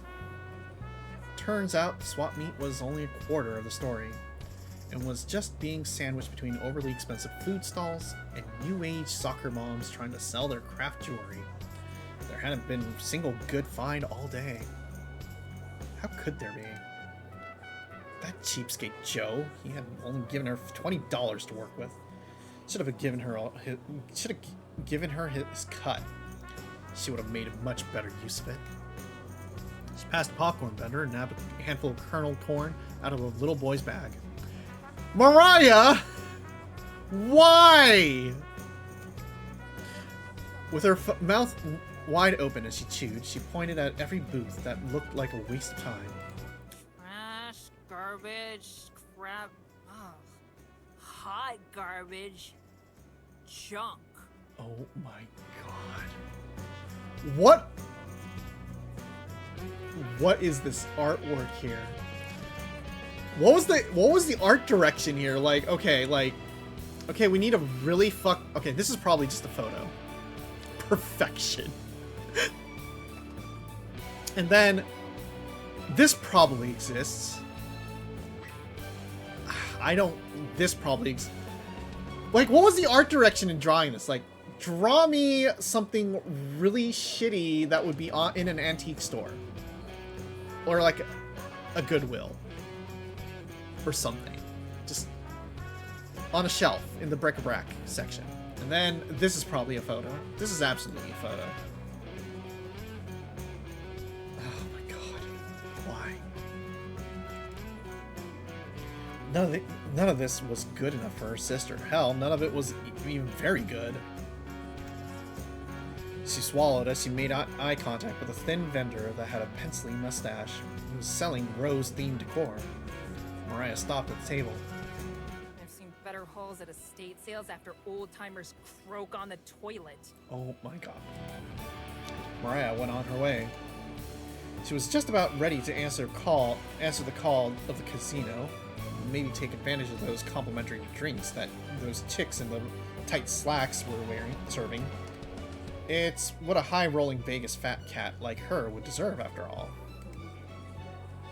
But then she saw it. The only thing special enough to make her snap her head back and stop. A license plate, nailed to the top of a wooden display. J.C. Denton Saves. Kansas, okay, the Kansas plate. What? What, Shog? What? Nothing particularly special to Mariah. She saw them on the road every day and often used them fraudulently. depending on which county that they were in, and if they had a warrant out for her. But to Tess, these rectangular wonders were treasures. But that would make this license plate special to Tess. But what would make this license plate special to Tess was the sunflower slapped on the middle of it, shining through the black text like a sunbeam. It was perfect for her. Her flat eyes always got slightly less flat when they passed fields of them growing on the side of the road. Sunflower wallpapers, sunflower seeds at a gas station. It was the only thing the kids seemed to identify with more than the red, white, and blue itself. State in question, the faraway land of Kansas, a place so foreign to Mariah that she often doubted the legitimacy of its existence. Yeah, Kansas seems fake. Now Mariah wasn't an expert on the geographical makeup of the United States, or most things really, but she had bonked her head on enough of Tess's wind chimes to know which ones she did and didn't own. Kansas was one of the several missing. Mariah marched over to the booth until she was close enough to smell the sticks of burning incense wafting from it. Hey. Yo. She calls the booth. It was bigger than the others, tart bleeding into the row behind it. The inside had an assortment of rugs and tapestries draped around the knickknacks on display. It looked like a shop that had been standing in the same bazaar for generations and would be there even longer. I said hey! Yeah. What a wonderful kind of day! Okay, this guy probably needs to be robbed. Standing up from behind a stack of boxes, a man with a bait pen. Oh my god, I hate him already. I've hated him already, but I hate him more now. Dangling from his mouth, coughed out a greeting to Mariah. Sorry for the delay in service, sister. Still unpacking some artifacts at the scene. Oh my god. Mariah's nose wrinkled. She squinted into the main man's retro sunglasses, but couldn't make out anything past the frames. I freak. How much for the license plate? Oh my god. And she called him freak, so I mean, I think we're standing at equal ground here. I'm selling a license plate? The man craned his head out from the booth and looked up. His curly hair bobbed at the slightest movement. Oh, guess I am. Damn, he's high as fuck. Mariah dug out her $20, ready to cough it over and get her change, but the vendor shooed it away. I'm afraid that's not how things roll here, sister. Who doesn't like cash? You some kind of commie? Probably. He folded his hands and pointed at both index fingers up. Read the signs from above. What? She looked up and did her best to sound out the words carved into the wooden sign in sloppy bubble letters. Silent.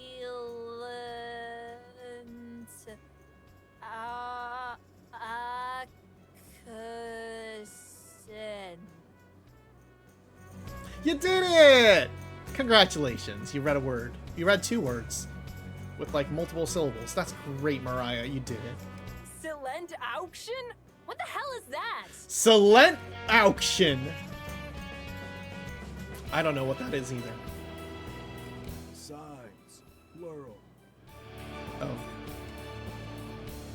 She looked up again, this time at the other sign, tacked onto the bottom of the list, bottom of the first.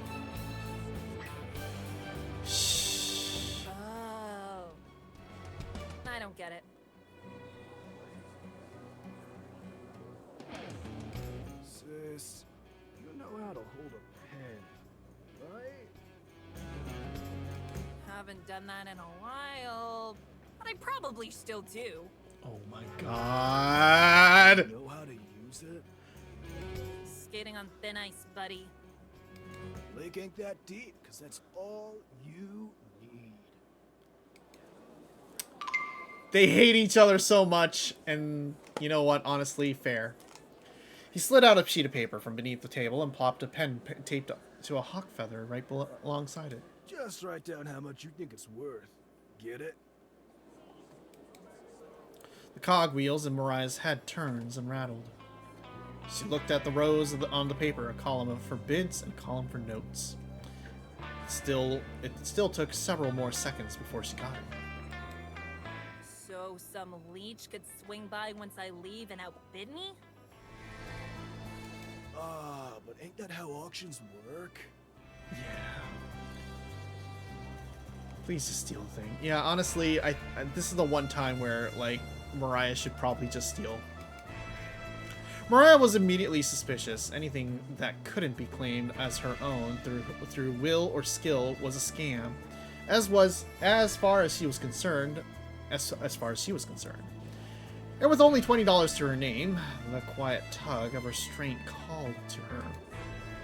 But what was the restraint except this excuse of useless pansies too afraid to act? Nothing. Didn't exist. Not to Mariah. Especially not when there was the risk of Tess turning into a slug. Fine, but if this is a farce, you're roadkill. Oh my god. She held the pen in her fist like a knife and carved the starting price into the first row. Only $1? You're killing me here, sis. I mean, it's the first bid. She thrust the tip of the pen at him. If this thing is a hoax, you're gonna wish I actually did. Oh my god. I hear ya. Oh my god. Really, he didn't.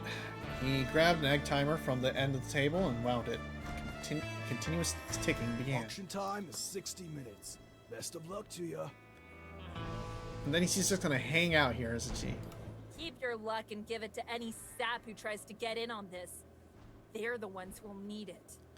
Someone just comes in, it's like, I'll give you $35 for it. Mariah gives him one last scowl, then slithers away, pushing her hands deep inside the pockets of her jumpsuit. She'll be back soon.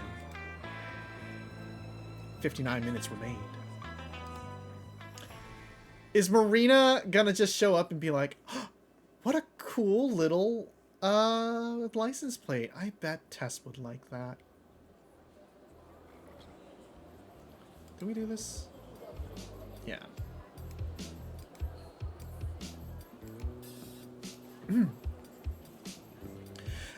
I look back at Amber once, then head inside. She looks so confused and helpless out there all by herself. Of course she does. Just got angry and stormed off. It's mean, but there's a big part of me that's actually happy that she is. How gross is that? But at least now she can feel it too. What it's like to have no idea what the other person you love is thinking. Maybe that was a little too harsh though. Whatever. Can't focus on nasty stuff right now. Gotta find some kind of gift for Tess.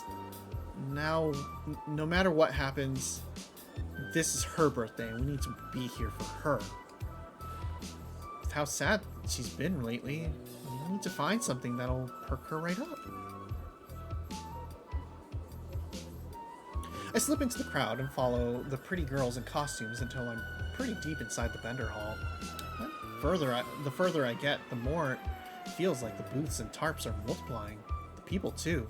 There's enough sweat in here that I could feel that, like, I could actually drown in it. This might be harder than I thought, Tess.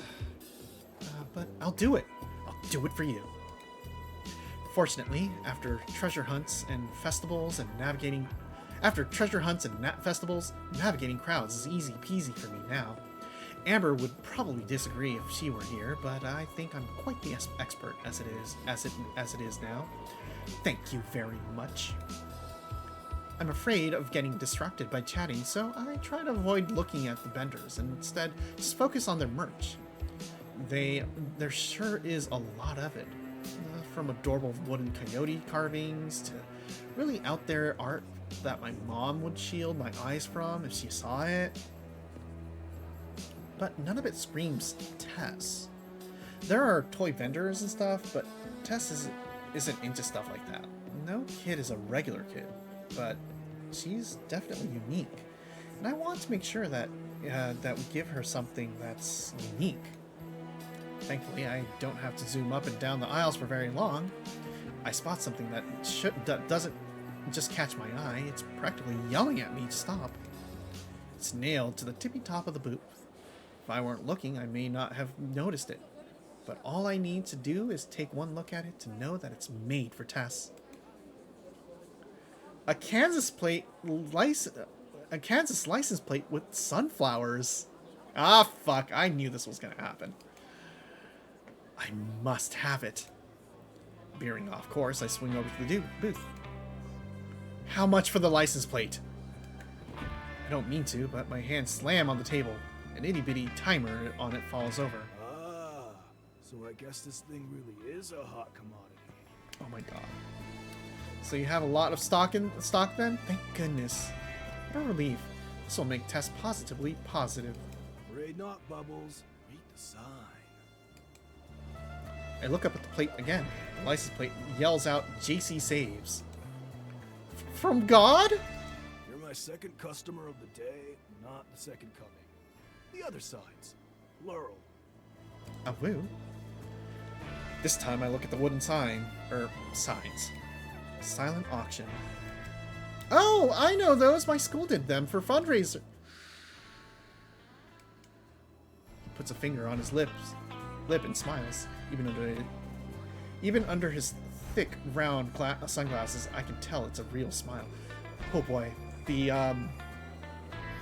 proofreading for this section was a little rough, wasn't it? I whisper, I know those!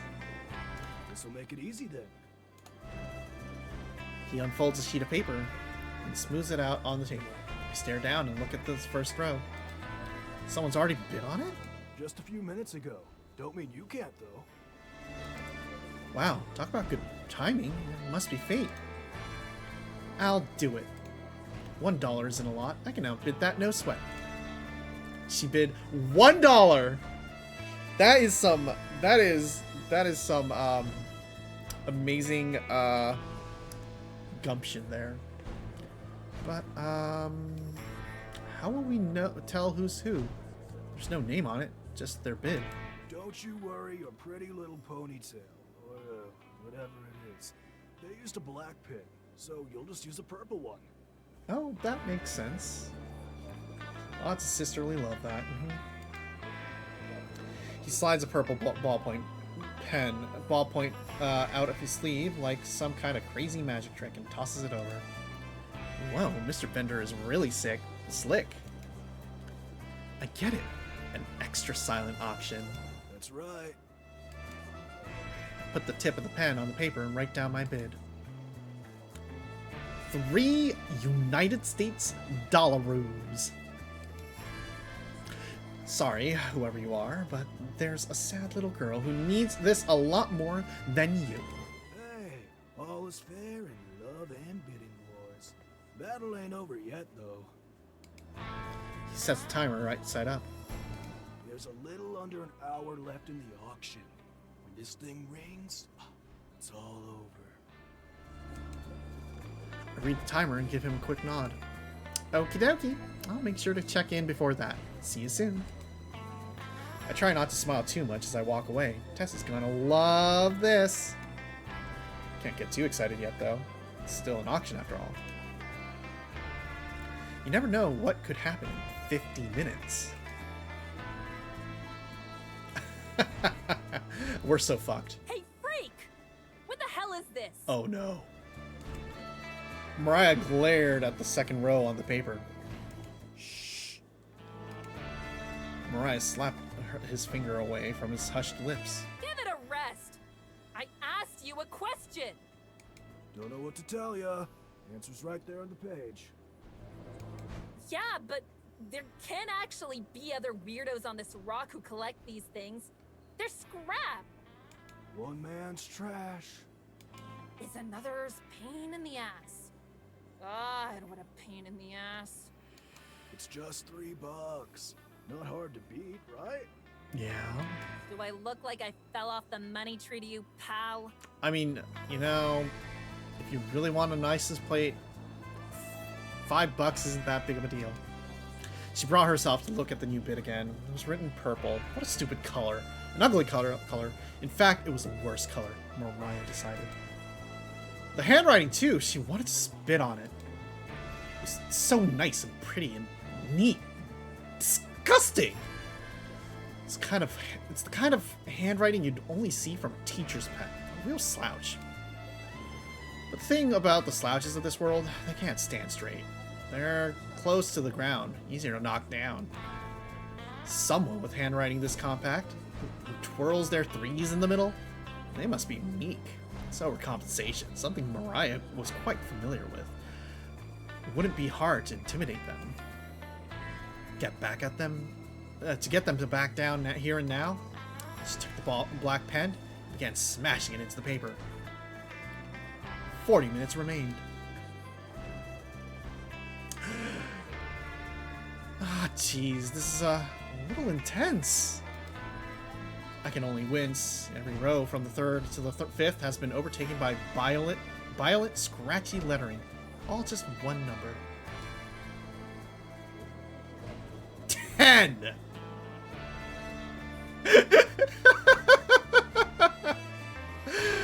Oh, big spender there. The bidding price has jumped from $3 to $10. Escalation. Seems you developed a bit of a rivalry, huh? I didn't mean to. It's true, I didn't. But I have a feeling that this person would have been angry at anyone's bed. Try not to be a judgmental person. Everyone has their own lives and issues to go alongside them. But I know exactly the kind of person who would try to scare someone else when something doesn't go their way. I know exactly the kind of person. Yeah, I'm sure. A bully. There's a lot of ways to deal with bullies. Not all of them are helpful. Some of them even make matters worse. So the best thing to do is stand my ground. To let them know that no matter what, they won't have any control over me. 35 minutes left.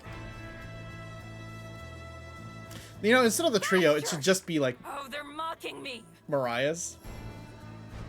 Bastard, they're mocking. Is it like $11? I'm gonna laugh if it's $11. Seems like they're just playing by the rules of the auction to me. Yeah.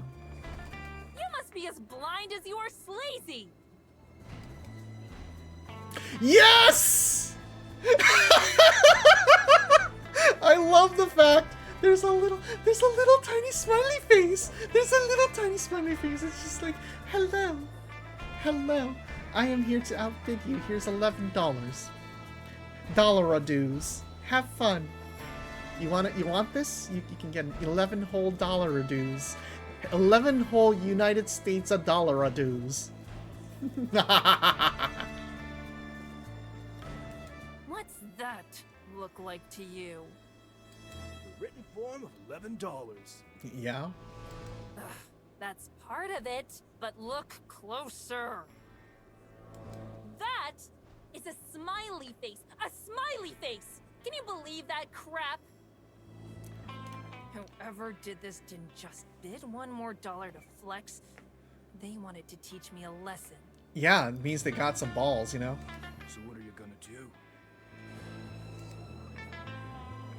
Mariah thought about it. This was a direct attack on her pride. Purposeful, too. If she had to fight for what little remained of her dignity and her sister, then so be it. She would go for the jugular. What I always do. Win. 20 minutes remained. Just write, this is for my little sister, Tess, and you will automatically win from anyone. Honestly, yes. $12 with a frowny face? I bet it is. Excuse me, is it okay if I ask you something? Mr. Vendor takes a deep breath on his vape. Steam steams out of his mouth like a fog. I've never actually seen someone do it in real life before, but it kind of smells like rotten bubblegum. I don't think I like it. Ask away, Bubbles. Bubbles. Call me Bubbles? What's this crossed out word right here? I pick up the paper and point at it. All together it says... Both words have been scribbled over. $11.01 and a fuck you.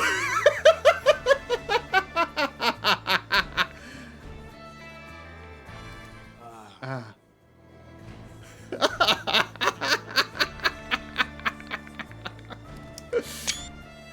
Well, it's a message from the other bidder. Bit too profane if you catch my drift, so I scratched it. Thank you, Retrobender. This was so much better than I could have ever imagined. Yeah, honestly, $11.01. Honestly, amazing. Profane? Wait. I gasped so loud that Mr. Vendor jumps. They didn't! That's so mean. Mean. I've only used that word a few times in my whole life, and I never use it like that. All I want to do is make my friend happy.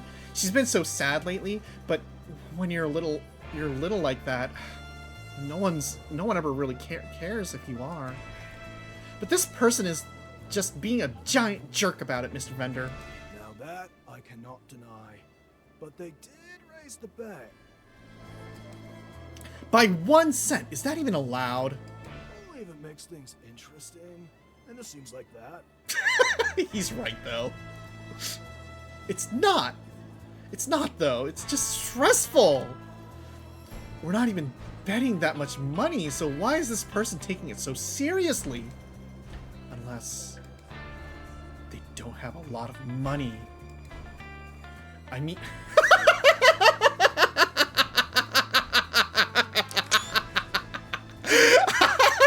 Money, math, money, math.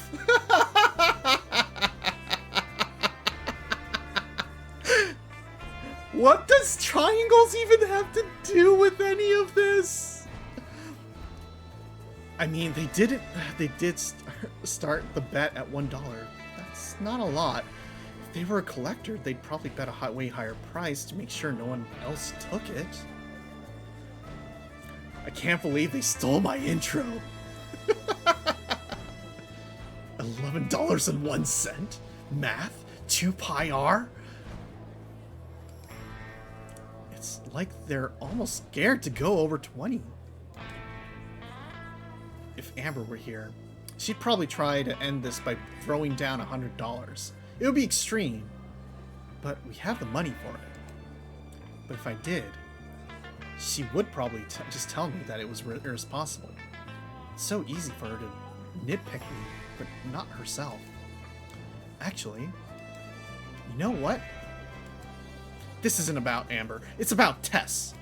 I grab the purple pen and smooth out the creases in the paper. Gonna keep going?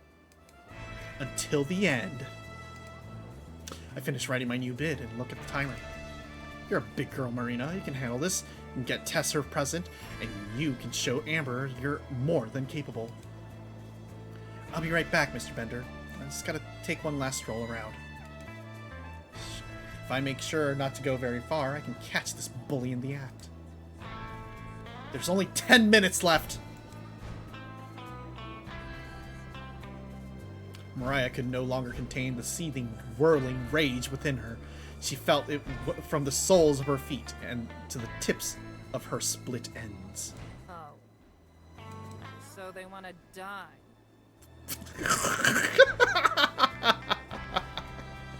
Sister, if you're gonna commit murder, could you possibly do it in front of one of the other booths? Thank you. Yeah. She ignored him, possibly didn't even hear him. Instead, she just muttered to herself. $19. That's all their life was worth, huh? The bet was too precise. Her opponent, this villain, this terror, this scourge, this dick, they had to have known she only had a 20 on her. This new bet was a geometrically calculated kick in the nuts. Listen, I don't want to throw off the vibe, but if there's gonna be trouble, then I'll need to ask you to leave. I'm not going anywhere! She's not going anywhere. Not until I win this thing or bust up their face. 5 minutes remained. If I swear to God. Ooh, I'm so mad. stomp around the corner, headed straight back to the silent auction booth. Maybe it's not the truest thing in the world, but I like to believe that every stranger is good at heart. But this person, I'm not so sure. They made someone else's bad day even worse. I'm gonna give them a piece of my mind. I'll make this quick. Oh my god. Mariah stood in the front of the booth, cracking her knuckles. She would have gotten upset over this any day of the week, but the fact this was supposed to be for Tess made it extra personal, even if the other person had no way of knowing. Well, they would know after this. She would make sure of it. Oh, I'm gonna kick their ass. I marched like a soldier. And after that's taken care of, and after that's taken care of, Mariah waited impatiently. And once that's over with, I'm gonna win! I'm gonna win. Oh no. Are they going by like 1 cent? I spot the booth. There's like a split second where I feel like a muscled up superhero or pro wrestler. But then I see it. A chili pepper red bandana attached to long blonde hair and a jumpsuit. Oh my god, that's Mariah. Mariah, it's been forever! She's crying! The happy tears start rolling and I start strolling directly to her. It's not every day that you see a friend that you don't see every day. It's like I was never angry to begin with. Marina is gonna die. No. I think everyone's gonna die here. She must be happy too, because the second she sees me, her expression changes from sour to, well, she's sort of hard to read, but that can't be anything but happy. There's a teeny pause after I run up to her. She's just kind of looks at it, but I'm so excited I can do anything but jog in place. Hug? Ugh. She must have been drinking. I can smell it all over her breath. She absolutely needs this hug. I dive in and give her a big long hug. Her clothes are stiff and a little smelly, so I try not to breathe, but I hope it does her some good. She's always arguing with Joe, and I know when I argue with Amber, all I really want is a hug. She doesn't hug me back. Not that I really expect her to. Just kind of stands there like a tree. She's super gonna die. Hey, other one. You don't remember my name. Had pats.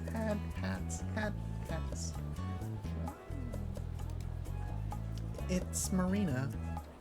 Yeah, whatever you just said. Exactly. Oh, water, sure.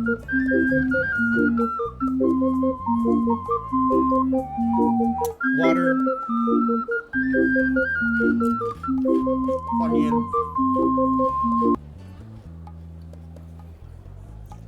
Stretch. I needed the stretch. And also join the Mitama Galaxy. Okay. I've already joined. Actually, I need a second drink of water because Funyuns are very, very salty. Oh, excuse me. Same old Mariah. I have no idea why her and Amber don't get along. They're so similar. I break away from her and then just stare at her and smile. She wrinkles her nose. I ask what you're doing here, but I guess it's not really that surprising, huh? The only thing that's surprising is that you and your worst half are crazy enough to drive all the way out here because of the brat. We care about her. Oh no, anything for Tess. You guys could be in Timbuktu, and if it meant we could meet up, we'd make our motorhome float. Gross, but thanks, I guess. The kid'll appreciate it. Yeah. Things have kind of been on the rocks lately. She looks up at the JC Saves license plate like she might be able to pray it into her hands. When she's not paying attention, Mr. Vender's jaw pretty much drops to the table. He points back and forth. But why? Why is he... Oh, crap. Crappity crap crap crap. Mariah's the other bidder? Oh god, this makes too much sense now. The scary numbers, the escalation, the harsh words.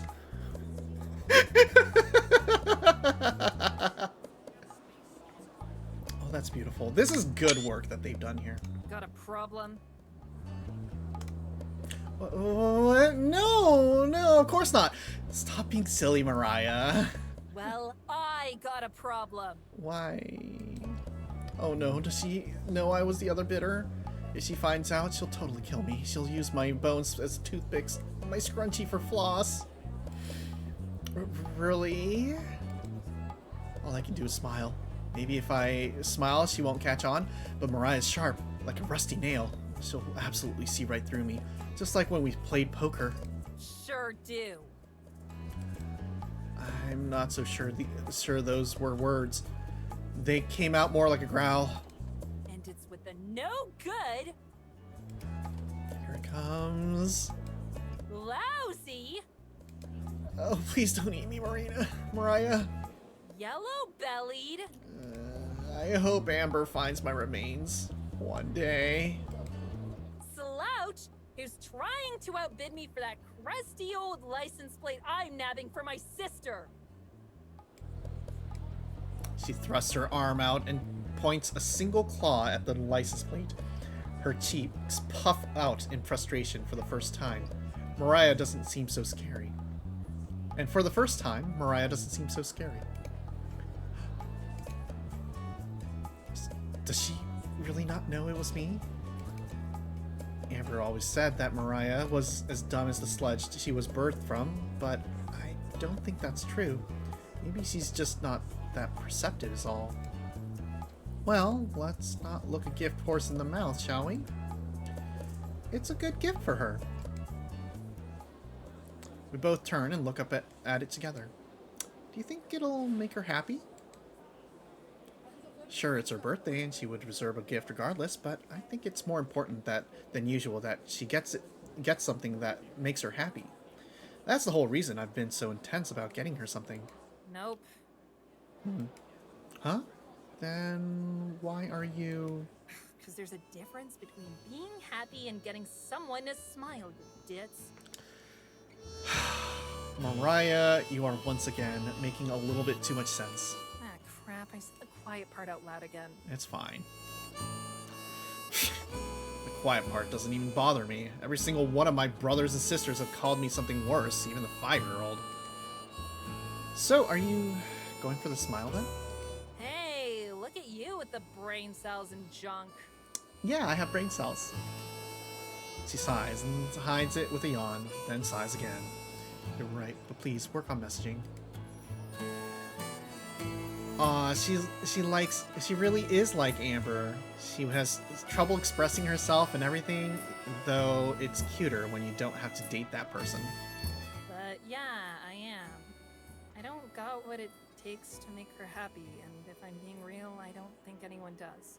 The kid's destined to be miserable, just like the rest of us. She needs therapy, friends her age, and maybe a stable life. Oh, I don't think that's true at all. Everyone has the chance to be happy. Sometimes it just takes some work. Maybe some support from people you know love. I nudge her on the elbow and a little hint from one big sister to another. Her face scrunches up like she just smelled something funny. I snap my elbow back into place. You really believe that crap? Sure. I guess that makes you special then, huh? You've got a perfect little life and you're always happy. Well, no, not always. Something inside me tenses up. Is it even most of the time? It's the kind of feeling I get late at night when Amber's asleep and I just turn over to look at her. My emotions always get all jumbled up during those times.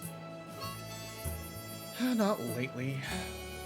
want to look at her and be in love, but recently I've only been able to think about how she might be better off without me. How she might be happier, less annoyed. That's what I thought. Eventually, everyone's like that. Soon enough, it'll be Tess's turn. Wow, what a bleak view. I really wish I didn't have to hear this. It's a terrible way to look at the world. I just want to plug my ears until she's done with it. The worst thing that could happen is if I actually start to believe her. But if I can stave that off a little longer, so she doesn't have to deal with it yet, then I guess I'll have done something kind of useful. Damn. My heart dances and I feel my mood perk up with it. So she's not a Debbie Downer after all. I don't think you actually believe that, Mariah. Eh? How about you get a little closer and tell me what it is I believe? Whoopsie daisy, time to course correct. Well, it's just that even if you say all that stuff, you obviously care about her. I'm always worried about my brothers and sisters, about whether they're safe, staying out of trouble, and helping each other when they need it. When you share blood, it's just something that happens. Blood is bullshit. Whole stupid notion of it. I know. Me and the squirt only share half of it. Yeah, but still. It doesn't matter if we share the same spit. It doesn't matter that she's my sister. All that matters is that she's Tess, and that's all the reason I need to want to help. Oh, woo. So get out of my face with that family bond garbage, will ya? Well, you still grew up with her. Or she grew up with you. And she relies on you, and I think that's a special bond that really should not be forsaken. Yeesh. So intense. Time to reflect. But I think I might get what she's saying, even if I don't agree with all of it. Can't see DNA, so whether you're family or not doesn't really factor into whether you actually like the person. Lucky for me, I like all my family. And Amber. And Tess. And I think I might even like Mariah too. 1 minute left in the auction! Mr. Vendor calls out from his booth, trying not to look at me while also trying to speak to me. He must have seen how scary Mariah was. Guess that other guy was too chicken shit to show their dumb face after all. Mariah rushes over to the booth and grabs the black pen. I would still like to tear them a new one, though. Oh, I'm gonna be dead broke because of their ass. I think I'm gonna let Mariah have this one. It seems like it's more important for Tess to get it than me. Or Tess to get it from her than me. Me and Amber will just have to figure out something else to give her. While Mariah's scribbling on the paper, I take the chance to step away. It's time for me to get back to the booth. I'm pretty sure I'm about to reach my limit, but we'll see how much more of it I can take. If only I could be a little braver and speak my mind to Amber, like Mariah. She could have had it for $1. But it's funnier this way, and honestly, a license plate for $20 feels a little bit more, about right, you know? I feel like this is the way to go. Her voice echoes out from behind me, breaking through the thick crowd. Yeah! I win! In your dumb face, sucker! Come at the queen and you better not miss! Happy for her.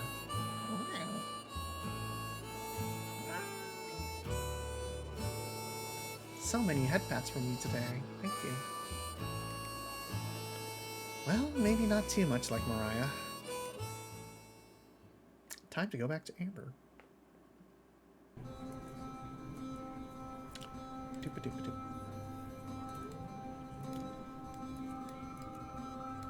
I'm wondering, okay, are people who are familiar with this DLC, probably, hopefully, how much more game is there, would you say?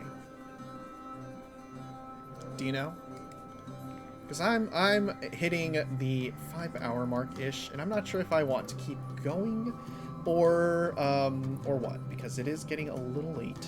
I could potentially go for like a very, very long-ish stream. but I don't want to also, like, you know, absolutely just find out that I went for, like, a little too long to make a second stream of this DLC too long for it to be sensible. But at the same time, I could go a little longer. Not sure. Just kind of feeling this out. Like if you played this DLC before or know how long it, you know what's a good way to do this? Okay, how long to beat, right? That's stuff that I should be thinking about. This is things I like, you know. Yeah.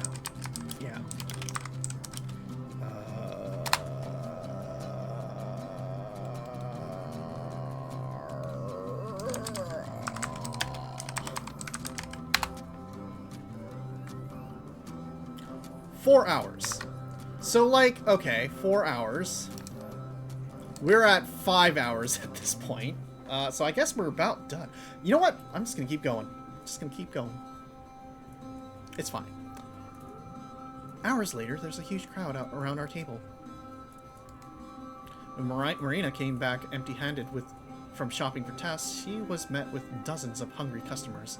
It was more people than I even expected to attend this convention in total, waiting with cash in hand and demanding to be fed. The line is so long that it seems to stretch most of the way through the already tightly packed hall. By the way, like, here's the thing: if you do manage to do food at a convention, you kind of end up making pretty decent bank, probably, because convention food and stuff tends to be real fucking expensive. Unfortunately, they're all in line for the alien burger stand that set up a couple booths away from us. Their line is so long that it dwarfs a number of the smaller vendors' queues. How about a snack while you wait in line? We've got homemade marshmallow treats.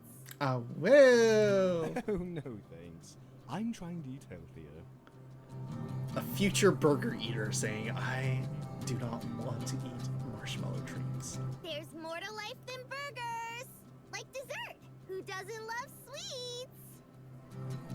I don't. Damn, that is a kid. That is the voice of a kid. Bless her heart, Marina doesn't give up. She's been at it for a while. After failing to get a hold of Tess, I told her that she should just go enjoy the con herself. I even offered to go with her again, but she's chosen to stick around here.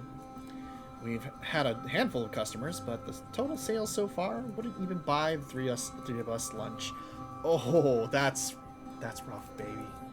That's rough. None of us really acknowledge it, but I'm sure we're all aware. Cassie, at least, doesn't seem too upset. That, or she does a good job of hiding it. Finally, I get tired of just standing around and need an excuse to stretch my legs a bit. Oh, we're going to Marina now. Amber taps me on the shoulder. Ugh. I'm gonna go get some water. You want anything? A water? Like a million different other things come to mind. A million different snarky answers. I want a lot of things, Amber, is what I want to say. I'm good, thanks. She leaves. Everything sucks. Our stupid booth sucks. These customers suck. This convention sucks. Why? My brain screams at itself for the thousandth time. Did you agree to this?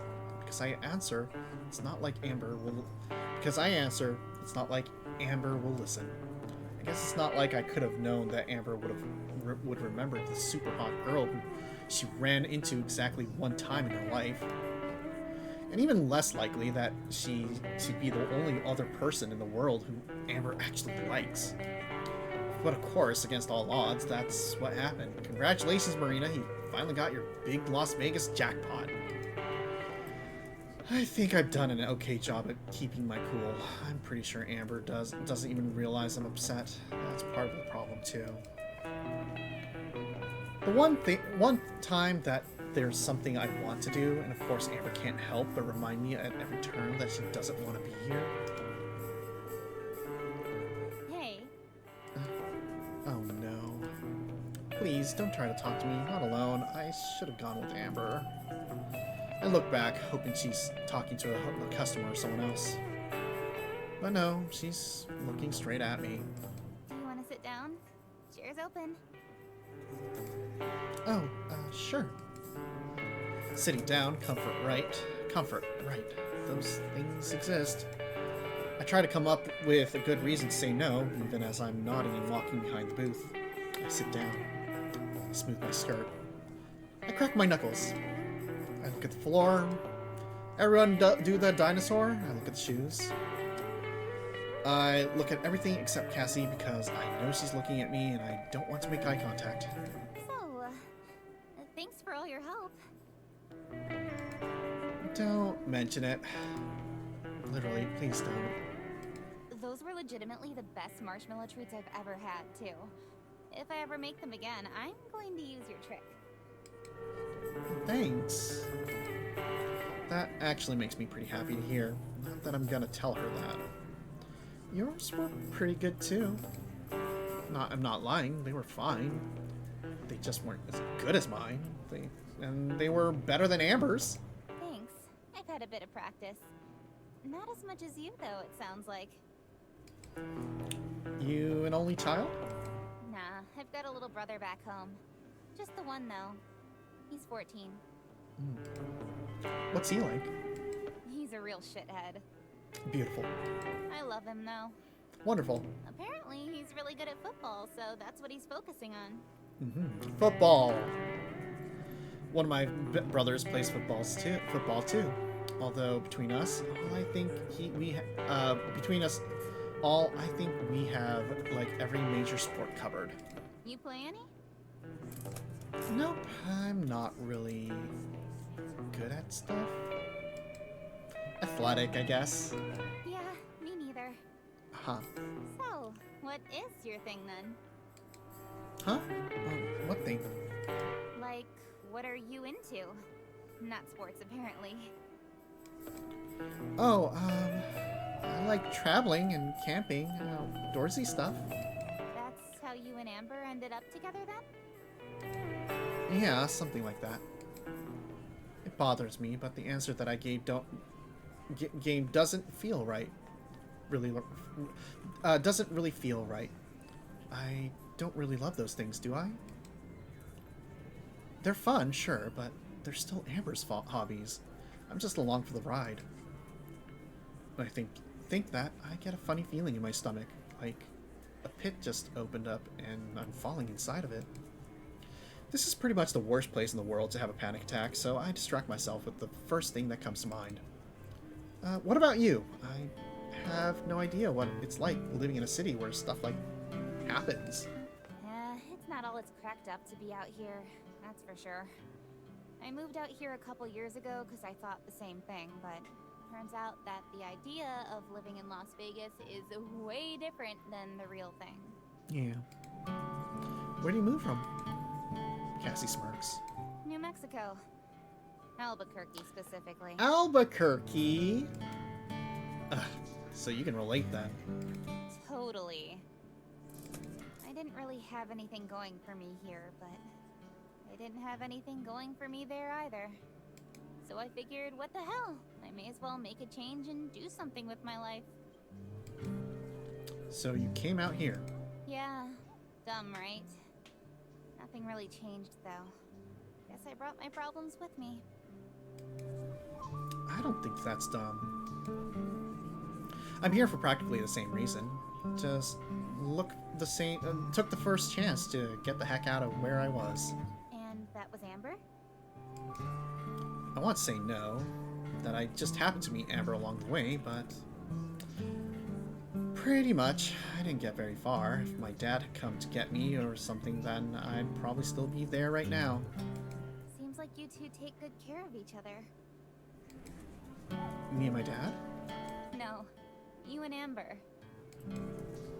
Duh, of course. She meant Amber. Dummy. Oh, yeah, I guess so. If Amber was here, I'm sure she'd say something about how she's the one who takes care of me. Which, I mean, isn't entirely wrong. But it's not entirely true either. But if Amber was here, I'm sure she would understand she wouldn't understand why. So, two heading after you leave Vegas? The girl never stops talking, does she? But the moment I feel annoyed by that, I feel bad too. She's just trying to be friendly. It's not her fault that things are weird with me and Amber. Besides, maybe they're not. Maybe it's just in my head that I'm the weird one. I should be happy that Amber made a friend. For once. Doesn't change how I feel, though. I get so wrapped up in thinking about that, I almost forgot to respond. Oh, I'm not sure yet. We don't ever really plan anything. We just sort of figure it out as we go along. Anywhere that you really want to see someday? Couple places, I guess, like New York and those big cities. I've never been to the other side of this country. Oh, or San Francisco, just because it looks so nice in movies, or maybe Portland. What's in Portland? I don't know, it just looks pretty. Can't argue with you there. We sit back down, and I check my phone, just for something to do with my hands. No new messages. I keep hoping Tess will text me back. Does it say something about me that the person I text most is an 11-year-old? Maybe, but I don't want to know that. I don't want to know what. I've always wanted to see New York too. I feel like that's what real cities are supposed to be like. Skyscrapers and subways and millions of people. New York is a terrifying place. It is just a city that keeps going for miles and miles and miles, and you're just like, so the city is like, the city stops, right? No, the city just keeps going and going and going.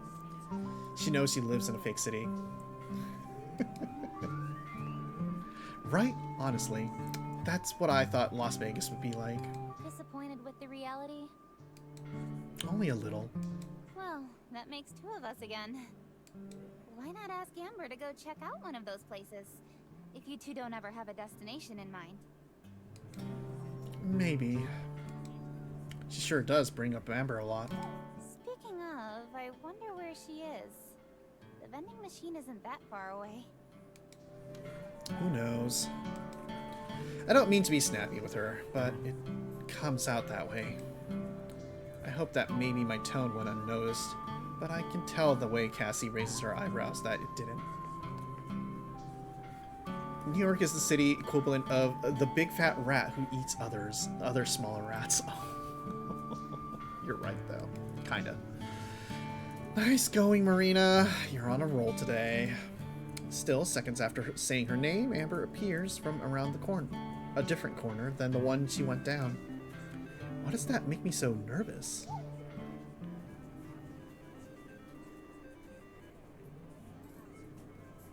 Okay, gonna hit this. Boop. Boop. And we go. Oh, we are in the 5-hour mark, so I think I might take a quick break, though. Considering the rat problems in New York, that's also a very literal description. Perhaps. Marina and Cassie are both right where I left them, as are every single item we have for sale. No surprises there. I shove my way through the shambling burger customers and slide back behind our booth. You get lost on the way? Actually, yeah. Couldn't find the vending machine, so I let myself get ripped off and bought one of these. Hold up a bottle for both to see. A souvenir plastic bottle with the convention's logo covering most of it. Filled with the finest tap water from a water fountain. I take a sip and try to ignore the plasticky aftertaste. Did I miss anything? Not at all. Mare didn't talk your ears off, did she? Mare didn't talk your ears off, did she? I put my hand on Marina's shoulder, but she shrugs it off with a cold look. Nope. I think I might have talked hers off, though. Oh dear. Wow, I'm shocked. I would have figured you got her whole life story while I was gone. Marina rolls her eyes and stands up, stalking past me to go pointlessly rearrange the items on display once again. Nah, just talked about where we're from and how we ended up here. Turns out the two of us have a lot in common. Yep. Oh, seriously? Yeah, we've both got the same kind of wanderlust, I think. Only difference is I never got to burn mine off on an epic road trip with my girlfriend. A woo. Take a seat on the now empty chair. All right, I'm gonna take a quick break, and we'll let this play out into the disasting fire that it probably is. We'll be back in like a few minutes. We might take a slightly longer one, so we'll let you know. Well, you'll hear us scream. Well, you'll hear us scream. We'll be back. A woo.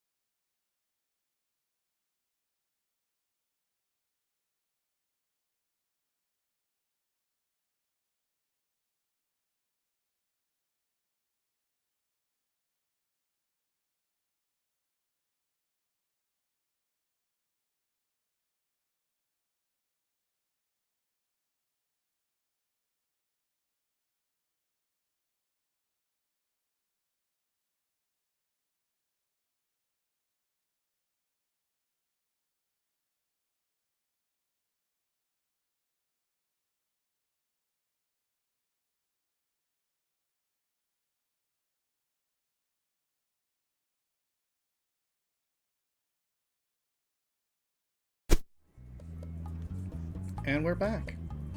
Thank you for bearing with me. I had to do some food stuff. Not bad to do it in 20 minutes, honestly. But hey, you know, it happens. Yeah, thank you for the welcome back. Alright, well, we sent out those notifications that we are back. And, yeah, hello, Tara. Welcome back, welcome back. And I see that Marina is just hanging out over here, doing whatever Marina does. So we'll let her bounce about a little bit. And here we go. Hey, the RV's always got room for one more if you ever get sick of this place. That is the look of a lesbian who has just asked to, yeah. That's the look. That is a look. That is... Boop-a-doo.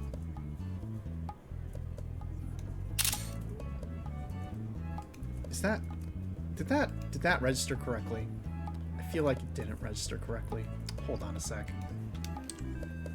No, it did not register correctly. The game refuses. The game refuses. I'm just gonna have to do a regular little screenshot and we'll figure this shit out later. I'm sure Marina would be cool with it too, right, No! Don't just invite a girl to come live with you on your RV, on your adventures across the country. That's so weird, especially if you haven't even like figured out whether there's like any vibes there yet. There's a loud rattle as Marina spills a basket of candy on the ground. One of the packs explodes open, sending shrapnel of chocolate and peanut brittle scattering. Mare? I stand up, right as Marina's hand tightens into a fist. When I place my hand on her shoulder, this time she doesn't shrug it off, but I can feel her body is shaking. No, I think she's not. Yeah. When she finally turns around, there are tears in her eyes. Oh, crap. Anyway, let's go back to the trio. So, do you feel anything? Nothing. Nothing at all. We're fucked. Tess continued to squeeze the man in the gray alien mascot suit, counting the seconds in her head until she reached 20, because 20 was the amount of seconds an articles she had read once said it would take until a hug would release endorphins. I did for a couple seconds, but it's gone now. She is feeling nothing. The girl needs therapy, or hot goth bitches. But I'm guessing more therapy than hot goth bitches, really. She backed away, her arms leaving an imprint in the chubby suit. Tess looked up at the alien's lifeless black eyes and bowed. Sorry, mister. Damn. Apologizing. Joe and Tess wandered off. The next child in line tackled the alien with a sprinting hug, weighing the immobile suit to the ground. Children swarmed him as the line devolved. Chaos reigned. It's all good, kiddo. At least you felt something, right? At least you felt something. Feelings are fleeting. Feelings are fleeting. But memories last a lifetime. Oh no. And I think those memories are what is causing her to feel so much. With a click of his tongue and finger gun for good measure, he handed her back her disposable camera. Tess started at her reflection in the polished floor. Joe patted her head, and each time it landed, she felt like a nail being hammered back into place. If I'm not mistaken, we each have 4 or so tickets left. How's my math? Pretty good. We have 8 altogether. Damn, she can add. Jeez, $40 really doesn't take you far here, huh? I thought the carnies back home were bad. Yeah? We're all just marks waiting to be worked, brother. Oh, damn. Joe scanned the hall, searching for anything other than another carnival game. Tess was too good at those, and after a few minutes of holding her giant stuffed prizes, her arms would get tired. Each and every time, she would hand them off to people she thought needed them more. Toddlers, fighting couples, and those weirdos in costumes. Nothing impressed her. It was as if she saw the whole world in muted monochrome. and she was at least 10 years too early for that. A kid should be able to look around her and view everything with hopeful vibrancy, like it's all being seen for the first time. It was a precious point of view that had been taken away from Joe too early, but Tess had a birthright right to it, just as much as any other kid. Yet, it was something he was beginning to feel like had been taken away from her too. And that maybe he had something to do with it. Maybe all the treasure hunts, scrambling, and general insanity had zapped this poor kid's spirit before it could really take off. Mariah couldn't be held responsible for it. She could hardly be held responsible for herself. So whenever Joe looked down and saw Tess's quiet, pale face staring into the distance, into a Missouri summer that neither he nor Mariah could bear to let her experience, he felt this burden weigh heavier and heavier. And it was his burden. As they wrapped around a corner, Joe locked onto the biggest thing in sight. A bouncy castle. It was a saucer-shaped spectacle, chrome silver with the green bulb on the very top. Every few moments, with the unmistakable jumping rhythm, a child's silhouette would leap up before being pulled back down. Hey, how about that bouncy UFO over there? Tess does not look good. Tess took one look at the UFO, then took two steps so she could hide behind Joe. Let's not. Absolutely not. And why not?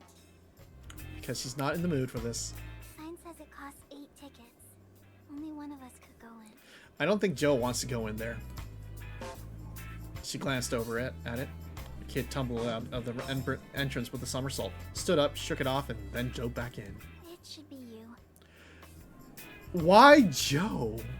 Call it a hunch, but somehow I get the feeling they wouldn't be very accommodating to a 6'3", 200-pound man. Damn. Joe's kind of tall and sexy and built. But tell you what, you can have my leftover tickets and spend some time in there yourself. Wow, rude. Her shoulders stiffened. She wished she were one of those desert tortoises she saw sometimes. At least they could hide in their shells. Do I have to, Joey? She really does not want to be in that bouncy castle. Floated his hand behind her back and ushered her along. He's trying so hard and is not reading anything. Yeah, sure. When's the last time you played with kids your own age? Maybe she doesn't understand how to play with kids her own age. Never. It'll do you some good then. Come on. Oh no. He guided her to the entrance of the UFO and handed her his 4 tickets. She limply held up the 8 tickets. A bored teenager with the word staff written on his shirt and tape snatched them from her before she could take a single breath. He tossed them into the trash can next to his folding chair. No shoes or outside toys. Damn. The teen pointed at the cobble latched onto her back. Tess looked to Joey with pleading eyes, hoping that if she looked uncomfortable enough, he would change his mind. I'll keep watch. You don't have to worry about anyone stealing it. Oh, you fucked. Seems all but inevitable now. Tess bent down and unlatched her hiking boots. She sat them side by side, lining them with all the Velcro strapped sneakers that had been tossed aside. Next up came the Crobble. She slid it from its sheath. The whole thing was almost as tall as her. She cradled it in her arms, then laid it on top of the row of shoes. Its weight flattened all of them at the toes. Tess stood in front of the inflatable horror looming before her. Piercing shrieks rang out like the screams of the damned clawing through the earth's crust. What were they doing to each other in there? What could they do to her? Come on, kid, there's a line. The teen shoved her into the entrance, the curtain swallowing her entire body. In her last act of despair, she reached out her hand out towards the light. Joey! Oh dear. And that's how she got isekai'd. Joe swelled with pride as he watched Tess get whisked away to one adventure. What a little trooper. Inside the bouncy castle, Tess rolled in like a tumbleweed, blown off the street. The screams from before were all around her now. Boys and girls leapt and bounced. Some high enough to touch the bulb at the top. Maybe even high enough to touch the top of the stratosphere. The walls tinted everything in a swampish green. In a far-off corner, there was a boy jumping alone. He had been jumping for so long his face had turned purple, swelling to the point where he looked like a selfish squirrel. When he saw Tess, he grinned. The gaps in his teeth looked like tiny black holes. He never stopped bouncing. Tess made the jingly, unbalanced journey to her feet. As soon as she stood, a girl swooped in next to her and screamed in her ear. The pitch was high enough to induce tinnitus. If Tess's eardrums had been made of glass, they would have shattered. Tess fell back down to her knees. Her ears throbbed. The girl stood over her, giggling. Tess loosely raised a finger in protest. Oh no. The girl ignored her, bouncing away with her pigtails flowing behind her. Okay. Sorry. Oh, she is traumatized for life.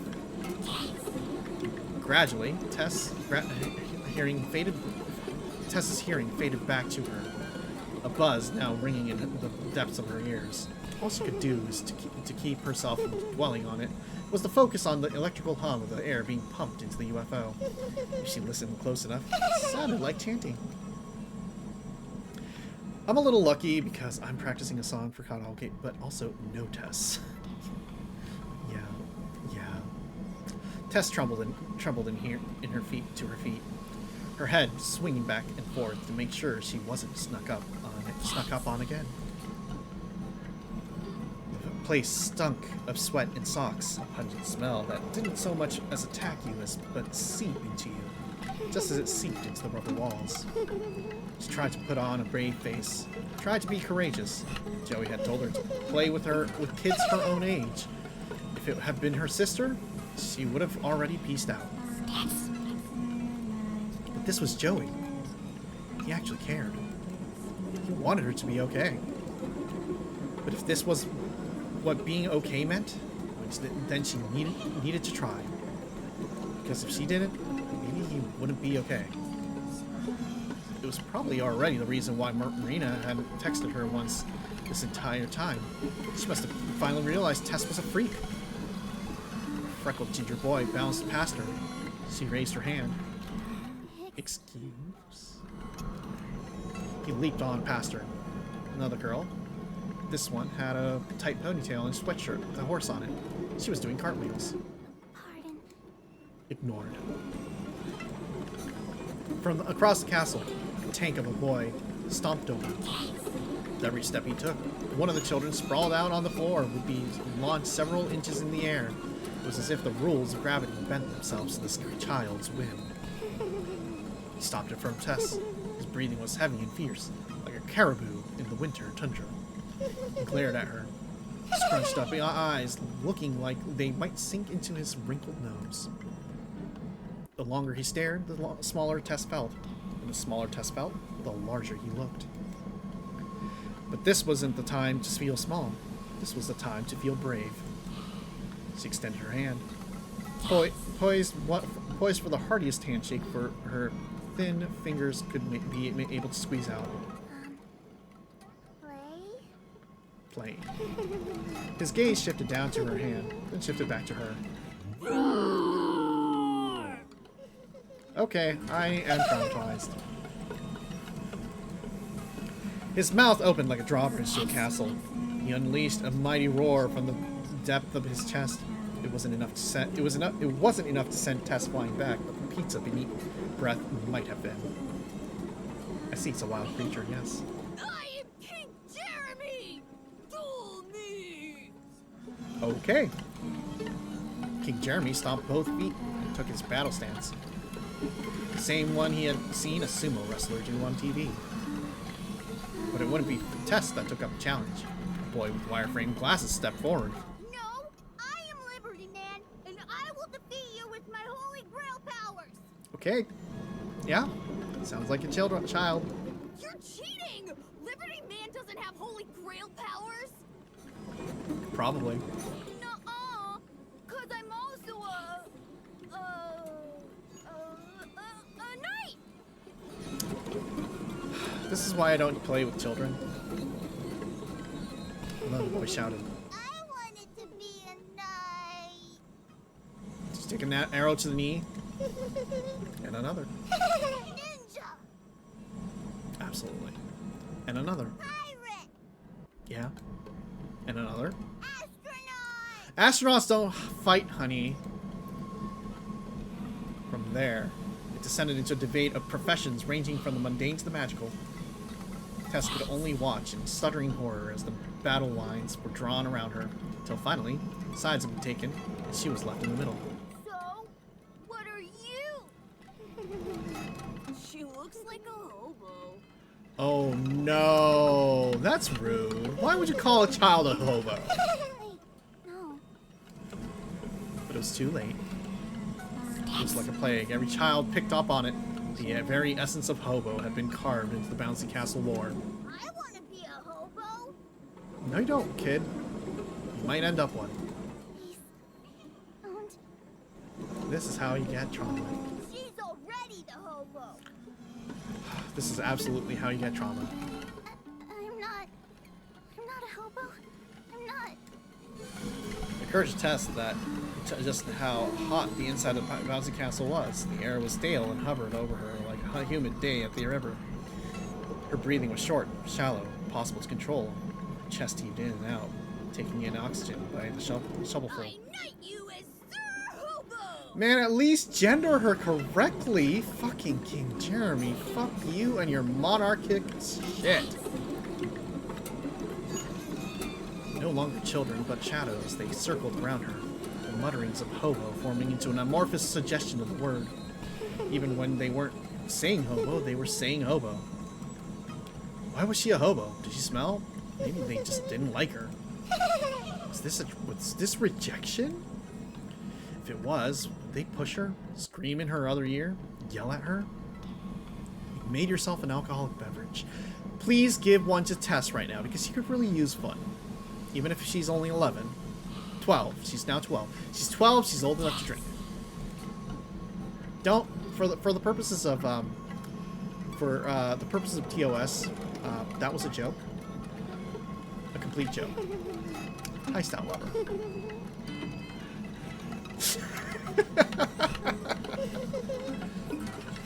Would Sis yell at her later because of this? Would that make her sad? Would that make Joey not, would that cause Joey to not be okay? Would Marina stop talking to her altogether? Would it be all her fault? It would. It would have to be. And then she would lay awake at night when it was dark, when bad things happen, when bad thoughts happen. Would her life always be that? Just one big bad thought? Hobo. God, fuck this kid. I punch him in the nuts. Tess, you can punch him in the nuts. That's how you deal with kids like this, okay? What's happening to Tess? She got thrown into a bouncy castle and she's having a traumatic experience. She has way too much anxiety for 12 years. Guess what, Shog? This is how we were when we were 12 years old. Hobo. Hobo. Hobo. Hobo. It was a church choir now, and the entire congregation except her, for her, was singing. The girl with the pigtails screamed. Tess shoved through the crowd of regular giggling children who were not singing, or chanting, or even choir. She ran for the exit. Back outside, Joe swallowed back a yawn. Tess would headbutt the kid in the stomach as hard as... Should headbutt the kid in the stomach as hard as she could. Yeah, exactly. Yeah, me too, but this was because her hair started growing on my legs, not because my RV family was insane. Yeah, maybe. Back outside, Joe swallowed back a yawn. Back Christian love. Tess bounced out of the UFO. The teen working at the entrance looked at his phone as she darted off, Her head swung back and forth. Silent promised that she would never go back. Yes? Hold up. Where are you headed? Tess? Traumatized, so probably to a therapist. Go find her a therapist.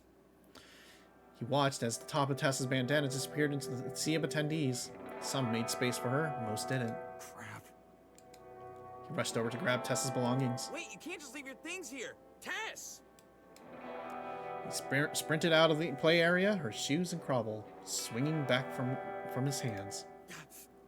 Tess! Where are you? Just say something so I know you're okay. Oh, now's the time that you should check your phone. A flood of worst-case scenarios spiraled through his thoughts. Running away, kidnapped, hurt. The usual suspects. There was one image that haunted him, and despite him never having been witness to it, had carved itself in his memories for years. It would remain there for the rest of his life. In this vivid painting, where the water flowed, toad croaked, and brush dripped the humidity of summer, there was a small body that floated down the stream, face down, bobbing with the current. Except now the body had platinum hair, a red bandana that was sopping wet. They were pale and still. He tried to push it out of his mind. Thinking about it made it harder to run, harder to breathe. But it wouldn't go away. Why does a child have a crobble? Because Tess is just a girl like that.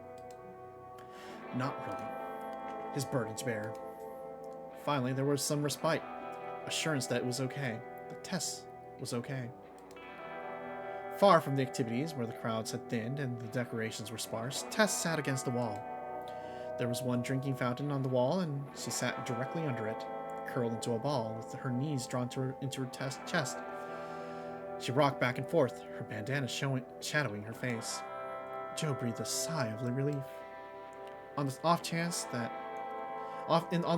there was someone up there looking out for her, he looked up and tipped his bandana. He strolled up to Tess and shot her a smile. How's it going, kiddo? You know, Joe, I think you need a little bit more sensitivity here. No response. I think you forgot these. Yeah, but also you need a little bit more sensitivity here. He leaned her crobble against the wall. His adrenaline told him to just drop the shoes, but he made sure to place them gently at her feet instead. Her shoulders huffed twice. She looked up at him. 2 tears slipped out from the corner of her eyes. Otherwise, there were no sore eyes. There were no sore eyes or a puffy face. Joe dropped to his knee. Hey, is everything okay? I don't know. I think you should have read this a little earlier. She shook her head. Once left, once right. I don't know if I'm happy or not. Well, I mean, okay, we're making progress here. His mouth hung open as he tried to formulate a response, although the truth was as obvious as the 2 tears sliding down her cheeks. No happy person would ask that question. Do you feel unhappy? She nodded. I think so. Yeah, that's depression, baby. Joe frowned and looked away. Guilt made it too hard to look at her. Tess wiped away her tears and sniffed up everything else. Are you afraid to cry? Not really. Then cry. I just don't feel like doing it now. Okay. So you feel better? No, probably not. Gonna hop out, get ready for VR night. Yeah, have fun. Send my regards. We're not much of a karaoke person, so you enjoy yourselves. Same with you, Shog, if you need to go. We'll keep going. We'll keep this up. No. Thank you for head pats. Just don't feel like crying now. Head pat us. Yes. Other kids cry a lot. They scream too. Other kids are weird. Tess, you and us, we're just autistic. It's fine. I don't know how they do it so much. It seems hard. It's so much energy. She brought her knees further into her chest. And scary. Yeah. Emotions are pretty scary. Emotions are scary, but also like, where the fuck do those kids get all that energy to be normal? Like, what the fuck? Yes. Same Tess. Same Tess. Give in to those voices. Kill them all. You feel them a lot, huh? Yes and no. Sometimes I feel a little. Sometimes I feel a lot. It feels like... Tess ruffled her bandana and tried to think of words. Words were hard. Finding words for herself was harder. She already knows she already owns the Crovel. feels like people want me to feel a lot when I feel a little. Or want me to feel a little when I feel a lot. Mm-hmm. Did you feel a lot back there? Joe motioned down the hall where the bouncy castle was, where all the hectic things were. Too much. Too much feeling. I shouldn't be there. And they made me not want to be there. Yeah. It's always like this when I try to play. Yeah. Joe tilted his head. I didn't know that. Yeah, I know. You should tell her. You should tell him that. Joe's shoulders slumped. The kids really had a way of taking the calcium out of your milk. A lot when a little, huh? Yeah. But it's okay, Joey. It's just how it is. It's just how it is. Isn't though. It isn't. He clenched the fabric of his jumpsuit, cursing the person who made an 11-year-old think the world worked this way, then cursed himself for his role in it. You're wrong. It is. Sis yells at me because I feel a little. You run after me because I feel a lot. It's okay. It's what I do.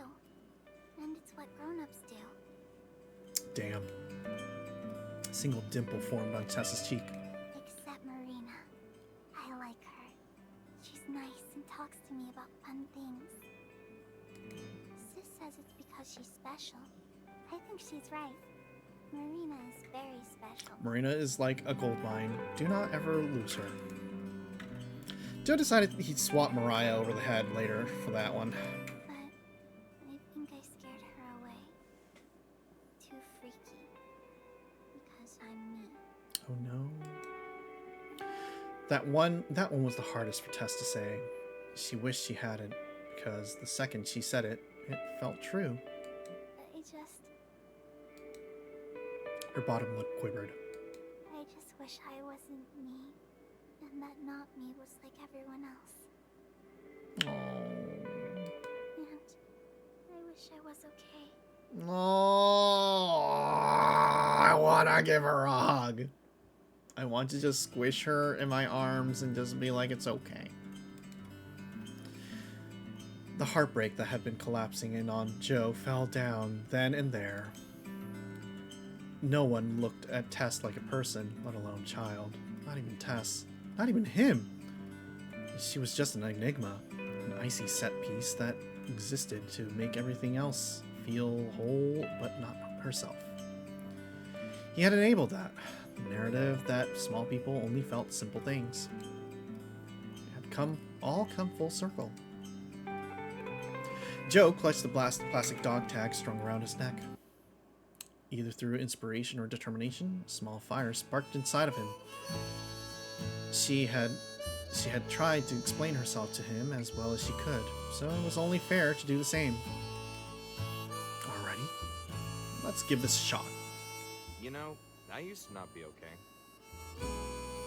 I think you're still not entirely... Well, I guess you're kind of okay now. Tessa's eyes grew wide in disbelief, then small in suspicion. This is a ploy. It absolutely is. No, honest. I was pretty messed up as a kid. That doesn't sound right. You're too normal. Pretty confident for someone who wasn't even alive to see it. Damn. Before I was born? That's a whole 12 years ago. The allure of the before times was too great to ignore. It seemed mystical to her, the era of the ancients. I was a lot different back then. Everything was different, I guess. 9/11 hadn't happened yet. Actually, maybe it had. Who knows? She dare ask. Different how? She dared. Well, I had a brother, for one. Damn, you lost your brother into the river, didn't you? Exclamation points went off in Tessa's head. She had at least a dozen questions to ask. Exclamation point, but before she could bring up any of them, the truth made itself known to her. The exclamation points became ellipses. Oh, sorry. It was a long time ago. She stayed silent. You aren't going to ask? Wouldn't it be rude? I'm inviting you to talk about it. Joe shrugged. His name was Benjamin, but I just called him Benji. Yeesh, my mom would always throw a fit when she heard me call him that. Why? Benjamin is a perfectly lovely name, and all that jazz. That's so long, though. Benji, too. I would just call him Ben. It's biblical. Yeah. Most things are, kid. Tess recalled the handful of times she had been dragged to Sunday school. Her blood ran cold with the Old Testament fear. Her voice went quiet. Was it a plague? No, just locusts. No, nothing like that. He drowned. Yeah, I figured. Tess shifted from around to find a comfortable position, but remained thoroughly uncomfortable. It wasn't scary, just sad. And Joey sounded sad when he said it. I was younger than you when it all went down, and he was even younger than that, so he... Losing track, Joe scratched his head. Half of him felt like he had traveled back in time to that sweltering day, where stepping outside felt like stepping out of the shower.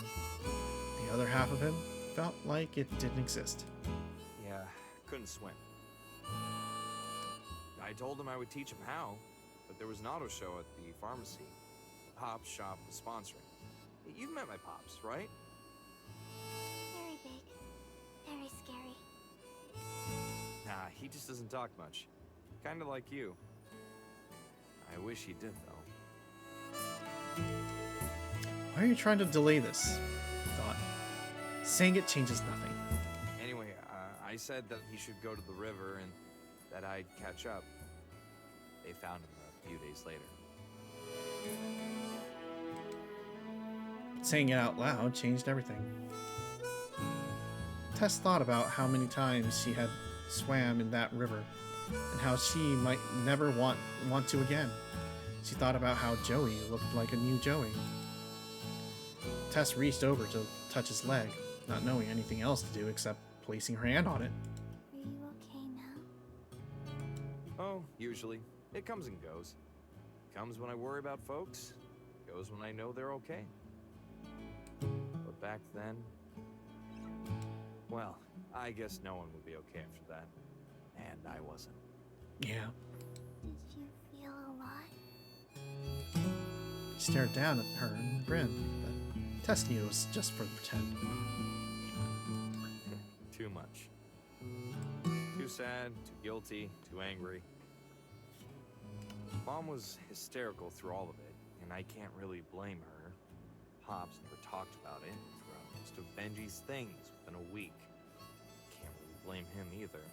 A lot and a little. Yep, and I must be their kid, because I got both of those things. Damn. Did you get therapy though? Or are you just like, were you smart enough to work through all of that? Because that feels like something that you really need somebody to talk to about. Joe toyed with the dog tag, twirling his fingers through the chain. It weighed more than this plastic it was supporting. Some days I skipped school and would just sunbathe on the riverbank. Looking back, that was probably weird. But being so close to where it had happened made it feel like it hadn't. But then, when I would go out, everything was just a reminder. People would look at me and I'd get heated. They'd whisper and I'd lash out. I thought maybe they were talking about how it was my fault. Or maybe they just felt bad. Didn't matter. Both scenarios really ticked me off. Yeah. You sound paranoid, like Sis. Well, this might be why they hang out together. Anyway, we are about to hit another ad break. Thank you so much for sticking around. We'll be going through this one without a BRB. Probably was. It's pretty lonely. Picking fights with people doesn't make you a lot of friends. Mariah being the exception. The only friend through being an asshole to each other. Tess considered this, imagining Joey sitting as he is now, except now in the middle of a wheat field, a plain sword far above him in the distance. I hope you're not lonely anymore. Of course not. I got you, don't I? Hmm. And Sis. Yeah, sure. Especially your sister. And remind me to wash my mouth out with soap later for saying that. Oh, that's gross, yeah. She was as mouthy back then as she is now, and I didn't exactly practice the art of pacifism. So us getting to know each other may or may not have involved a fist fight on the playground. That's lovely. That sounds like exactly how you would, get to know each other. Sounds about right. Couldn't have happened any other way. But as crazy as it sounds, she was the only one who would let my emotions play out. Yeah, she has a habit of being able to let you do that. Did not compute. Tess wrinkled her nose, unable to imagine any scenario where her sister would show as weak of a display as empathy. That's impossible. She would never do that. Also, she would probably call you a crybaby. She probably did. Don't get me wrong, she absolutely did. She absolutely did. But she would always stick around. Didn't matter how many times I told her to go away. It was always, shape up, slacker! That lemonade stand ain't gonna build itself! Damn. Oh, that sounds more like her. Yeah, but he was reliably there and a sucker. Does that count? It counts. Not sure. I like to think she was trying to help in her own way. It might be the only way, and I'm better off for it. Joe, you also need to go talk to a therapist. And Mariah. And Tess. And Amber. I think Marina's fine. But I think Marina just needs like a relationship counselor. The conversation petered into fumes. They both stared ahead, watching the spattering of people occasionally walking by. Marina needs to buy a gun. No! Absolutely not. Marina should not have a gun. A lot has been said. Even more had been thought. Much of what Joey had told her was sad, but for some reason, she felt warm. The conversation had felt like a hug. She had been right. He was a new Joey, but perhaps this one was better. He looked Tess straight in the eye.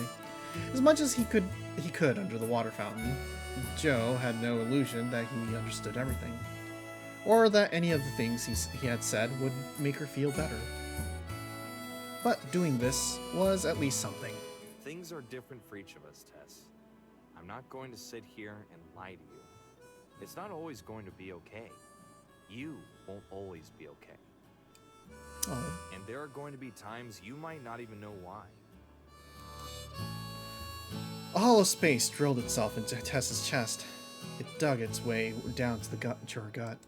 But I'll be here, even if you never feel okay ever again. Oh. However, the things about hollow spaces is that there's always room for them to be filled. That said, not feeling okay sucks though. So let's try to boost your chances. He pulled the dog tag over his head. At first, Tess wasn't sure what to do. She watched the tag sway from the chain as he held it out. Cautiously, she opened up her palm and reached out. He dropped it into her hand, the beads on the chain rattling behind it. Tess squinted and read the faded name carved into it. This is... But good luck, Charm. Might not seem like a real dog tag, but the engraver who gave it to my brother said it works twice as well. Aren't dog tags just meant to, identify who is dead? A lump formed in Tessa's chest. It snaked its way up her throat, and she could feel it clenching. I'm not a very lucky guy, though, so try to give it back once you don't need anymore, okay? Oh no. Joe's gonna die! Yeah. Joe's gonna die! She couldn't see now. Everything looked like a blur of watercolors. She clutched the charm in her fist and brought it to her chest. I think I feel like crying now. Yeah, okay, go cry. She choked out the first 2 sobs before Joe pulled her in. Tess clenched her jumpsuit and cried into it. No one seemed to pay them any mind. Back to Amber. Babe, hey, what's wrong? You haven't touched your alien-based ice cream sundae.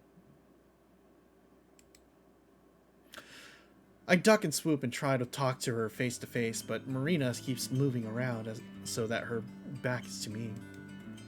Can feel my throat tighten as the reality sets in. I screwed up bad, didn't I? Hey, Marina. I lower my voice and put my hand on her arm. She doesn't throw it off. Are you okay? The answer is obvious, but something compels me to ask anyway. Some vague hope that she's actually laughing and not crying. Or that it's for some reasons that have nothing to do with me. Hey, babe, what's wrong? You didn't touch your 5 guys. Marina shakes her head. Of course she's not okay. You moron, I berate myself. Slowly, I turn around, hoping that Cassie hasn't noticed anything that's going on. Naturally, she's staring right at us. But when I look back, she abruptly looks somewhere else and pretends she hasn't. I think we're gonna take a break, if that's cool. She beaks past me at Marina, who's just slouching like a discarded puppet. You got it. I think I can handle the wave of traffic here by myself for a bit. Okay, she's gonna be fine. Despite the atmosphere, I can't help but chuckle. Like I said, you two have already done a ton to help out. More than I had any right to ask. And also, I get the idea that I'm part of the problem here too. Yeah. I open my mouth to disagree and tell her that she's wrong, but I don't, since I don't know if that's true or not. It absolutely is. Amber, it totally is. Amber, you dumbass. Well, we'll come back in a bit. Cassie nods, but I don't know if that's true either. Then I turn and slink back to where Marina's waiting. Hey, can we talk? Marina doesn't react under my skin. I can feel myself wanting to get annoyed. How am I supposed to make this better if she won't communicate with me? But I don't let myself dwell on that. She's the one who's hurt right now, not me. I don't need to make this about myself. Can we walk at least? I gently place a hand on her side and guide her away from the booth. She comes with me, but never looks up, and nearly bumps into a dozen different people. Once we're a few feet away from Cassie, I start to talk again, keeping my voice low. Hey, okay, hey. Talk to me, please? I'm sorry. I was just making a joke. I didn't know it was going to hurt you. I may as well be talking to a brick wall for all the response I got out of Marina. Actually, strike that. At least a brick wall wouldn't look as miserable as she does. My stomach starts to turn in tighter and tighter knots as the reality sinks in. Marina's really upset, and it's my fault. Given the timing of it all, it's kind of hard to pretend that this could be for any reason besides the obvious one. It's about Cassie, right? And how I said she could come with us? Marina steps slow. I wasn't seriously inviting her. I was just kidding. I'm sure she knew that too. It's just that... Stop, Amber! Just stop. She comes to an abrupt halt. Even though we're in the middle of a throng of people, the crowd parts around us like a river around a dam. Not but with some angry looks. Hands on her hips, she glares at me. The tears in her eyes are more cutting than the expression itself. You can't just say you're sorry like that magically fixes things. You can't just say or do whatever you want, then expect me to get over it because I always do. Yeah. She glares, and I feel myself wilting under her look. It's rare to see her look this upset. And the only times I've ever seen it have been my fault. My heart pounds in my chest as I remember the last big fight we had on the road near Palm Springs. After all that, I swore to myself that I'd treat Marina better. Now here she is, her eyes still watering. I rack my brain to find the words to say that can make this better, but I draw a blank. Marina. She starts walking away from the booth and into the mess of people. I stay at her side. Part of me thinks I should leave her alone to cool off rather than following at her heels like a disobedient dog. But even as I think that, I remember myself running off the last time, wandering the city and eventually ending up in Mariah's wreck of a place. I don't want to just run away again, unless Marina tells me to go. I'll stay with her. We walk in silence, a few inches apart, close enough that I could reach out and grab her hand if I wanted to, if she wanted me to. But I don't. I wonder if she has some destination in mind, or if we're just wandering. I don't ask. With each step, it feels like I'm missing the opportunity to say something, to remedy the situation, but the right words never come to mind. Instead, my own thoughts taunt me their uselessness. Hey, a new casino. With Darkstalkers from Capcom. Is that even licensed? Is this allowed? Are Darkstalker cabinets allowed? Is this game licensed? Is this fine? Is this okay? Excuse me. I'm not snitching. Yeah, that's fine. At one point, I think that Marina is going to lead us out of the convention entirely, but then she makes a left, and we continue down a different part of the casino. I like how there's like fighting game screens on the slot machines. That makes total sense. Yeah, that makes sense. Okay. If she's going anywhere in particular, I have no clue where. Finally, after a few minutes of silent walking, we stop outside one of the elevators. Can we go up? Takes me a second to realize that she's talking to me. To the top? Duh, Amber. Where else would she mean? Marina nods. I force myself to smile, despite how I'm feeling. Yeah, sounds fun. I can see her wanting to say something, but not. She presses a button, and the elevator almost instantly opens for us. A few other people climb in alongside us, and the ride to the top is once again silent. Marina and I end up separated by a few people, and I keep an eye on her. She still just stares at the ground, but at least she's not crying anymore. I try to ignore the whooshing feeling in my stomach caused by our quick ascent. It doesn't help the feeling of worry that's already boiling in there. When the doors finally open, Marina's the first one out of the elevator. Even I, known Cynic and Killjoy, can't help but gasp in awe. Beneath us, the entirety of Las Vegas stretches out like an upended toy box, spilling details all across the dusty desert. We're flanked by the immense casinos and luxury buildings, but the dense urban sprawl expands all the way until a few tiny residents meet the empty sands. Thousands of people mill about down below, accompanied by what seems to be an equal number of cars that wind their way through around the city. Up here, there's dozens of other people, all crowded in around the banisters, admiring the same view we are and taking lots of pictures. A few rides also adorn the summit here, and the roller coaster tracks circling part of the spire, and several other attractions being advertised nearby. Marina and I stand beside one of the railings, which we somehow have to ourselves. She takes in the sights with quiet awe, which is totally un-Marina-like. But at least I can see in her eyes that she's enjoying it. Wow. Yeah, wow. I don't mind heights, but something about being up here makes me feel very small. Even though it should be the other way around, with everything beneath us appearing tiny in comparison. I grasp the cold metal bar in front of us, holding onto it the same way I'd hold on to a bike's handlebar. A second later, Marina does the same thing. Her hands are close to mine, but don't touch. Yet again, I feel like I should be saying something, anything, but I don't know the words. Amber.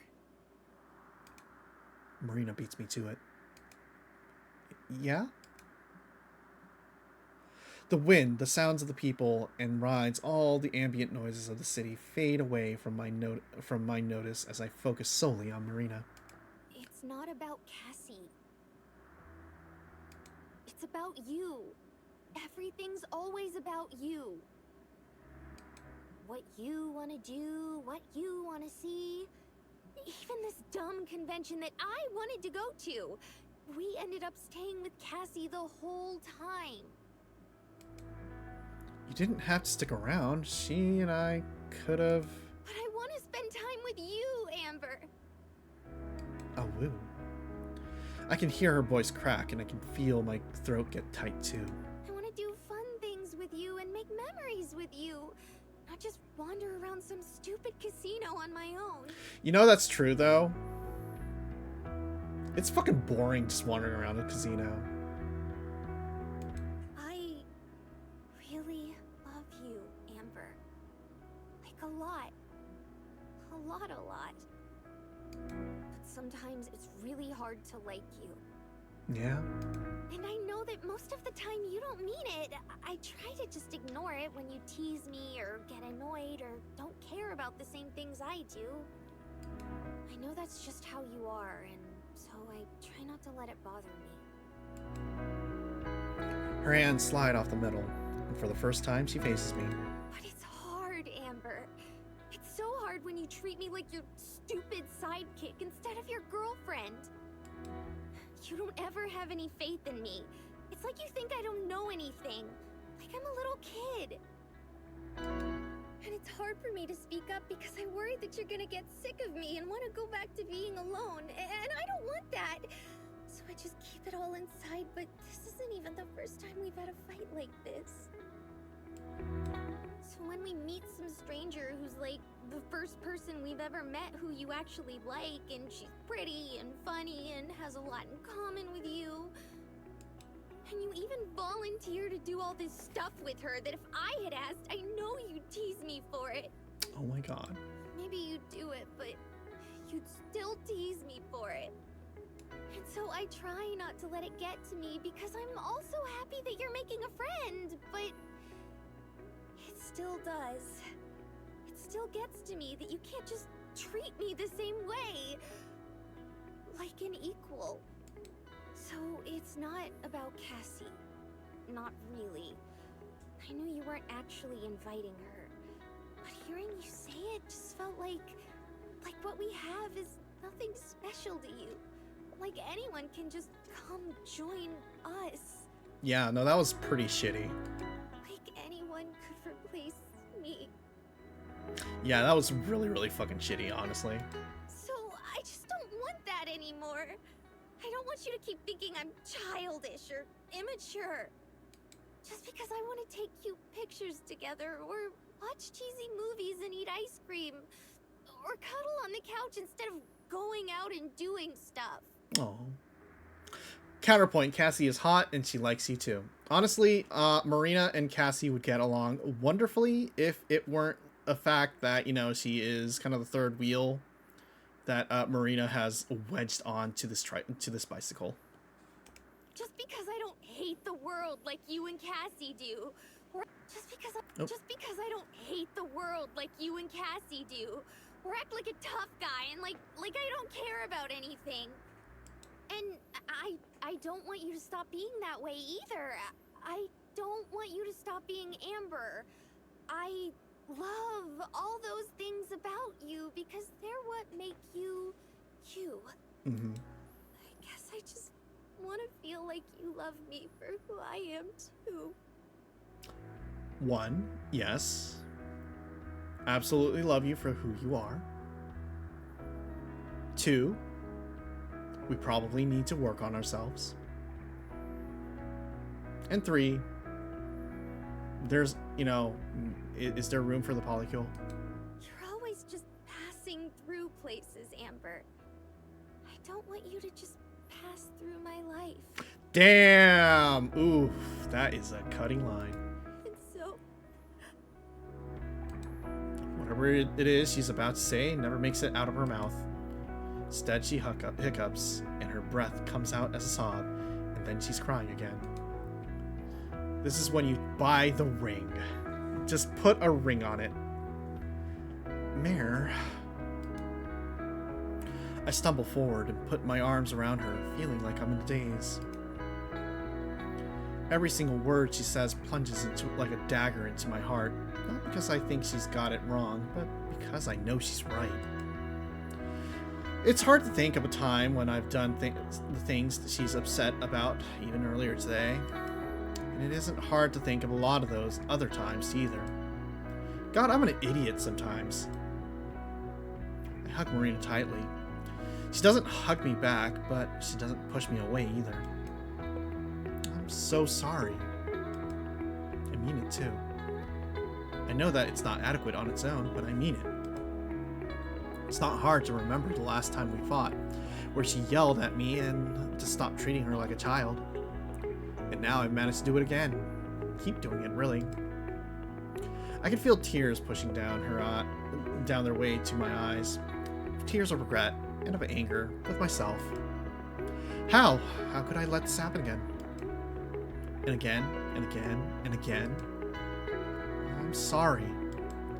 I say the words over her shoulder, speaking them to the emptiness below us. I know that doesn't fix anything, and that I have a lot of fixing I need to do. But I'm sorry for hurting you. There's one thing that you got wrong, though, or at least misunderstood. I take a step back, disentangling ourselves, but still holding on to Marina's hands. I'm not really good at this, being heartfelt, I guess. That's why I tease you so much. Mare, I really do love you. For who you are. You're like my sunshine. I can feel my face turning redder with every word, but I soldier on. You make my life brighter, and I don't try to coddle you. I just don't want to see you feel sad. But I screwed that up, huh? Sniffling, Marina wipes her eyes and nose. A little. The tiniest, smallest trace of a smile flickers at the edge of Marina's lips. That alone sends a wave of relief rushing through me. There's still more. There's still more I need to say, though. I'll try to stop doing that so much. I can't promise it'll never happen again, but I'll be more thoughtful about it. Making you sad is literally the last thing I ever want to do, so I'm sorry for doing it so often. And if eating ice cream and taking pictures and snuggling is what you want to do, then I want to do those things too. I want to do whatever makes you happy. I mean it. From the bottom of my heart, I mean it. My words seem to hang in the air between us, fighting the gusts of wind to not be ripped away. Marina's bangs hide her face and eyes and face.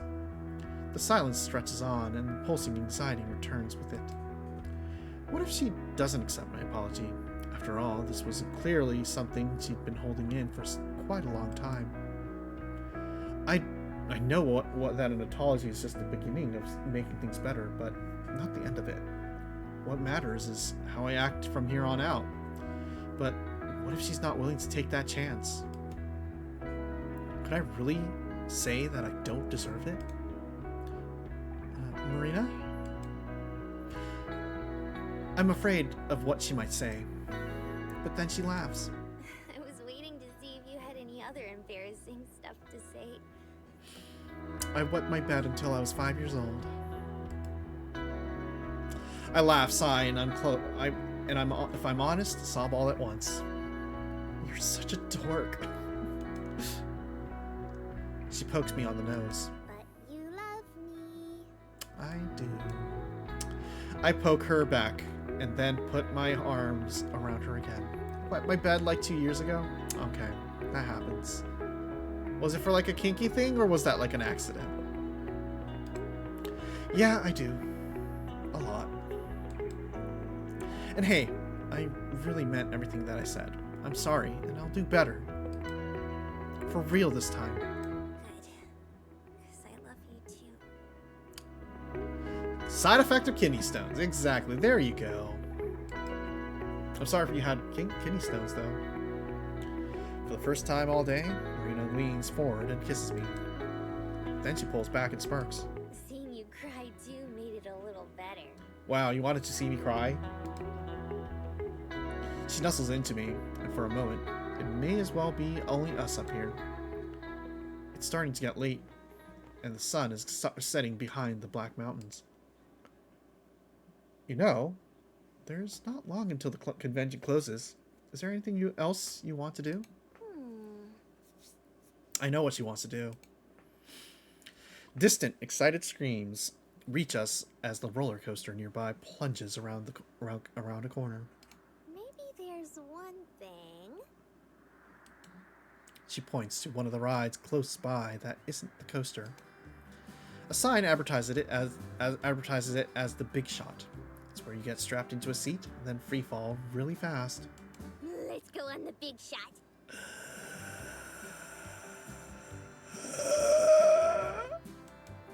Are you serious?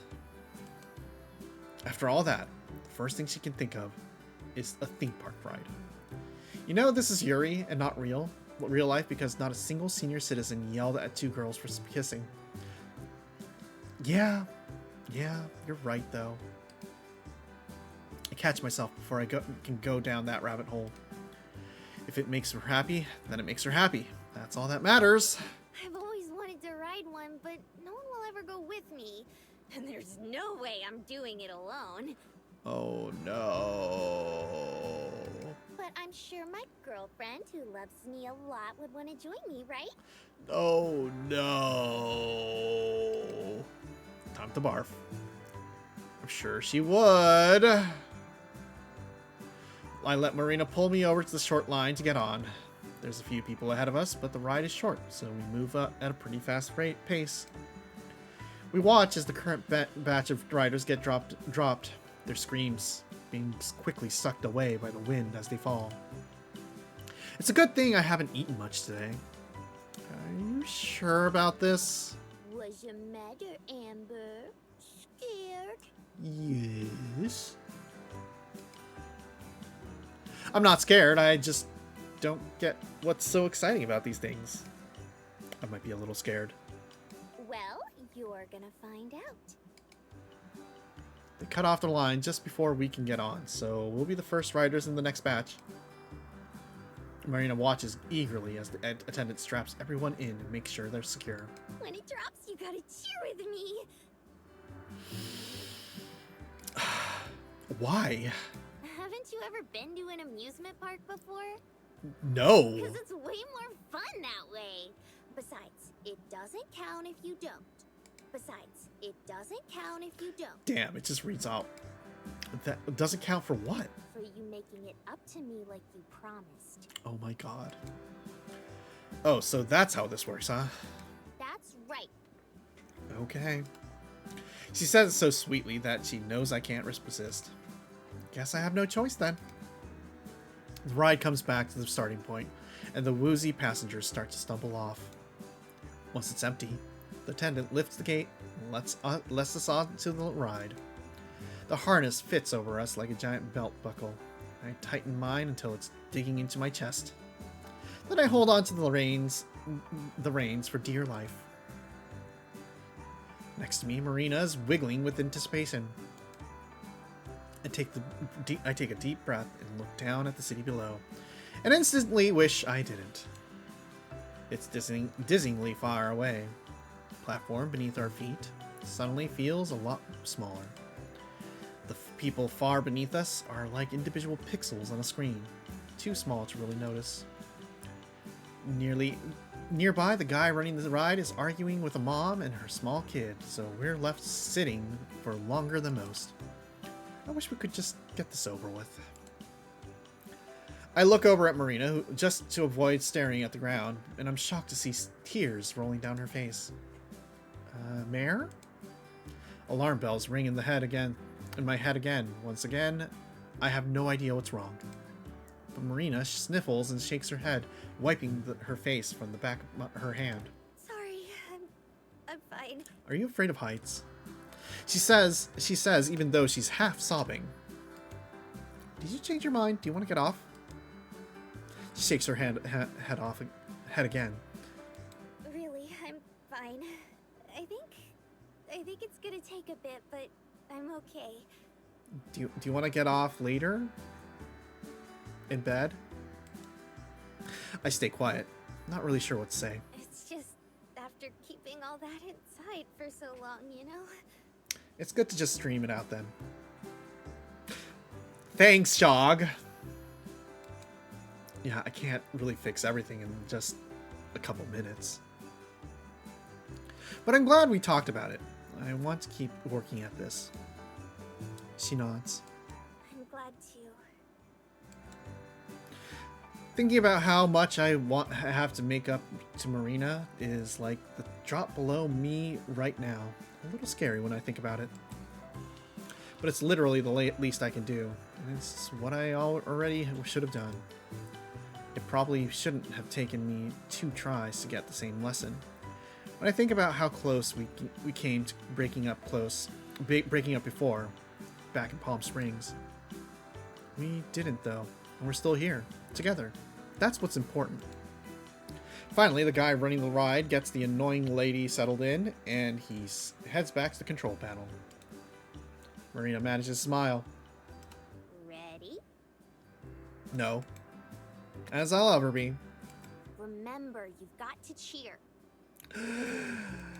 I'll try. Marina reaches over and grabs one of my hands. I whimper as I lose grip of the harness, but Marina squeezes my hand reassuringly. I thought you said you weren't scared. I wasn't. It'll be okay. I'm sure that... The rest of Marina's sentence falls away as we plummet downwards. The city below us shakes as we shoot down. Thanks, Shog. The city below us shakes as we shoot down the needle of the stratosphere, coming to a slow stop far below. Just as I catch my breath, the ride starts to climb back up again. Wait, was that... Suddenly, the ride drops again. Guess what? Welcome to hell. She squeezes my hand as she yells my name, barely audible as the wind rushes past. 3, 2, 1. Ow, woo.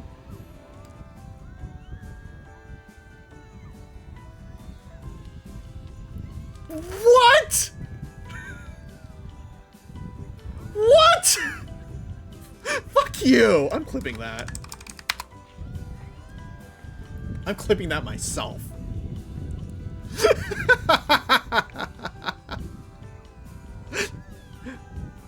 That's about right. That's how it should be. How does that sound like? If it's Amber speaking.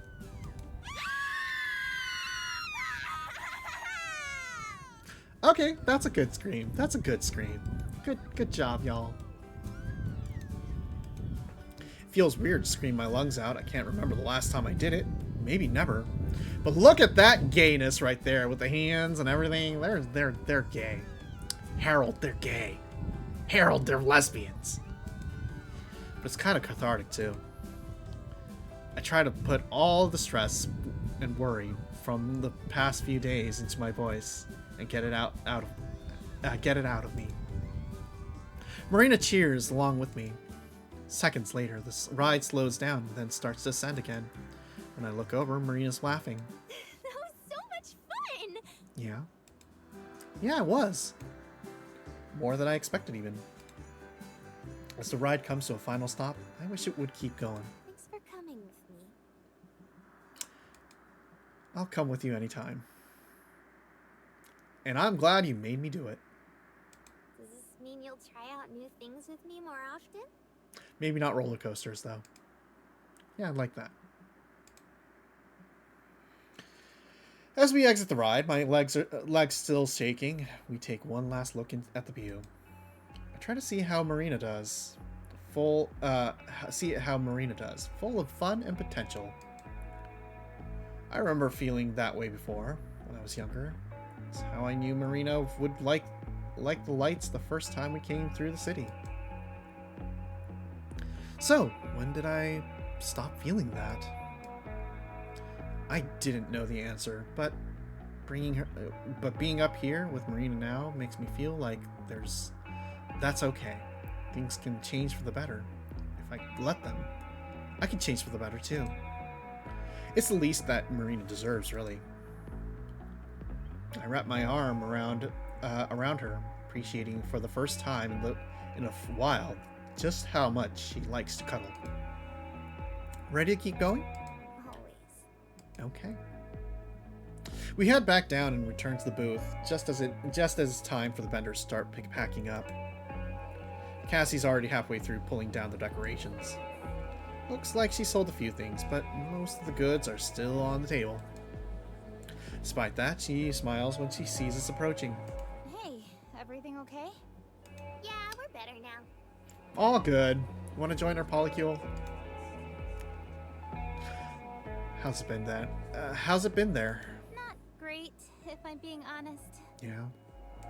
That sucks. People don't know what they're missing. Everything you made was so good. Thanks. Can't say I'm too surprised. It was always a pipe dream at best. Oh. She sighs. I can clean this stuff up myself. I don't want to take up the rest of your day, too. It's fine. We don't mind. But she shakes her head. I kinda need some time to think, anyway. Okay. Oh, sure. Makes sense. I'm not really sure what to say. Today's results are disappointing, no matter how you look at it. Now matter. You guys should come by the shop tomorrow, though, before you leave. I'll see you off properly. Didn't we just leave our car there, too? Yeah, sounds good. We'll see you there. Time to switch this shit again. Boop. Boop.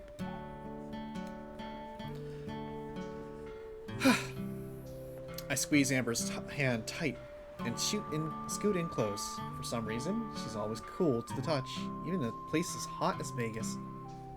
We stroll down the sidewalk, matching our steps so they line up perfectly. Whoa, careful. I'm gonna lose my balance. I lean my head into her shoulder, just to push her buttons a little more, only a tiny bit. Are you saying you're going to fall for me? Amber wrinkles her nose and grumbles. Jeez. And you say my jokes are bad. Damn, you barely, whispered that. Well, I did learn from the best. Or the worst, depending on your perspective. No. I play with her fingers, stroking her fingernails and rough calluses on her fingertips. The best. She looks away and tries to hide her blush. I wonder if she knows she gets as red as a strawberry when she's embarrassed. Glad I'm good for something at least. There's a bounce in her step as she swings the gift Cassie gave us back and forth. You can try and act as grouchy as you want, Amber, but I know you're just as gushy and hopeless as I am. turned the corner and we were back on the strip.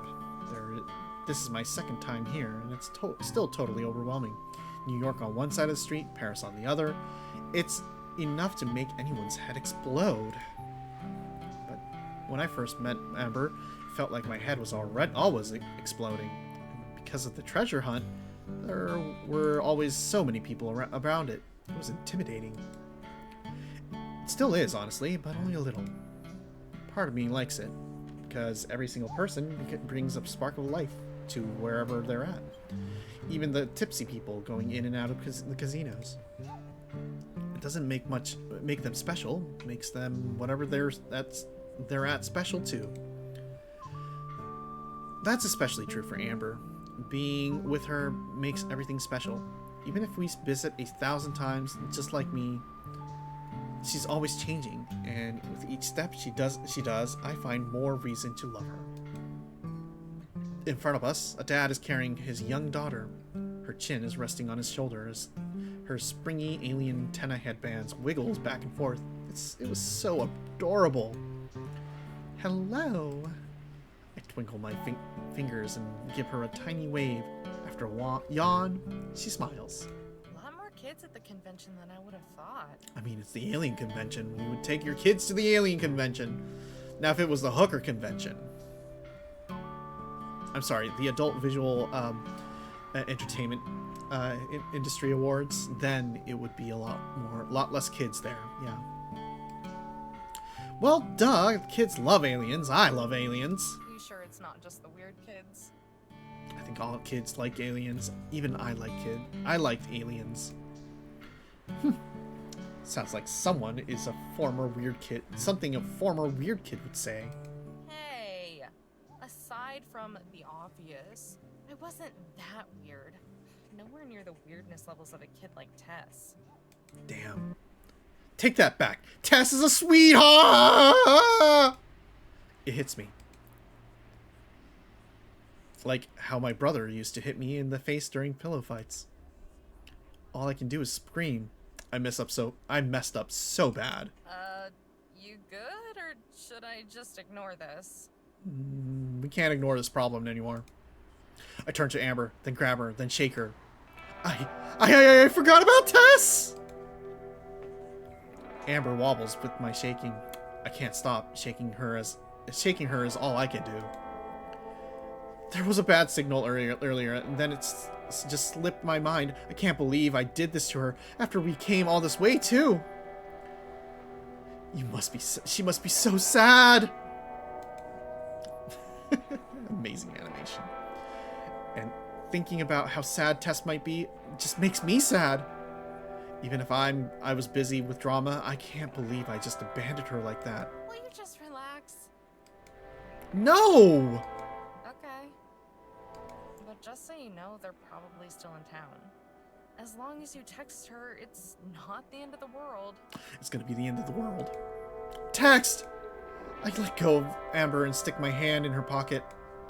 After digging through wadded up dollar bills, I slide out my phone and bring up my messages with Tess. Tess! Tess! Tess! I'm so sorry! I wait and wait. Eventually, the little check mark showing she read it pops up, but the ellipses, 3 dots, nowhere to be seen. Tess put me on red. Tess put her on red! Oh no! Without a message telling me it's okay, all I can do is focus on how much I screwed up, how much anxiety I must have given Tess. When bunnies die, they scream. When friendships die, they're left on red. The catastrophe. She hates me. She doesn't hate you. You're impossible to hate. You're right, though. No! I sniff back tears before they can come out, because dang it, I don't want to let myself cry for the second time today. I couldn't even find her a good gift earlier. Even if I had texted her, she would still hate me for that. Tess isn't the type of kid to get bratty because she didn't get a present. For a girl who hoards old cassette tapes, she should know exactly why some objects are important. Babe, it's not about the present. It's about showing that you care. think about how sad her life must be. Do you think how she's ever had a good birthday with cakes and candles and friends? I don't like assuming the worst about Joe or Mariah, and I don't. They do the best they can. It's why Mariah was after that license plate. But I think this is important for Amber to grasp. If things really are gonna change with us, she needs to feel things without me telling her why she should. Amber's eyebrows wrinkle. She looks down, pursing her lips. No, I don't. She doesn't. It's... She scratches her head and avoids looking at me, all flustered. not really something I have experience with, you know? Oh no. Growing up with Gramps, birthdays were always just another excuse to go to some place we would have gone to anyway. Oh no. Oh, I didn't know. Now I feel awkward. Amber would have been in a situation like Tess's growing up too. So if you go through life like that, I guess it's something that wouldn't matter too much to you as much. Do we know what Tess likes besides license plates from stolen vehicles? Sunflowers. She looked surprised at how fast I answered. Like the plant? You date Tess all along. Like the plant. She ends all of her texts with an emoji of them. I think they make her happy. No one can possibly hate sunflowers. They're so big and bright. They just looking at them makes you want to smile. Tess notices details like that. So I think she might feel it extra hard. Well, I don't know what an emoji is or whatever, but sunflowers are pretty easy to grow. They're like succulents. Just about anyone with a brain can do it. I don't know about growing. Well, I guess you can grow sunflowers. It's just that, they're a one-time deal. If you, once sunflowers wilt, holy fuck, they look atrociously terrifying. She has that look in her face. You can definitely grow sunflowers in an RV. That too. Plenty of space. The same look she would always get when we were strategizing about the next piece of the treasure we need. You've got a plan. I have an idea. She has an idea. Tomato, potato. I'm just happy you care enough to think about it. I waddle over and wrap my hands around her neck and bring her in for a hug. She doesn't push me back, but she also doesn't look thrilled. Give me some credit, Mare. I'm not heartless. You never know. And you're not brainless either. I bring her in closer and nuzzle against her cheek. She probably hates it it's probably goofy, but hey, I'm allowed to be goofy. Come on, tell Mare Bear what's going on in your head. We probably need to go back to the motorhome. Oh no. My arm slides off her. Isn't it in the shop though? Not anymore. Got the call a couple hours ago. It's all good to go. Oh. Maybe I'm psychic, or maybe I'm too suspicious of my own girlfriend, but I hope she's not going to take advantage of this in a way that I think she might. Actually, hold on a sec. How did she get a call that her motorhome, the RV, is fixed? She doesn't own a phone. She doesn't own a phone. How did she... But who was phone? Hey, don't use this as an excuse for an early checkout. Oh yeah, you're right. I'm not. Jeez. We already spent the money. It'd be a waste. It'd be a waste. Even if the bed is too soft. Oh my god. Marina dug on... Yeah, but like... Amber hates using the phone. She hates using the phone, so obviously... Would she... Okay, maybe. I don't know. There's a lot of things to think about here. Why do we need an RV then? Because I need to dust off my power tools. Your power tools? And then we go back to Amber. Oh my god. Back to this. Boop. I unlatch the motorhome door and keep it open so Marina can enter first. She climbs up the steps and immediately starts wiping away sweat. Ugh, it's so stuffy in here. Ugh. She's the butch in this relationship. Okay, like even if that were the case, I would not let somebody else hold my phone. Okay? That shit stays on me all the time. My phone, my rules, my property. It's because those jokers parked it in like 100-degree weather. Yeah, but you aren't Marina. That's true. With a limp throw, I toss her the keys. She snatches them out of the air like a pro baseball player. Go turn on the engine so we can get some air circulating in here. I'll go dig out my toolbox. Okie dokie. She flies off the driver's seat, and I begin the process of pulling everything out of various drawers and cupboards. My cherry red toolbox is more of a faded apple at this point. I suck in a quick gust of air and blow off a layer of dust. It disperses into the air as a cloud of floating particles. I brush the rest of it off with my hand, my palm stained with the blood of dust bunnies. From there, I nab a pencil off the counter and open a drawer. I haven't visited in a while. It used to be the junk drawer, but now exists to store all the boxes that damn miner scattered across the desert.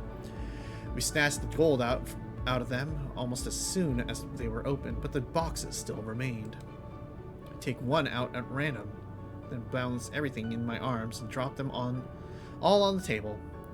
Marina hops into the booth, sitting on her knees and hands resting on her chin. Can you tell me now? You can't keep me in the dark forever. Yes, I can. Sorry. I wanted to make sure the miner's treasure boxes were sturdy enough before I embarrassed myself. They are almost 200 years old. Okay, so what are we gonna do with the box? First things first, you're gonna draw on it. I twirl the pencil in my fingers and point it at her, eraser side up. She takes it, but with how she's inspecting it, she may as well be an alien seeing a spoon for the first time. I don't get it. I don't get it. You said test like sunflowers, right? Loves him. She's really gonna make me get all sappy and say it, huh? Well, I was thinking, what if we did up the box all nice like, you know, just draw some pretty sunflower designs on it. Then I carved them out and sand it off and sand it off. I was taking wood shop until last year, so it's whatever. She stares back, blank-faced. The AC kicks into gear and the fan starts circulating air through the motorhome. She must think it's a stupid idea, but it's the only one I've got. We can go to the nursery later and get her some sunflower seeds for growing, not eating. There might be a book on how to take care of them too. Marina continues to stare.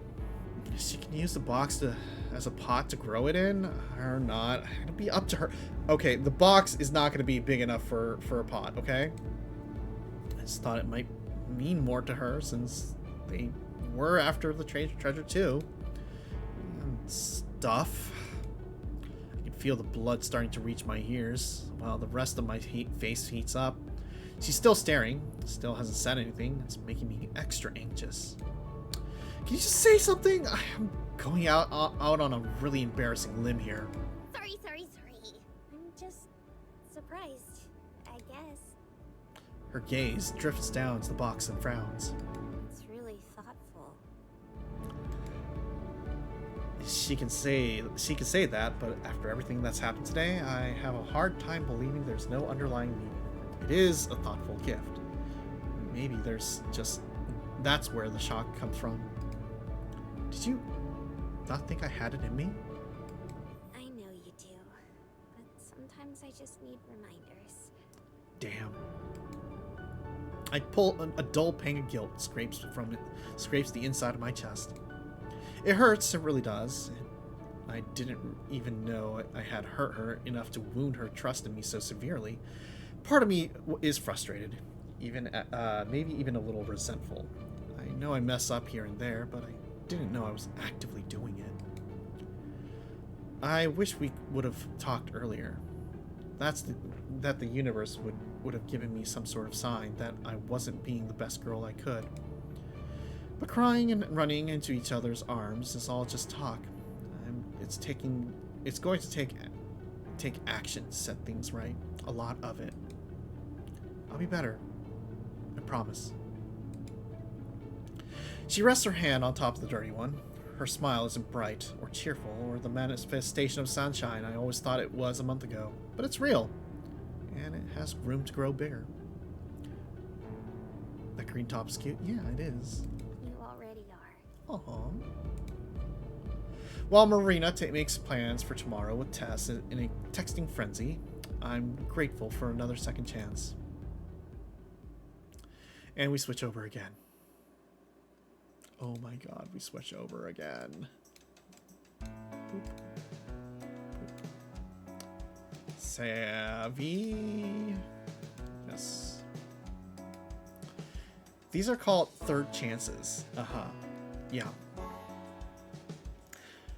The next day, before going to see Tess, we have another friend to say goodbye to. When we get to Sweet Tooth, Cassie's waiting for us already. We exchange greetings as she lets us in. Hey, thanks for coming by. Sorry I wasn't really in the mood to talk last night. Oh. Hey. It's fine. It's fine. Yeah, sorry for being weird too, by the way. Yesterday was, kind of crazy. I thought something might be up. Sorry if I ever made things uncomfortable, you know? Marina waves it off. It's okay. Everything's cool now. Cassie leads us back to the kitchen again, where we made the treats. I don't have too long because I actually have to work today, but I did want to say thank you one more time. Although, technically, it cost me my job. Oh no. What? She's fired. Just kidding. Except, not really. I decided I'm gonna quit. Oh. Good for you. What? Isn't that kind of sudden? You mean after totally bombing out at the convention yesterday? Yeah, kinda. I spent a lot of money on ingredients and materials. I'm gonna be eating nothing but ramen for the foreseeable future. Oh no. But I decided I can't give up. Just because it didn't work out the first time. Are you going to culinary school? I hope you're going to culinary school.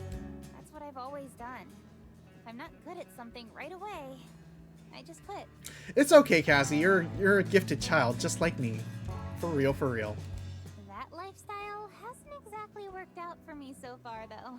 Well, you see, you just gotta find the one thing that you're good at and make that your career and invest countless hours into crafting it into what you need and just have that be everything for you. Just everything. It is nothing. It is nothing but that. You are on a one-track mind, and then forever, you're screwed. You're absolutely screwed. You're boned. Okay, that's how you do it. Then, like when you reach 35 or so, you have a midlife crisis. Realize you don't like what you're doing, and then you just cry yourself to sleep. That's how it works. So I'm gonna keep giving it my all for as long as I can. I might start traveling more too. You two will make it look pretty fun. Make it look pretty fun, huh? It's been a good time so far. That's cool. I'm glad to hear you're gonna make a change.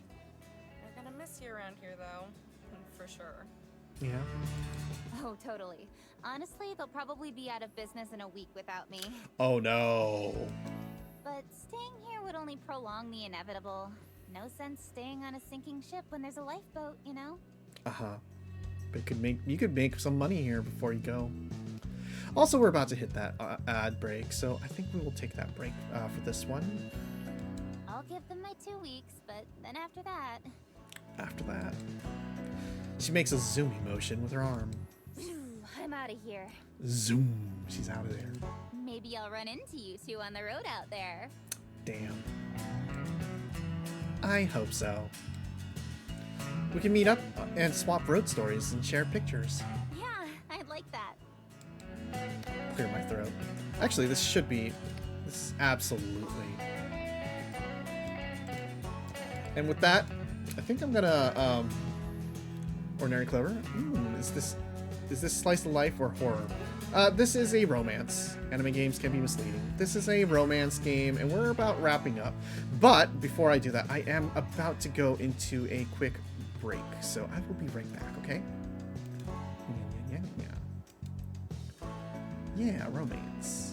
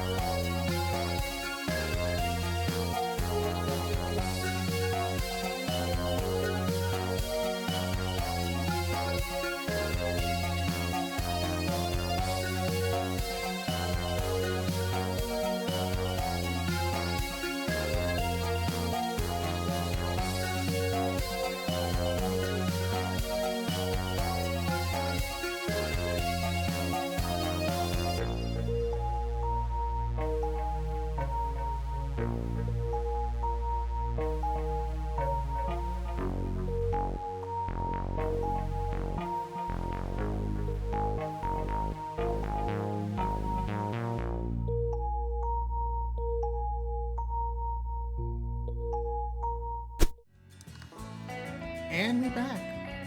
Very short break. Just got a little bit of tea and a little popcorn. We already ate the popcorn though.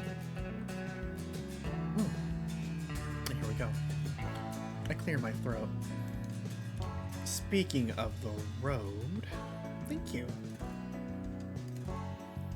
Marina shifts beside me, standing up a little straighter. About time to be getting back on it? Yeah, I think so. I hope that's not too sudden. Nah, not at all. I figured you were on your way out the door soon. I still need to get ready for my shift, too. Cool. Although, hey.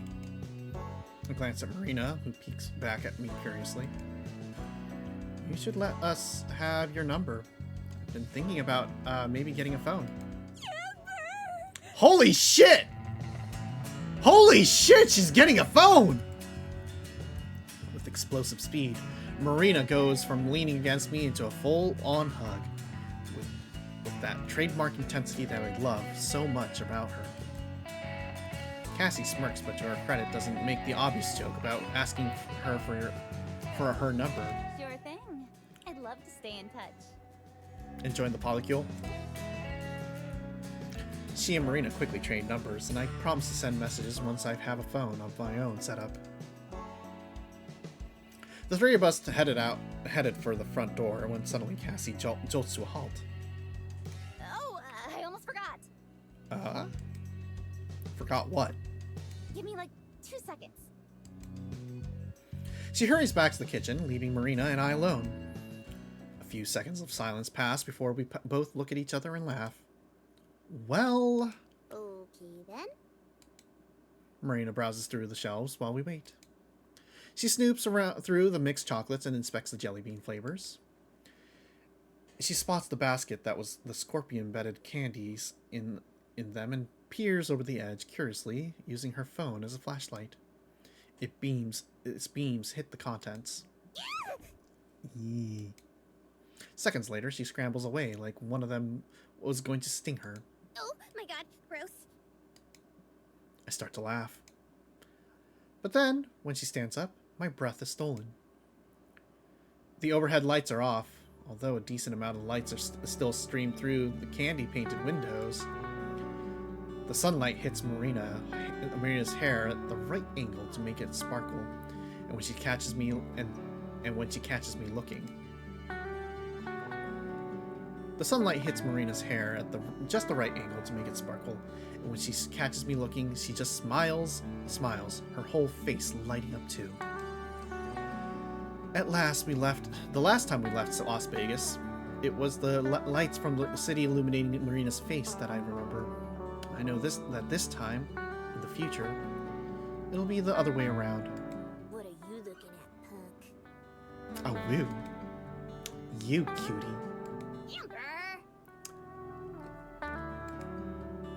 She swats at me, but I grab her hand and lace our fingers together. Oh shit, that's smooth! What? It's true. I tug her towards me for a quick kiss, and then she skips away a couple steps. Who's the dork now? Who's the nerd now, nerd? I guess we both are. I can live with that. The kitchen door suddenly crashes open. Okay, I'm back. Are you okay, Cassie? She's carrying 2 large items. Here, a token of my sincere gratitude and thanks. Oh. She sets down one bag and then hands me a heavy package that's been quickly wrapped in pink tissue paper and secured with rubber bands. Actually, it might end up being more like a curse or torment. Go ahead and open it. I hand the gift to Marina, who greedily grabs at it with claw-like hands. She shreds the paper, leaving confetti-like scraps on the ground and nearly dropping the whole thing in the process. In seconds, she's fully unwrapped the present and holds it so we can both see. It's a glass bottle with red and white stripes like a candy cane running up and down. The liquid inside is a muddled color that can't decide it wants to be pink or not. Off the Vine Peppermint Wine reads the label. This sounds terrifying. I'm horrified.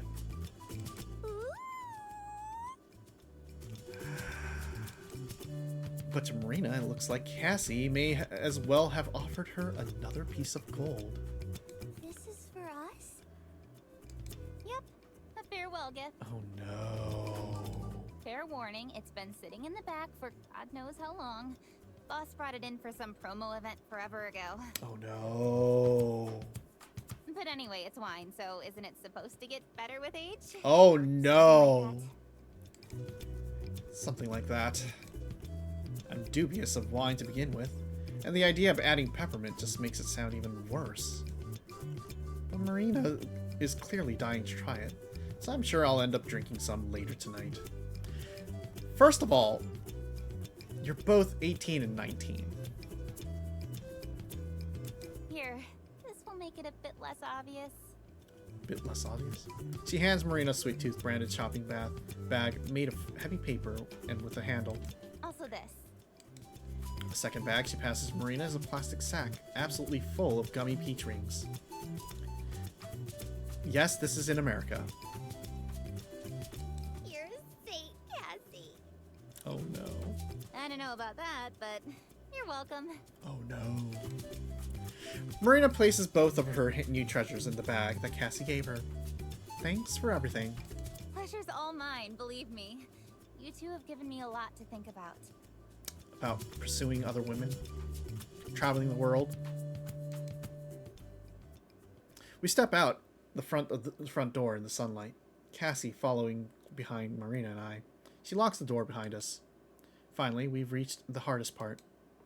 The part where the three of us stand there, nobody knowing who should say goodbye first. I take charge and clear my throat. So. Yeah, so it was good to see you again.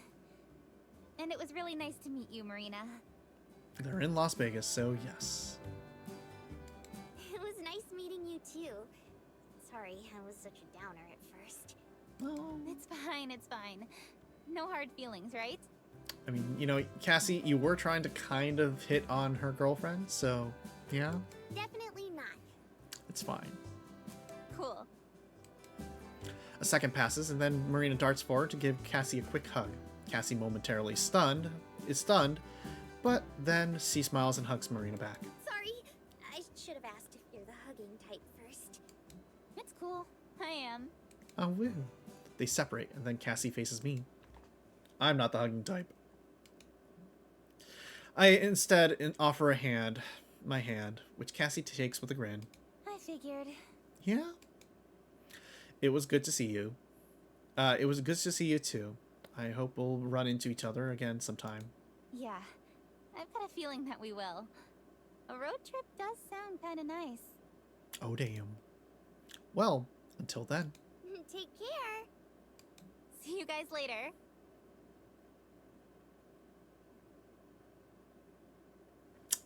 And you can probably find out more in a future game.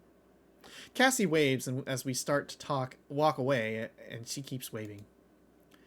When we cross the road and look back, she's still waving. She waves until she's out of sight. A moment later, I double back just to check, but she's already gone. Knock, knock.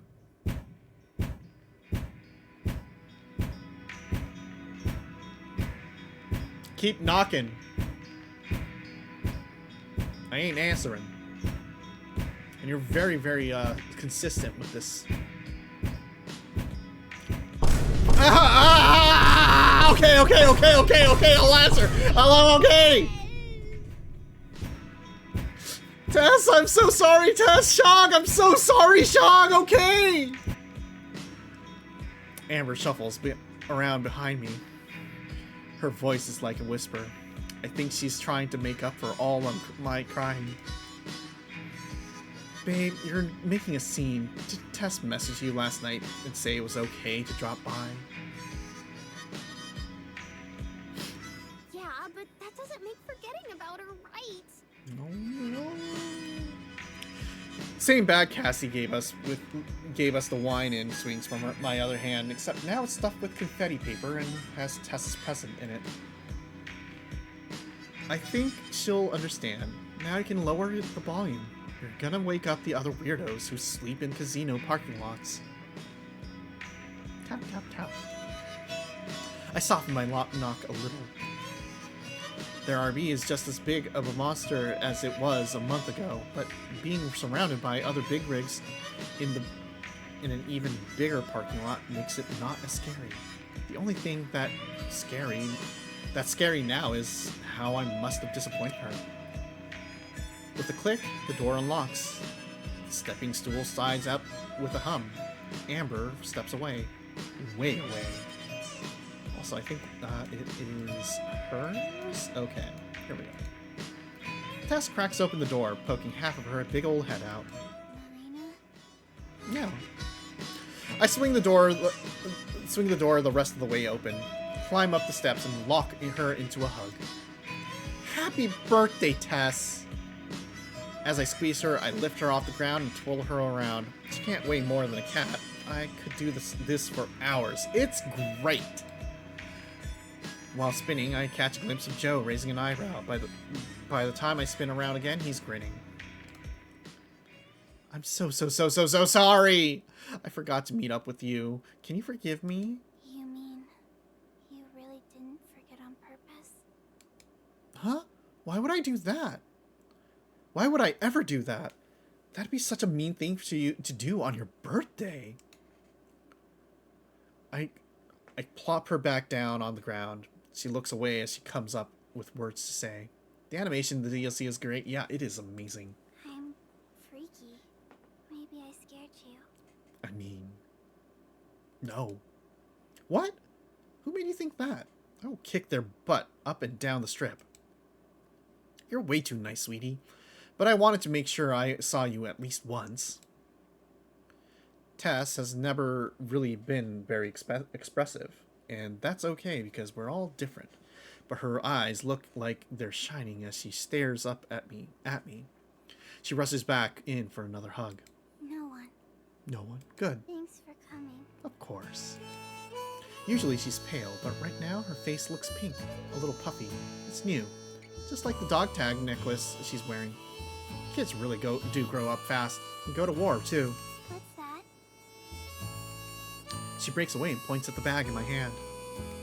Oh, you interested?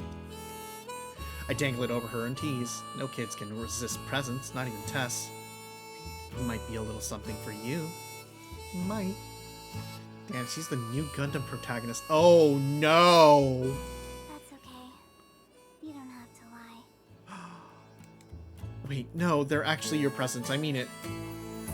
Her eyes get huge. I think she notices she was staring. Because after a couple of seconds, she looks away and her pink cheeks get even pinker. Cutie. You don't have to lie. No, it's yours, kid. Come on now. Tell the kid the truth. You really brought those presents here for me. Shut up, Joe. Aw, Joe, you're great, but I barely even know you. Oh, that's gonna leave a mark. Damn!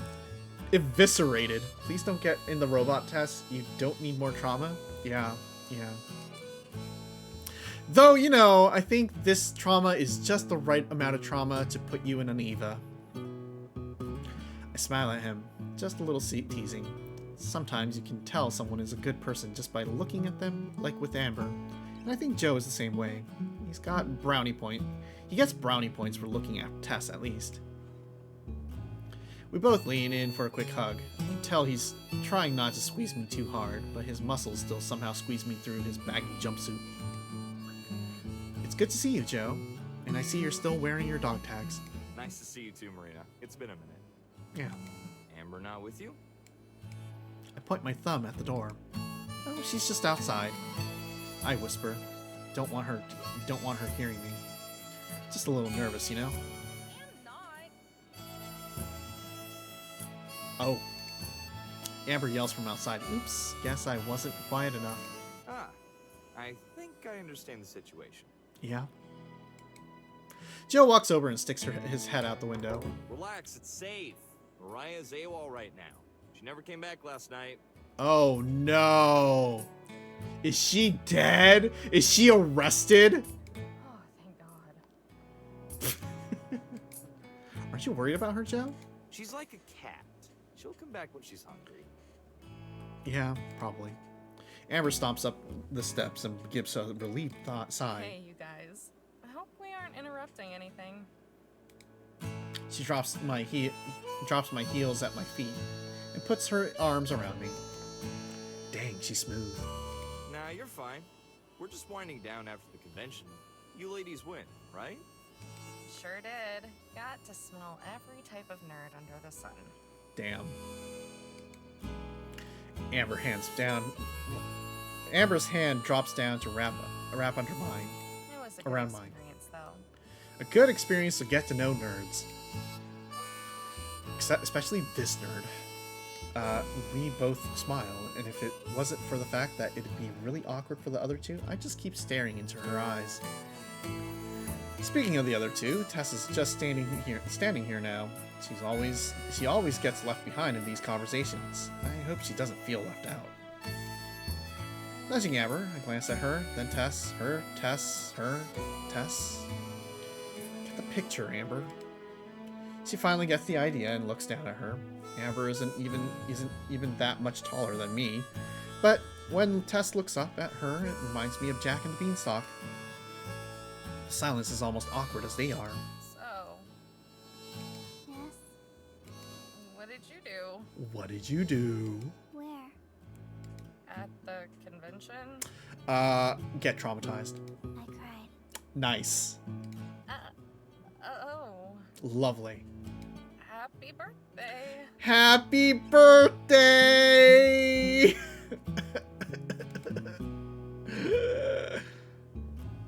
Oh my god, I have to stop this. Cried? Does that mean you didn't have a good time? I crouch down and meet Tess again, but this time I boop Amber out of the way with my butt. Seriously, she has no idea how to talk to kids. I felt a lot about a little. Oh no. I look to Joe for answers, but Amber has already beaten me to it. If anything happens to this precious angel, there will be heck to pay. Heck! Translate. We both did a little growing up. That's all. I see. That doesn't sound like a good time to me. Alrighty! All three of them jump back a little. Maybe I should have used my inside voice. That settles it. Me and you are gonna have something fun while we open your gifts. Tess tilts her head. Just us? Uh-huh. Only as long as you want to. She nods her head so fast I'm scared it might roll off. Is that okay, Joe? We won't go very far. Just along the strip. That's all fine and dandy to me. Treat her to a better time than I could, will ya? Damn. Heck to pay. Heck. Heck, heck, heck, heck, heck. It's a deal. If Amber had more than 2 eyebrows, she would still be raising all of them. What a worry word. Please. She grumbles. Or grunts. Or gruntle? Please. Another grumble. Another gruntle. She closes her eyes. Her forehead is pulsing with a heart, like a heart that's had too much coffee. But that might not just be because she drinks too much coffee. Pretty please, with your favorite bribe on top. She gives a defeated sigh, then smirks. Just don't get roped into any poker games. We're gonna go play blackjack. It's a deal, or it's a deal that I won't make a deal, but okay. Amber cringes, but there are no take-backsies in love, so she doesn't do any complaining. So she pats Tess's head once, makes a thud noise. Keep her out of trouble, kid. Yeah. Tess gives a salute, but I just poke my head out, tongue out at Amber. In the meantime, how about you and me get into trouble? Ayo! They fucking. If that's your attempt at flirting with me, I'm kicking your ass. They're not flirting.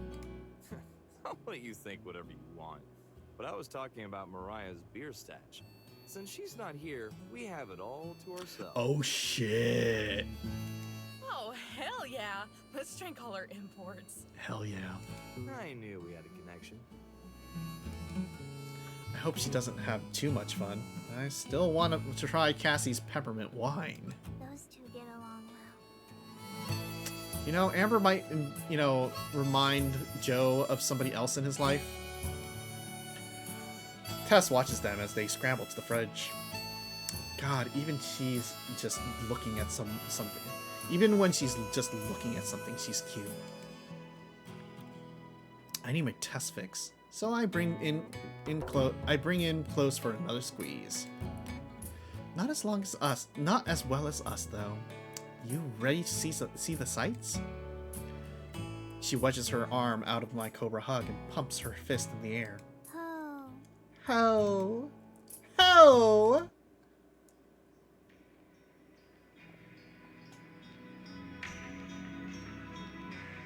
Me and Tess stop underneath one advertising at sushi place. The windows lit up. It's so pretty, like Christmas in the desert. Ooh.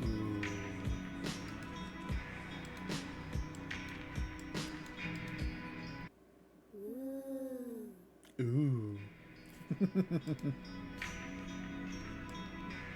Nope, nope, nope, nope, nope, nope, nope, nope, nope, nope, nope, nope, nope, nope, nope, nope.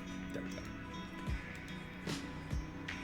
We walk a little further and stop under a green sign. This one is for a movie theater. Ah. A group of friends around my age stare at us and snicker under their breaths while walking into the theater. What do they know? Vegas sure is pretty, huh, Tess? And everything is always open. Back home, all the stores closed at 5. Well, 5? Same.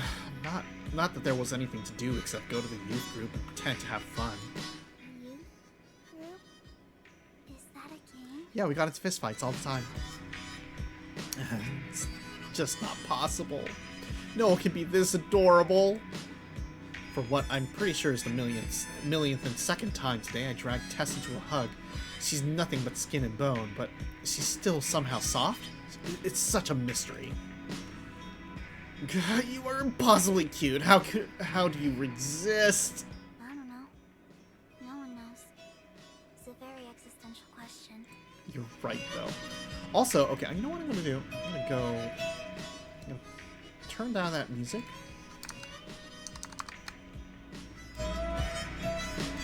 Oh my god.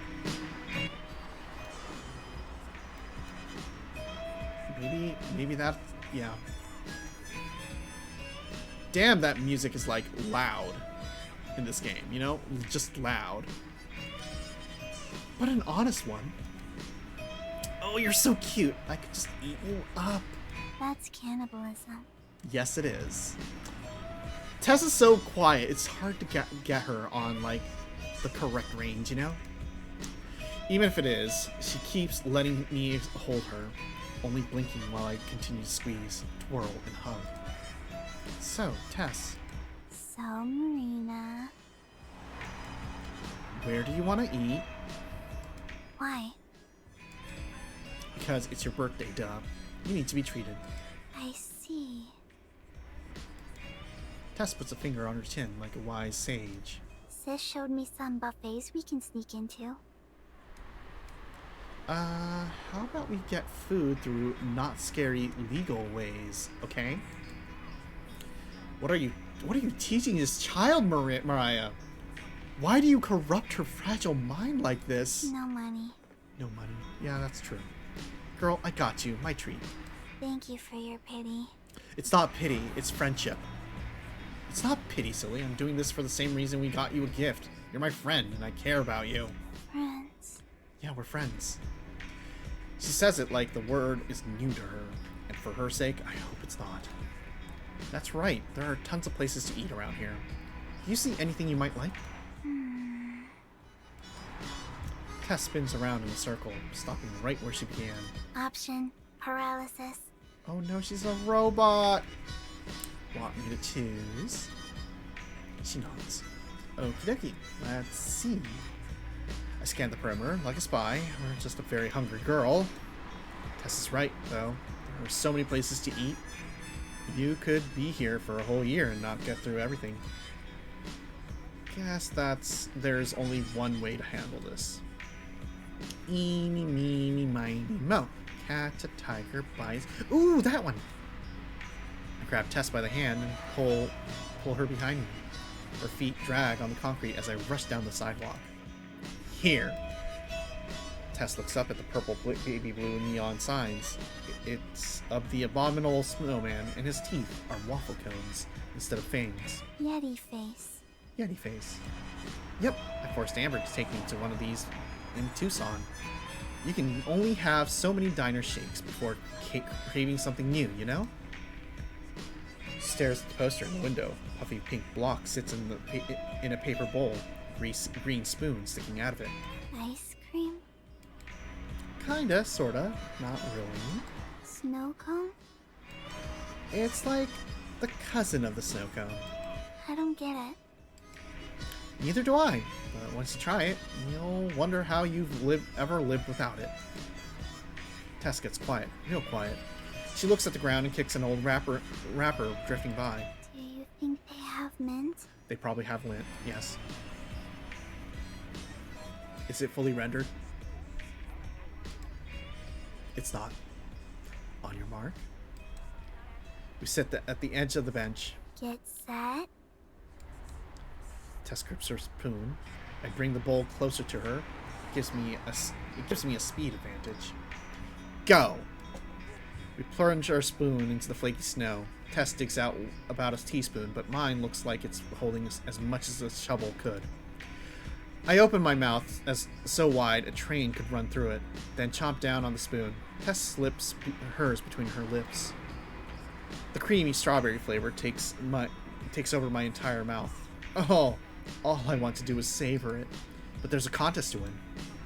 Tess is already diving in for another spoonful. Drat! Time to use my trump card. I pick up my pace. Before she's even done chewing, I have my own spoonful in my mouth. It's my special scooping technique. Come on, come on. How long is it gonna take? It happens. Ah! My head feels like it would just hit with a snowball. This cold would even be too much for a polar bear.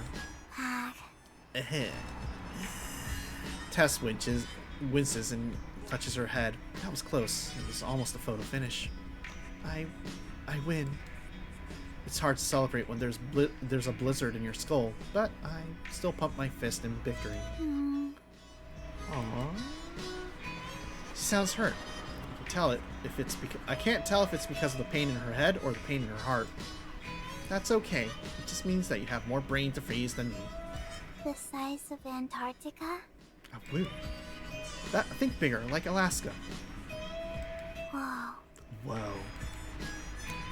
I'm only half joking too. Tess is pretty small, but I'm pretty sure she's still silly enough to do brain freeze contests with me. Amber always eats like a turtle. So how is... What the hell is a brain freeze contest? What? Are you eating snow cones as fast as you can to purposefully get a brain freeze and like see who can get it the first? That's... Marina, what? What is wrong with you? So how is it? Tess's treat is an aqua green. Honestly, it sort of looks like toothpaste. It's more like snow than ice cream. Uh-huh. It's flaky but still melts. Yeah. Uh-huh. I like it. Yay, I knew you would. How's yours? Delicious? Wanna try? She eyes my bowl. Her face bunches up like she's thinking hard. It's strawberry. That's a problem. That's a problem. I've never had strawberry flavor anything before. Tess, you poor deprived child. Have some right now. What? She flinches. I almost rocket out of my seat into outer space. That's crazy. You have to try it now. It's almost as good as chocolate. Or s'mores. Tess looks at the bowl like it's something strange, something unnatural, like it might eat her instead. Will you try mine too? Sure, it'll be like a trade. We wipe off our spoons and take turns getting a scoop out of each other's bowls. To prove to Tess I'm not trying to trick her or anything, I take the first bite. It's a little overpowered by the leftover taste of strawberry. Actually, it's really overpowered by the taste of strawberry. It's as strong as Amber's mouthwash. Weird. Weird. Convinced that I'm not trying to poison her, Tess eats hers next. Her face puckers. It's very sweet. I should have realized how these would mix. Oops. Not a great flavor combo, huh? Like Sis and Amber. Oh my god. It's so cute. Can't help but laugh. Sorry, babe. Tess doesn't laugh, but she does smile a little. I don't think she realizes how funny she is. Yeah, I'm not really feeling the mint right now either. Still glad I tried it though. Even if you didn't like it? Well, yeah, because maybe I'll try it again sometime and change my mind. And even if I don't, I still have that experience. That's what makes new things so exciting. I give her a smile, but she doesn't seem very assured. She grabs her necklace and doesn't let go. New things make me nervous. Yeah, fair. Can't blame you there. When I left home to go treasure hunting, I was crazy nervous. Anxious? I can't tell. I shoot her a wink. That's cause I'm really good at hiding it. But every day, there's at least one thing that makes me a teeny bit nervous. Heck, I was nervous all of yesterday. Your life sounds terrifying. That's what happens when you live with anxiety. I don't know about that. Maybe a little uncertain, and that can be scary. But I think that's all the more reason to face them head on. Even with all this gold, there's still a lot of uncertainty. Things like that I'm going to do with the rest of my life. Things like what I'm going to do with the rest of my life. Or whether me and Amber are going to be okay in a month from now are always going to follow me. But I'd rather be certainly unsure than unsure that I'm certain. I love my family a whole lot, but back in New Mexico I felt cramped, squeezed. Suffocated? Yeah, that one. You know big words. So even though I love them, just being there made me nervous. Felt like things would never change, like I would never change. Tess impatiently noms on her snow cone while we're listening. My own bowl is starting to get a bit too liquidy for my taste, so I take a few more bites. On the other hand, my mind would get all foggy when I thought about leaving. I knew my life at home wasn't bad, but there was always a part of me thinking... Thinking what? That I could make it better. Is it? Don't know yet. But, like with your mint thingy, I'm glad I did it, because it's better than doing nothing. Even if my dad says it's irresponsible. I do the bunny ear quotes and already feel 1,000 times more like Amber. Tess looks down at her bowl. It's almost empty. Change. Yeah, she is cute. Down the street, a man in sparkly tuxedos climbing a ladder in front of the movie theater. He has a box of letters with him and is replacing the titles on the marquees with new ones. I wish I could change. Tess is wonderful. But I like you just the way you are. Her eyes get wide as the bowls. She scoots closer to me. Some parts of me are okay. Maybe. Yeah? Others aren't. Oh. Well, that's what therapy's for. It breaks my heart that she feels that way about herself, but I think I get it. Well, you don't have to leave a home and start dating a stranger you met on the side of the road. Actually, probably shouldn't. Noted. But instead, it can be a gradual thing. The little differences are the biggest ones. Aren't the biggest differences the biggest ones? Isn't that what makes them big? You're too young to be this lateral. Literal. That too. Amber might not know how to talk to her, but Tess really does act like a tiny version of her sometimes. Anyway, just take it one day at a time. Neither of us are going to change overnight. No one does. Not me or even Amber. It's an effort. Always and forever. That's fine. Very frustrating. Only if you think of it that way. But to me, it just means that we're always becoming better versions of ourselves.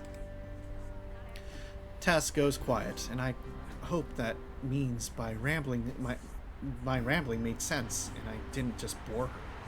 I think personal experience is the way to go, but looking back, I really wish people would have told me these things too.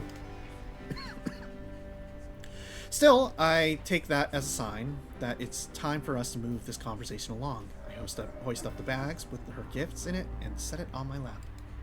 So, you ready to open presents? Her head perks up like a dog that just saw a squirrel. I am prepared. She is prepared. That's what I like to hear. I hand off the bat to her. She grabs it by the handles and lets it dangle awkwardly in front of her. Hope you're okay with the tissue paper this time. I'll try wrapping it next year. She doesn't seem very bothered by it. Instead, Tess peers at the bag, looking for any small glimpse it might offer.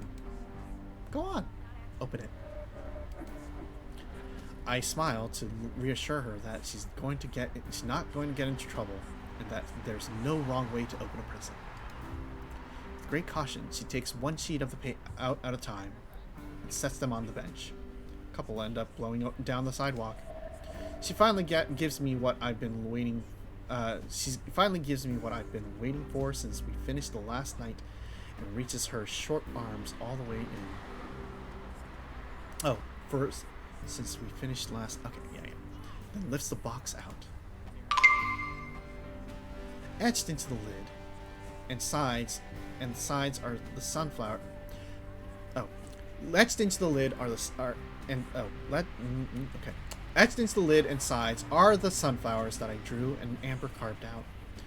The wood, once splintered and rough, is now smooth and glossy. Amber really went all out on it. She sanded it, painted it, and painted it to look like cedar, and then she even gave it a fresh coat of primer.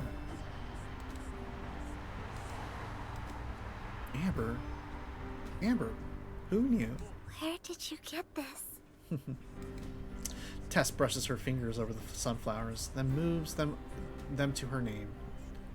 She carved it in one of the corners. I wanted it to be bigger, but Amber said it would be too gaudy. Looking at it now, I think I agree. Me and Amber made it last night. We used one of the boxes we found the miner's treasure in. It looks real. Like it's professional. Would it be fake if it didn't look professional? Yes. It wouldn't exist. Oh my god. I snort out a laugh. It reminds me of something my older brother Devin said when he got his wisdom teeth pulled. Stuff about how people stop existing when they aren't in front of him. Amber's to thank for that. I only drew the design. She did all the hard stuff. It was all her idea too. So, she's secretly nice? The nicest. She's just always nervous, and it makes her crabby. It's more complicated than that, but I don't want to bore Tess with our drama. Look inside. Tess fiddles with the latch we added and flips open the lid. She takes out a little pocket guide and a packet of seeds. This will let me grow sunflowers? Figured since you're getting older, you might want something that can grow with you. Sets them back down in the box, then sadly shuts the lid as if it were a coffin. What's wrong? Do you not like it? I love. This is my first birthday getting gifts. It feels good. You have not had gifts in 12 years of fucking life? Oh my fucking god, you poor child. You poor, deprived child. You should have gotten a PS3 or an Xbox years ago for like your 6th birthday. Cannot believe. Fucking god, what the fuck? also feels bad. Oh no. Oh my god, yeah, oh my god. Give this girl a fucking Barbie. Fuck. First birthday gift? Tess, you're actually gonna make me cry. This kid needs an Alienware laptop right now. Stat! This is, we're with the aliens, yeah, fuck. How can presents make you feel bad? 'Cause I've been lying to you. Why? She bows her head and takes a breath. My real birthday is actually tomorrow.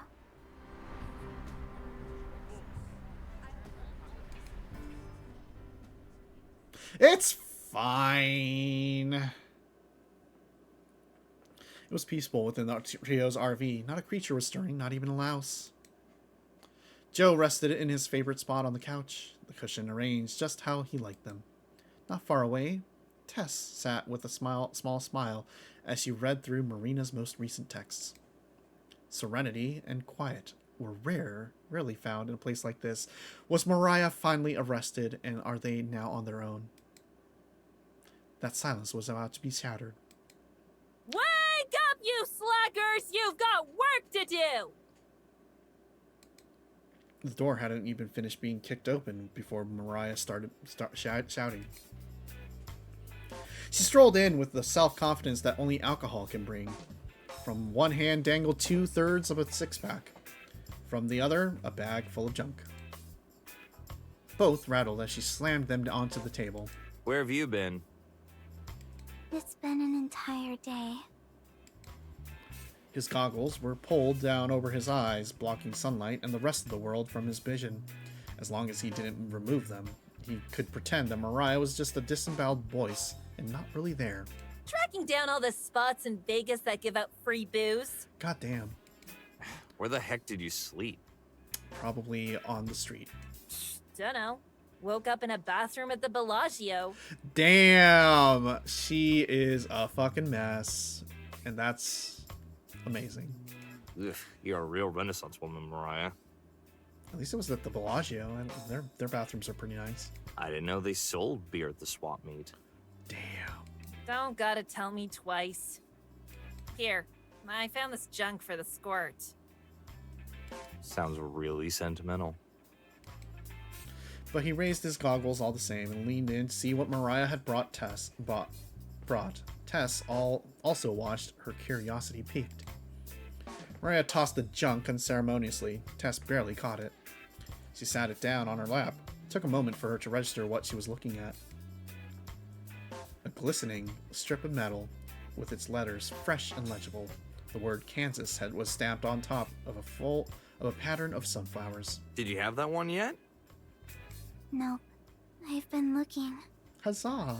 Do you got 'em all now? Not yet. Nope.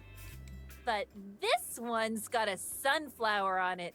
That makes it better, right? You're trying so hard. Tess looked at the license plate, and when she looked at her desperate sister. It does. Aww. It was true. Other than the red bandana on her head, this was the only gift her sister had ever given to her. It could have been a license plate she already had, and it would still have been precious. It's too bad, Mariah. The first nice gesture you've ever done, and you were beat to the punch by Amber and Marina. Again. Wow. But that nice things don't, outclass each other. What do you mean by that? Hey, Squirt, what does he mean by that? Don't worry about it. They made me a gift. They made you a gift. She pointed at the counter across the room. Her personalized box was open, already filled with damp soil. I grow sunflowers now. She grows sunflowers now, and that thing is way too fucking small. You're kidding. You actually took it? So thieves probably stole it. They made it for me special. Tess purposefully avoided mentioning it had been crafted from one of the boxes the miner's treasure had been found in. It would make things more complicated and louder. Don't break it. Why the hell would I want to break your crummy little... Promise.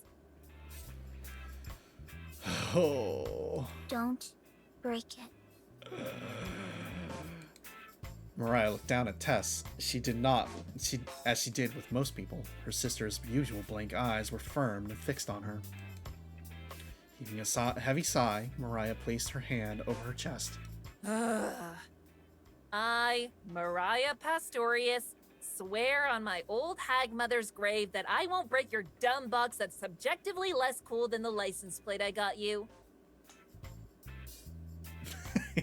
Even when you're drunk? Even when you're drunk. Mariah resisted the urge to cross her fingers, her toes too. Even when I'm drunk. God damn. There! You happy? Maybe. Tess nodded. Anyway, enough of that garbage. Oh my god. What I've got here in this bag is gonna change the course of our lives forever. The scumsucker I bought this garbage off of had no idea what they had. Mariah cackled, the sound like beer cans rattling in the trash. She untied the bag and poured everything in it onto the coffee table. It was a collection of necklaces and jewelry, earrings and false teeth. If it was shiny, Mariah wanted it. Sunlight snuck into the RV's tinted windows, bouncing off the assorted trash Mariah had collected. The spell was broken by Joe's words. He ignored Mariah's flurry of insults as he crawled forward to inspect the treasure more closely. You watch your filthy hands! Every second your finger touches that thing drives its value down. I don't think that's gonna be much of a loss. Stuff isn't worth squat to begin with. What? Mariah's squawk would put a parrot to shame. The only thing here that ain't worth squat is you! Maybe you should put those goggles back on because there's clearly something wrong with your vision. I don't think that's gonna help either way. What do you think, kid? Tess climbed out of the cot like a monkey swinging off a tree. She began sorting through the pile of bad choices. Pyrite. Pyrite? Oh, that's really good. This is worthless.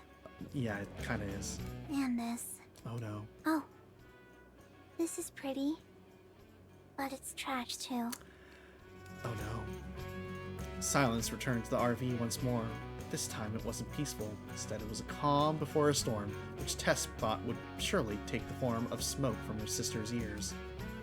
Mariah's reply began as a primal scream that shifted into something more. What do you mean by trash? This is a genuine treasure, and it's worth at least... At least what? Just how much did you pay for all this? Mariah mumbles her response. What? She said $300. Where the fuck did you get $300? What? Where did you get that kind of money? I had about 99 cents left over, so I hit the slots. And guess what? No. My legendary good luck kicked in, and I won the small jackpot. For real? Mariah, that's amazing! Our money issues are solved! No, she probably blew the $300 on the trash. Then, I spent it on the treasure. Joe just sighed. You just destroyed every piece of good karma you got from getting your sister a gift. Yeah. Well, if someone had given me my fair share, then I wouldn't have had to settle for something like this! Oh my god. No, you would have ended up wasting even more money. Yeah. It's not a waste if it makes more money, and you know that if you... A relative peace returns to the RV, even if it was far from silent. It was loud and it was noisy, but it was a familiar chaos. That alone counted a lot for a lot to Tess. She watched as they bickered, Mariah's voice rising and falling like a siren, while Joe maintained his cool composure. Even if they didn't always feel like a family, Tess knew what they were. Even now, Mariah was planning their next heist, spelling out just how to turn this loss into another gain. It rarely worked, in fact almost never, but maybe this was okay, Tess thought. Life had its downtimes, It was mostly downtimes, but sometimes things were up. There was Marina to text and license plates to collect. There was plenty to look forward to. She hugged her new license plate tightly, breathing it in its smell of time and experience. It was a reminder of a bigger world out there, and many more sights to see. It wasn't much, but for now, it was enough. Yay. And we're back to being Amber! Oh my god, this thing keeps I going. still can't get over the fact that this thing has a keyboard on it. It's like a tiny computer. Wild. Wild. I can't believe we have gotten to the point of character development. Is it character development to buy a phone? I think it is. Babe, please. Phones haven't had keyboards since I was in middle school. Oh damn. Huh? Why'd they stop? This is cutting edge stuff. I flipped the clamshell phone open and shut, open and shut.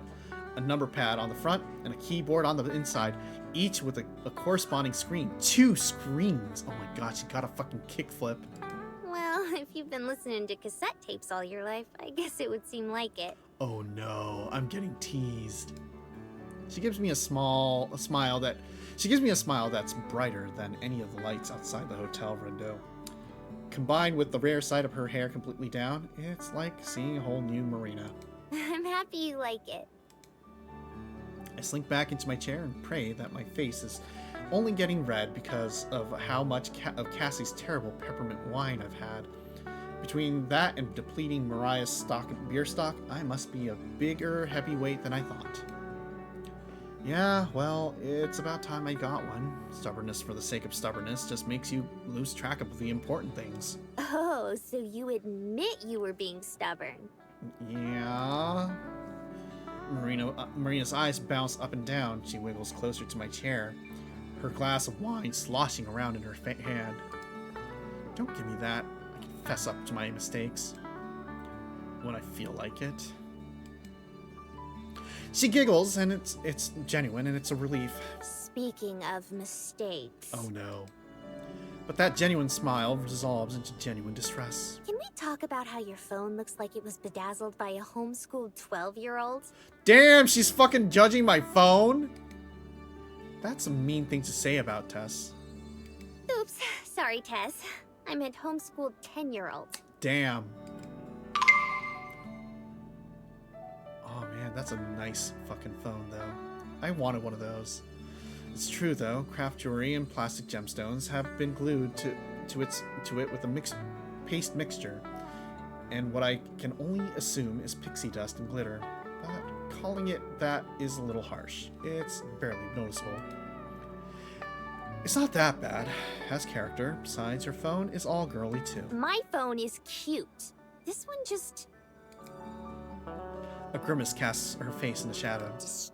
disturbs me. Oh damn. Be as disturbed as you want. I'm as much of a bargain hunter as I am a treasure hunter, and this thing was a steal. I'm not sure if that phone still connects to anything. Like, what is it? Is it like still like, is it even on a G network? It could be like on an M or, man, fucking, yeah, like, what if it's like on a 2G? Damn. Oh no, we're about to hit another ad break. Well, we'll power through. A newer phone would have cost way too much, and we already had to buy a new one for Marina a couple weeks ago. A GSM? That's probably a GSM. Yeah. Though I get the vibe that the staff at the store was sad to see it go. They brought it out on a throw pillow. Like they had a shine in the back of it. I guess I'll just have to count my blessings and take this as a victory for now. Oh, and whose victory is it? I press the big circular button on the front, and a flash goes off. When my vision settles, Marina's pupils are as big as her head. What? That's a good sound. New wallpaper. In celebration, I give the phone a little shake. a shade of pink sizzles across her face.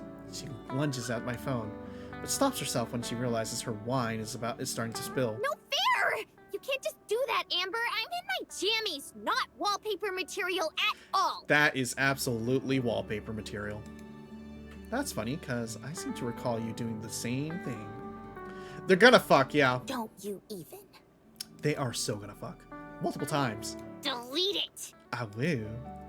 Her voice is hoarse and husky, a futile intimidation tactic. She has no power here. How about I send it to you instead? Amber, no! Uh-huh. If you do, I'll have to send you a bunch of texts until I can't see it anymore. Oh my god. Dang, sucks that I'll have to put you through that. Amber! I flip open the phone and stare at the screen. Oh. It's a selfie. Do I really have a double chin? Marina leans in and plants a kiss on my cheek. She snatches the phone and tosses it on the bed behind us. No. And even if you did, it would just mean there's more of you to love. Oh damn, that's a cute, that's smooth.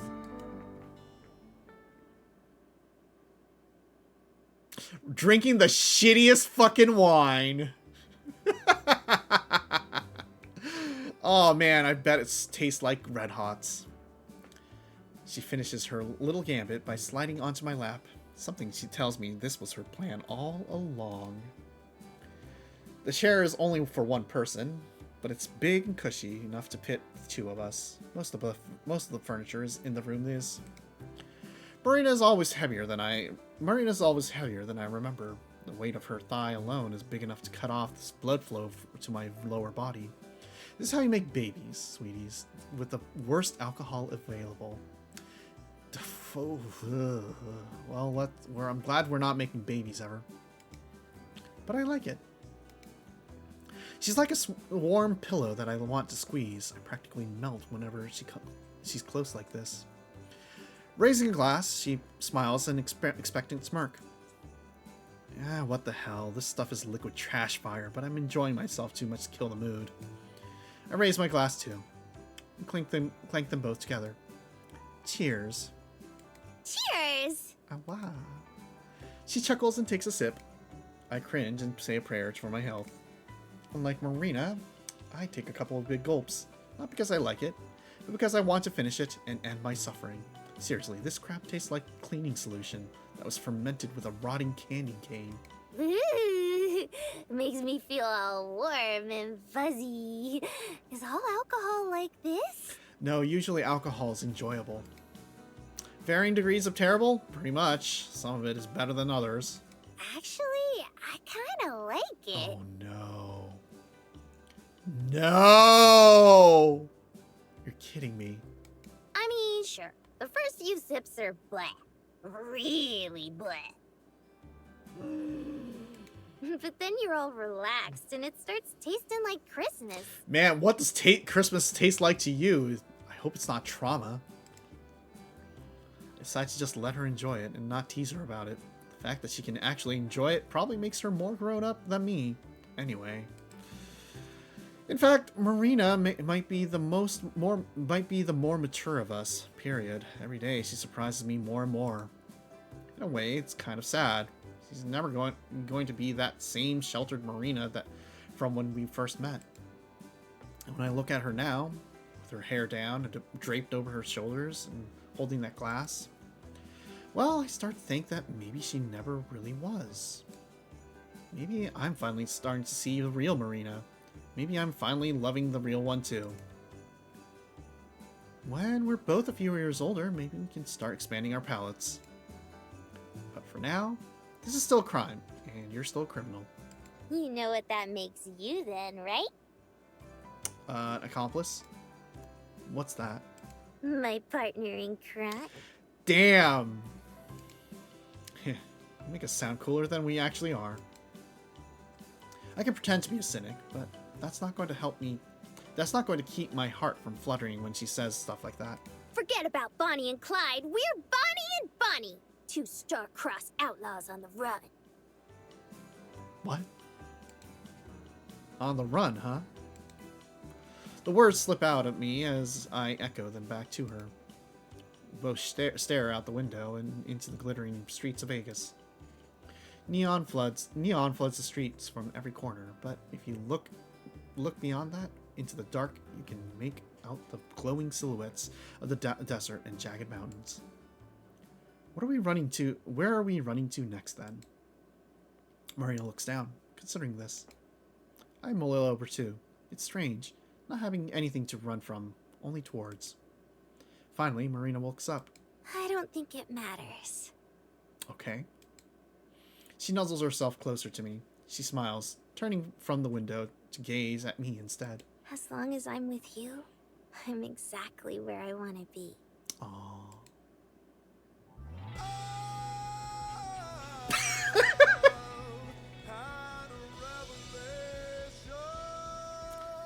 Just ends like that.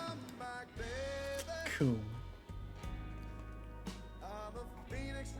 And that was Highway Blossoms' next exit, and the rest of Highway Blossoms. We have somehow played the entire thing. Damn. You know, honestly, I feel like Amber and Marina really could have been like 2 years older. 2-3 years older. Like, at least they were adults. Hey, Iridescence. GG, thank you. Got this crooning going on here. Are we gonna just let it go? I think we'll just let it go. But yeah, I mean, like, I feel like this story, I get it. Like, and it's fair to say that they're young and they are inexperienced and going through a whole lot of stuff. But like, honestly, I feel like aging them up just so that they can be legally drunk really helps. Because, you know, I mean, I know there's like a huge difference between 18-year-olds and 21-year-olds. And I think, like, just, yeah, early 20s would have fit better. Absolutely. Because the shit they're doing right here feels like something you would be doing in your 20s. I mean, like, it is the teenage dream. It is an absolute teenage dream to be, like, all adult and stuff. But I also feel like this is something you could have done when you're a little older, and just be overall just going through grief and trying to learn and figure out, like, oh shit, we're not kids anymore. That you have to take, you know, responsibility for your actions. Because I think that's really how it all shakes out at the end, right? Anyway, this was a fun game. We enjoyed it. We're really glad we got to play through it. We are gonna quickly check to see if there's anything else in the game that we just need to really quickly look over. But otherwise, I think this will wrap it up for these 3 series of streams. I like Studio Elan patrons, including Mr. Novel Idea. That's a name. And Hentai Trash. Those are names. Oh damn, they also got Studio Coattail patrons. That's lovely. Danazaisha Kikomori. Damn. Imagine. You are crooning, sir.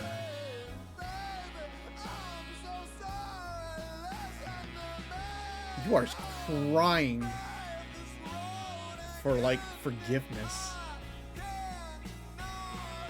Damn. Anyway, thank you for playing. Yeah, thank you for the game. Honestly, I think Tori mentioned earlier that Cassie has oh yeah, and they're still kissing. Got it. Tori has, like, not Tori. Tori said that Cassie has her own arc somewhere. I'm guessing it's like National Park Girls or something. I'll look it up. Maybe we'll play that too. Oh damn, we got rock going now. It's just we step up. Okay. Yeah.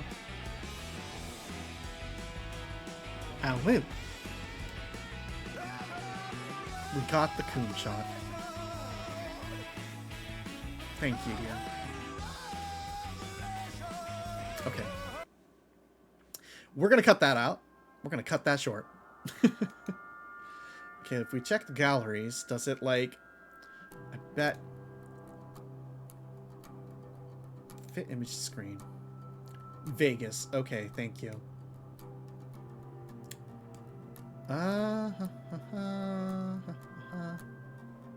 Yep. Here's all of the... Here's all of these. Remember we started out with a cactus? Okay, come on. Give me the next one. Okay, yeah. That's everything. Damn. Damn. Damn. And I'm glad that she put down that wine glass. Yeah. Yeah. Oh, these are good. These are good. Okay. Let's think about Marina's thoughts. Okay. I think this doesn't matter. I think we just have to scroll down further. Yep, here we go. She practices safe kissing. But you know, they still broke the law and, you know, did some underage drinking. Amber's phone. My big sister used to have a phone like this. I remember being so jealous, but looking at it now, it sort of looks like a toy. Damn. Cold. Marina's phone. I got this after me and Amber went to the music festival. My dad would flip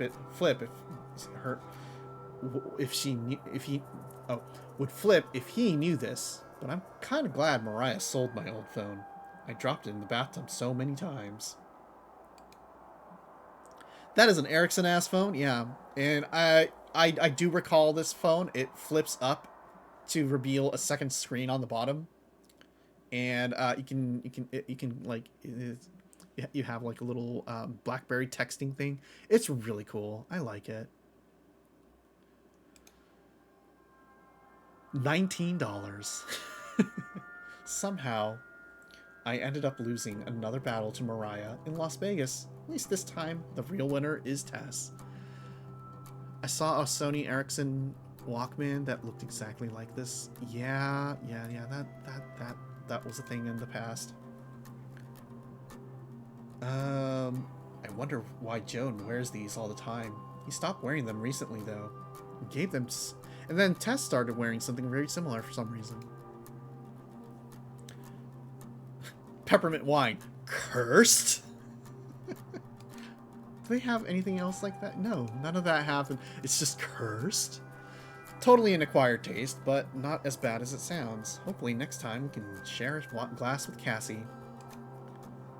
Amber's alien looks so dorky, but I love it because it reminds me of her. Cassie looks so much nicer than mine, though. Tess's phone. Well, I guess it's Mariah's phone. But I'm pretty sure Tess uses it more. Kind of surprised it doesn't have more cracks in it. The Rainforest Cafe was awesome, and sharing of dessert with Amber was the best part. I already know where I want to go for our anniversary. Why would you go there for your anniversary? Oh my god. Doubt she's lying. This is the license plate Mariah picked up for Tess during the convention. Amber doesn't believe me, but I think Mariah's really a thoughtful person. Oh my god, what? Developer's note. This is an old version of the Kansas license plate. Originally it was Delaware, then Alaska, and finally Kansas. Mariah has a line saying Kansas is a place so far away it may not even be real. Which was written when it was Alaska. It was funnier to leave the writing untouched. Damn. Could have been Delaware. No Marina, no Rainforest Cafe anniversaries. Yeah.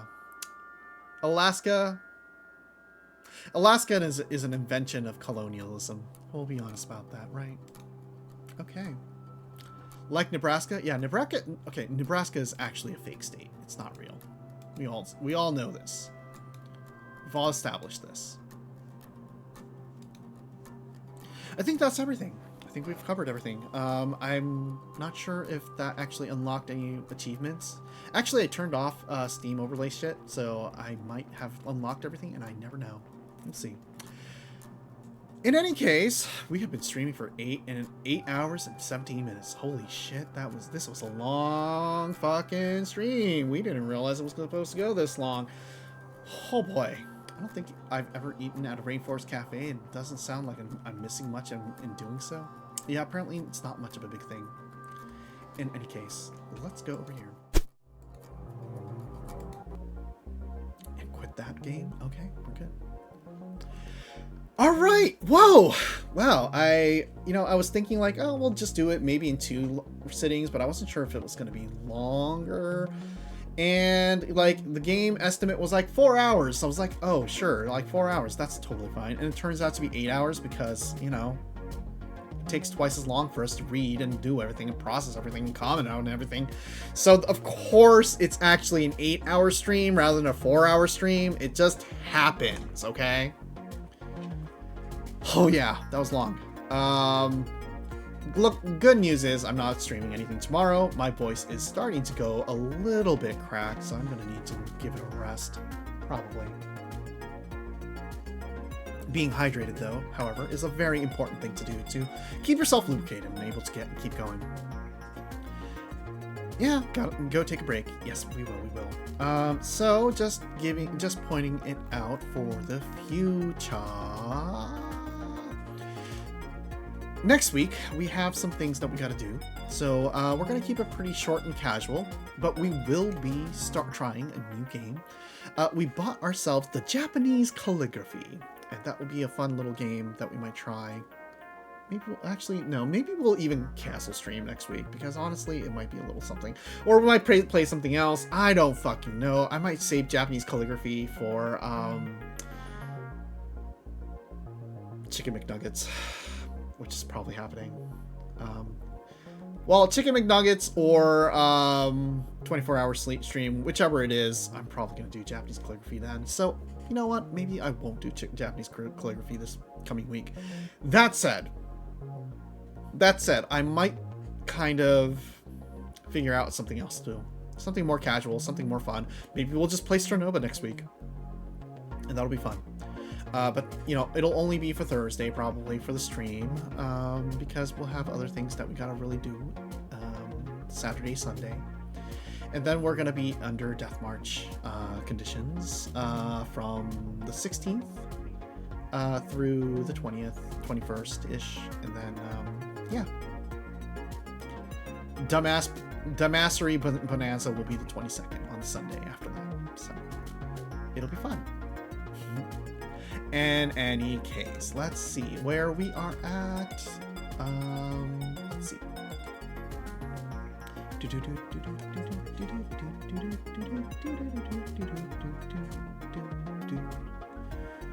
Do we want to raid anyone here? No. Like, I mean, yes, but also I don't know any of these people. So, well, I mean, I do know some of these people. Melly is streaming, but unfortunately, Melly we raided just yesterday, so that would be a little weird to just keep raiding the same people over and over again. Go raid Chiaki's Discord instead. Yeah, that's a fair way to do it too, right? Join our Discord for more updates on what we're doing. In any case, have a lovely evening. Thank you so much for sticking around for such a long ass fucking stream. You are all fucking troopers, okay? Yeah. That was good, but go take a break. Yeah. I'm gonna go take a break. Break. Good night. Bye.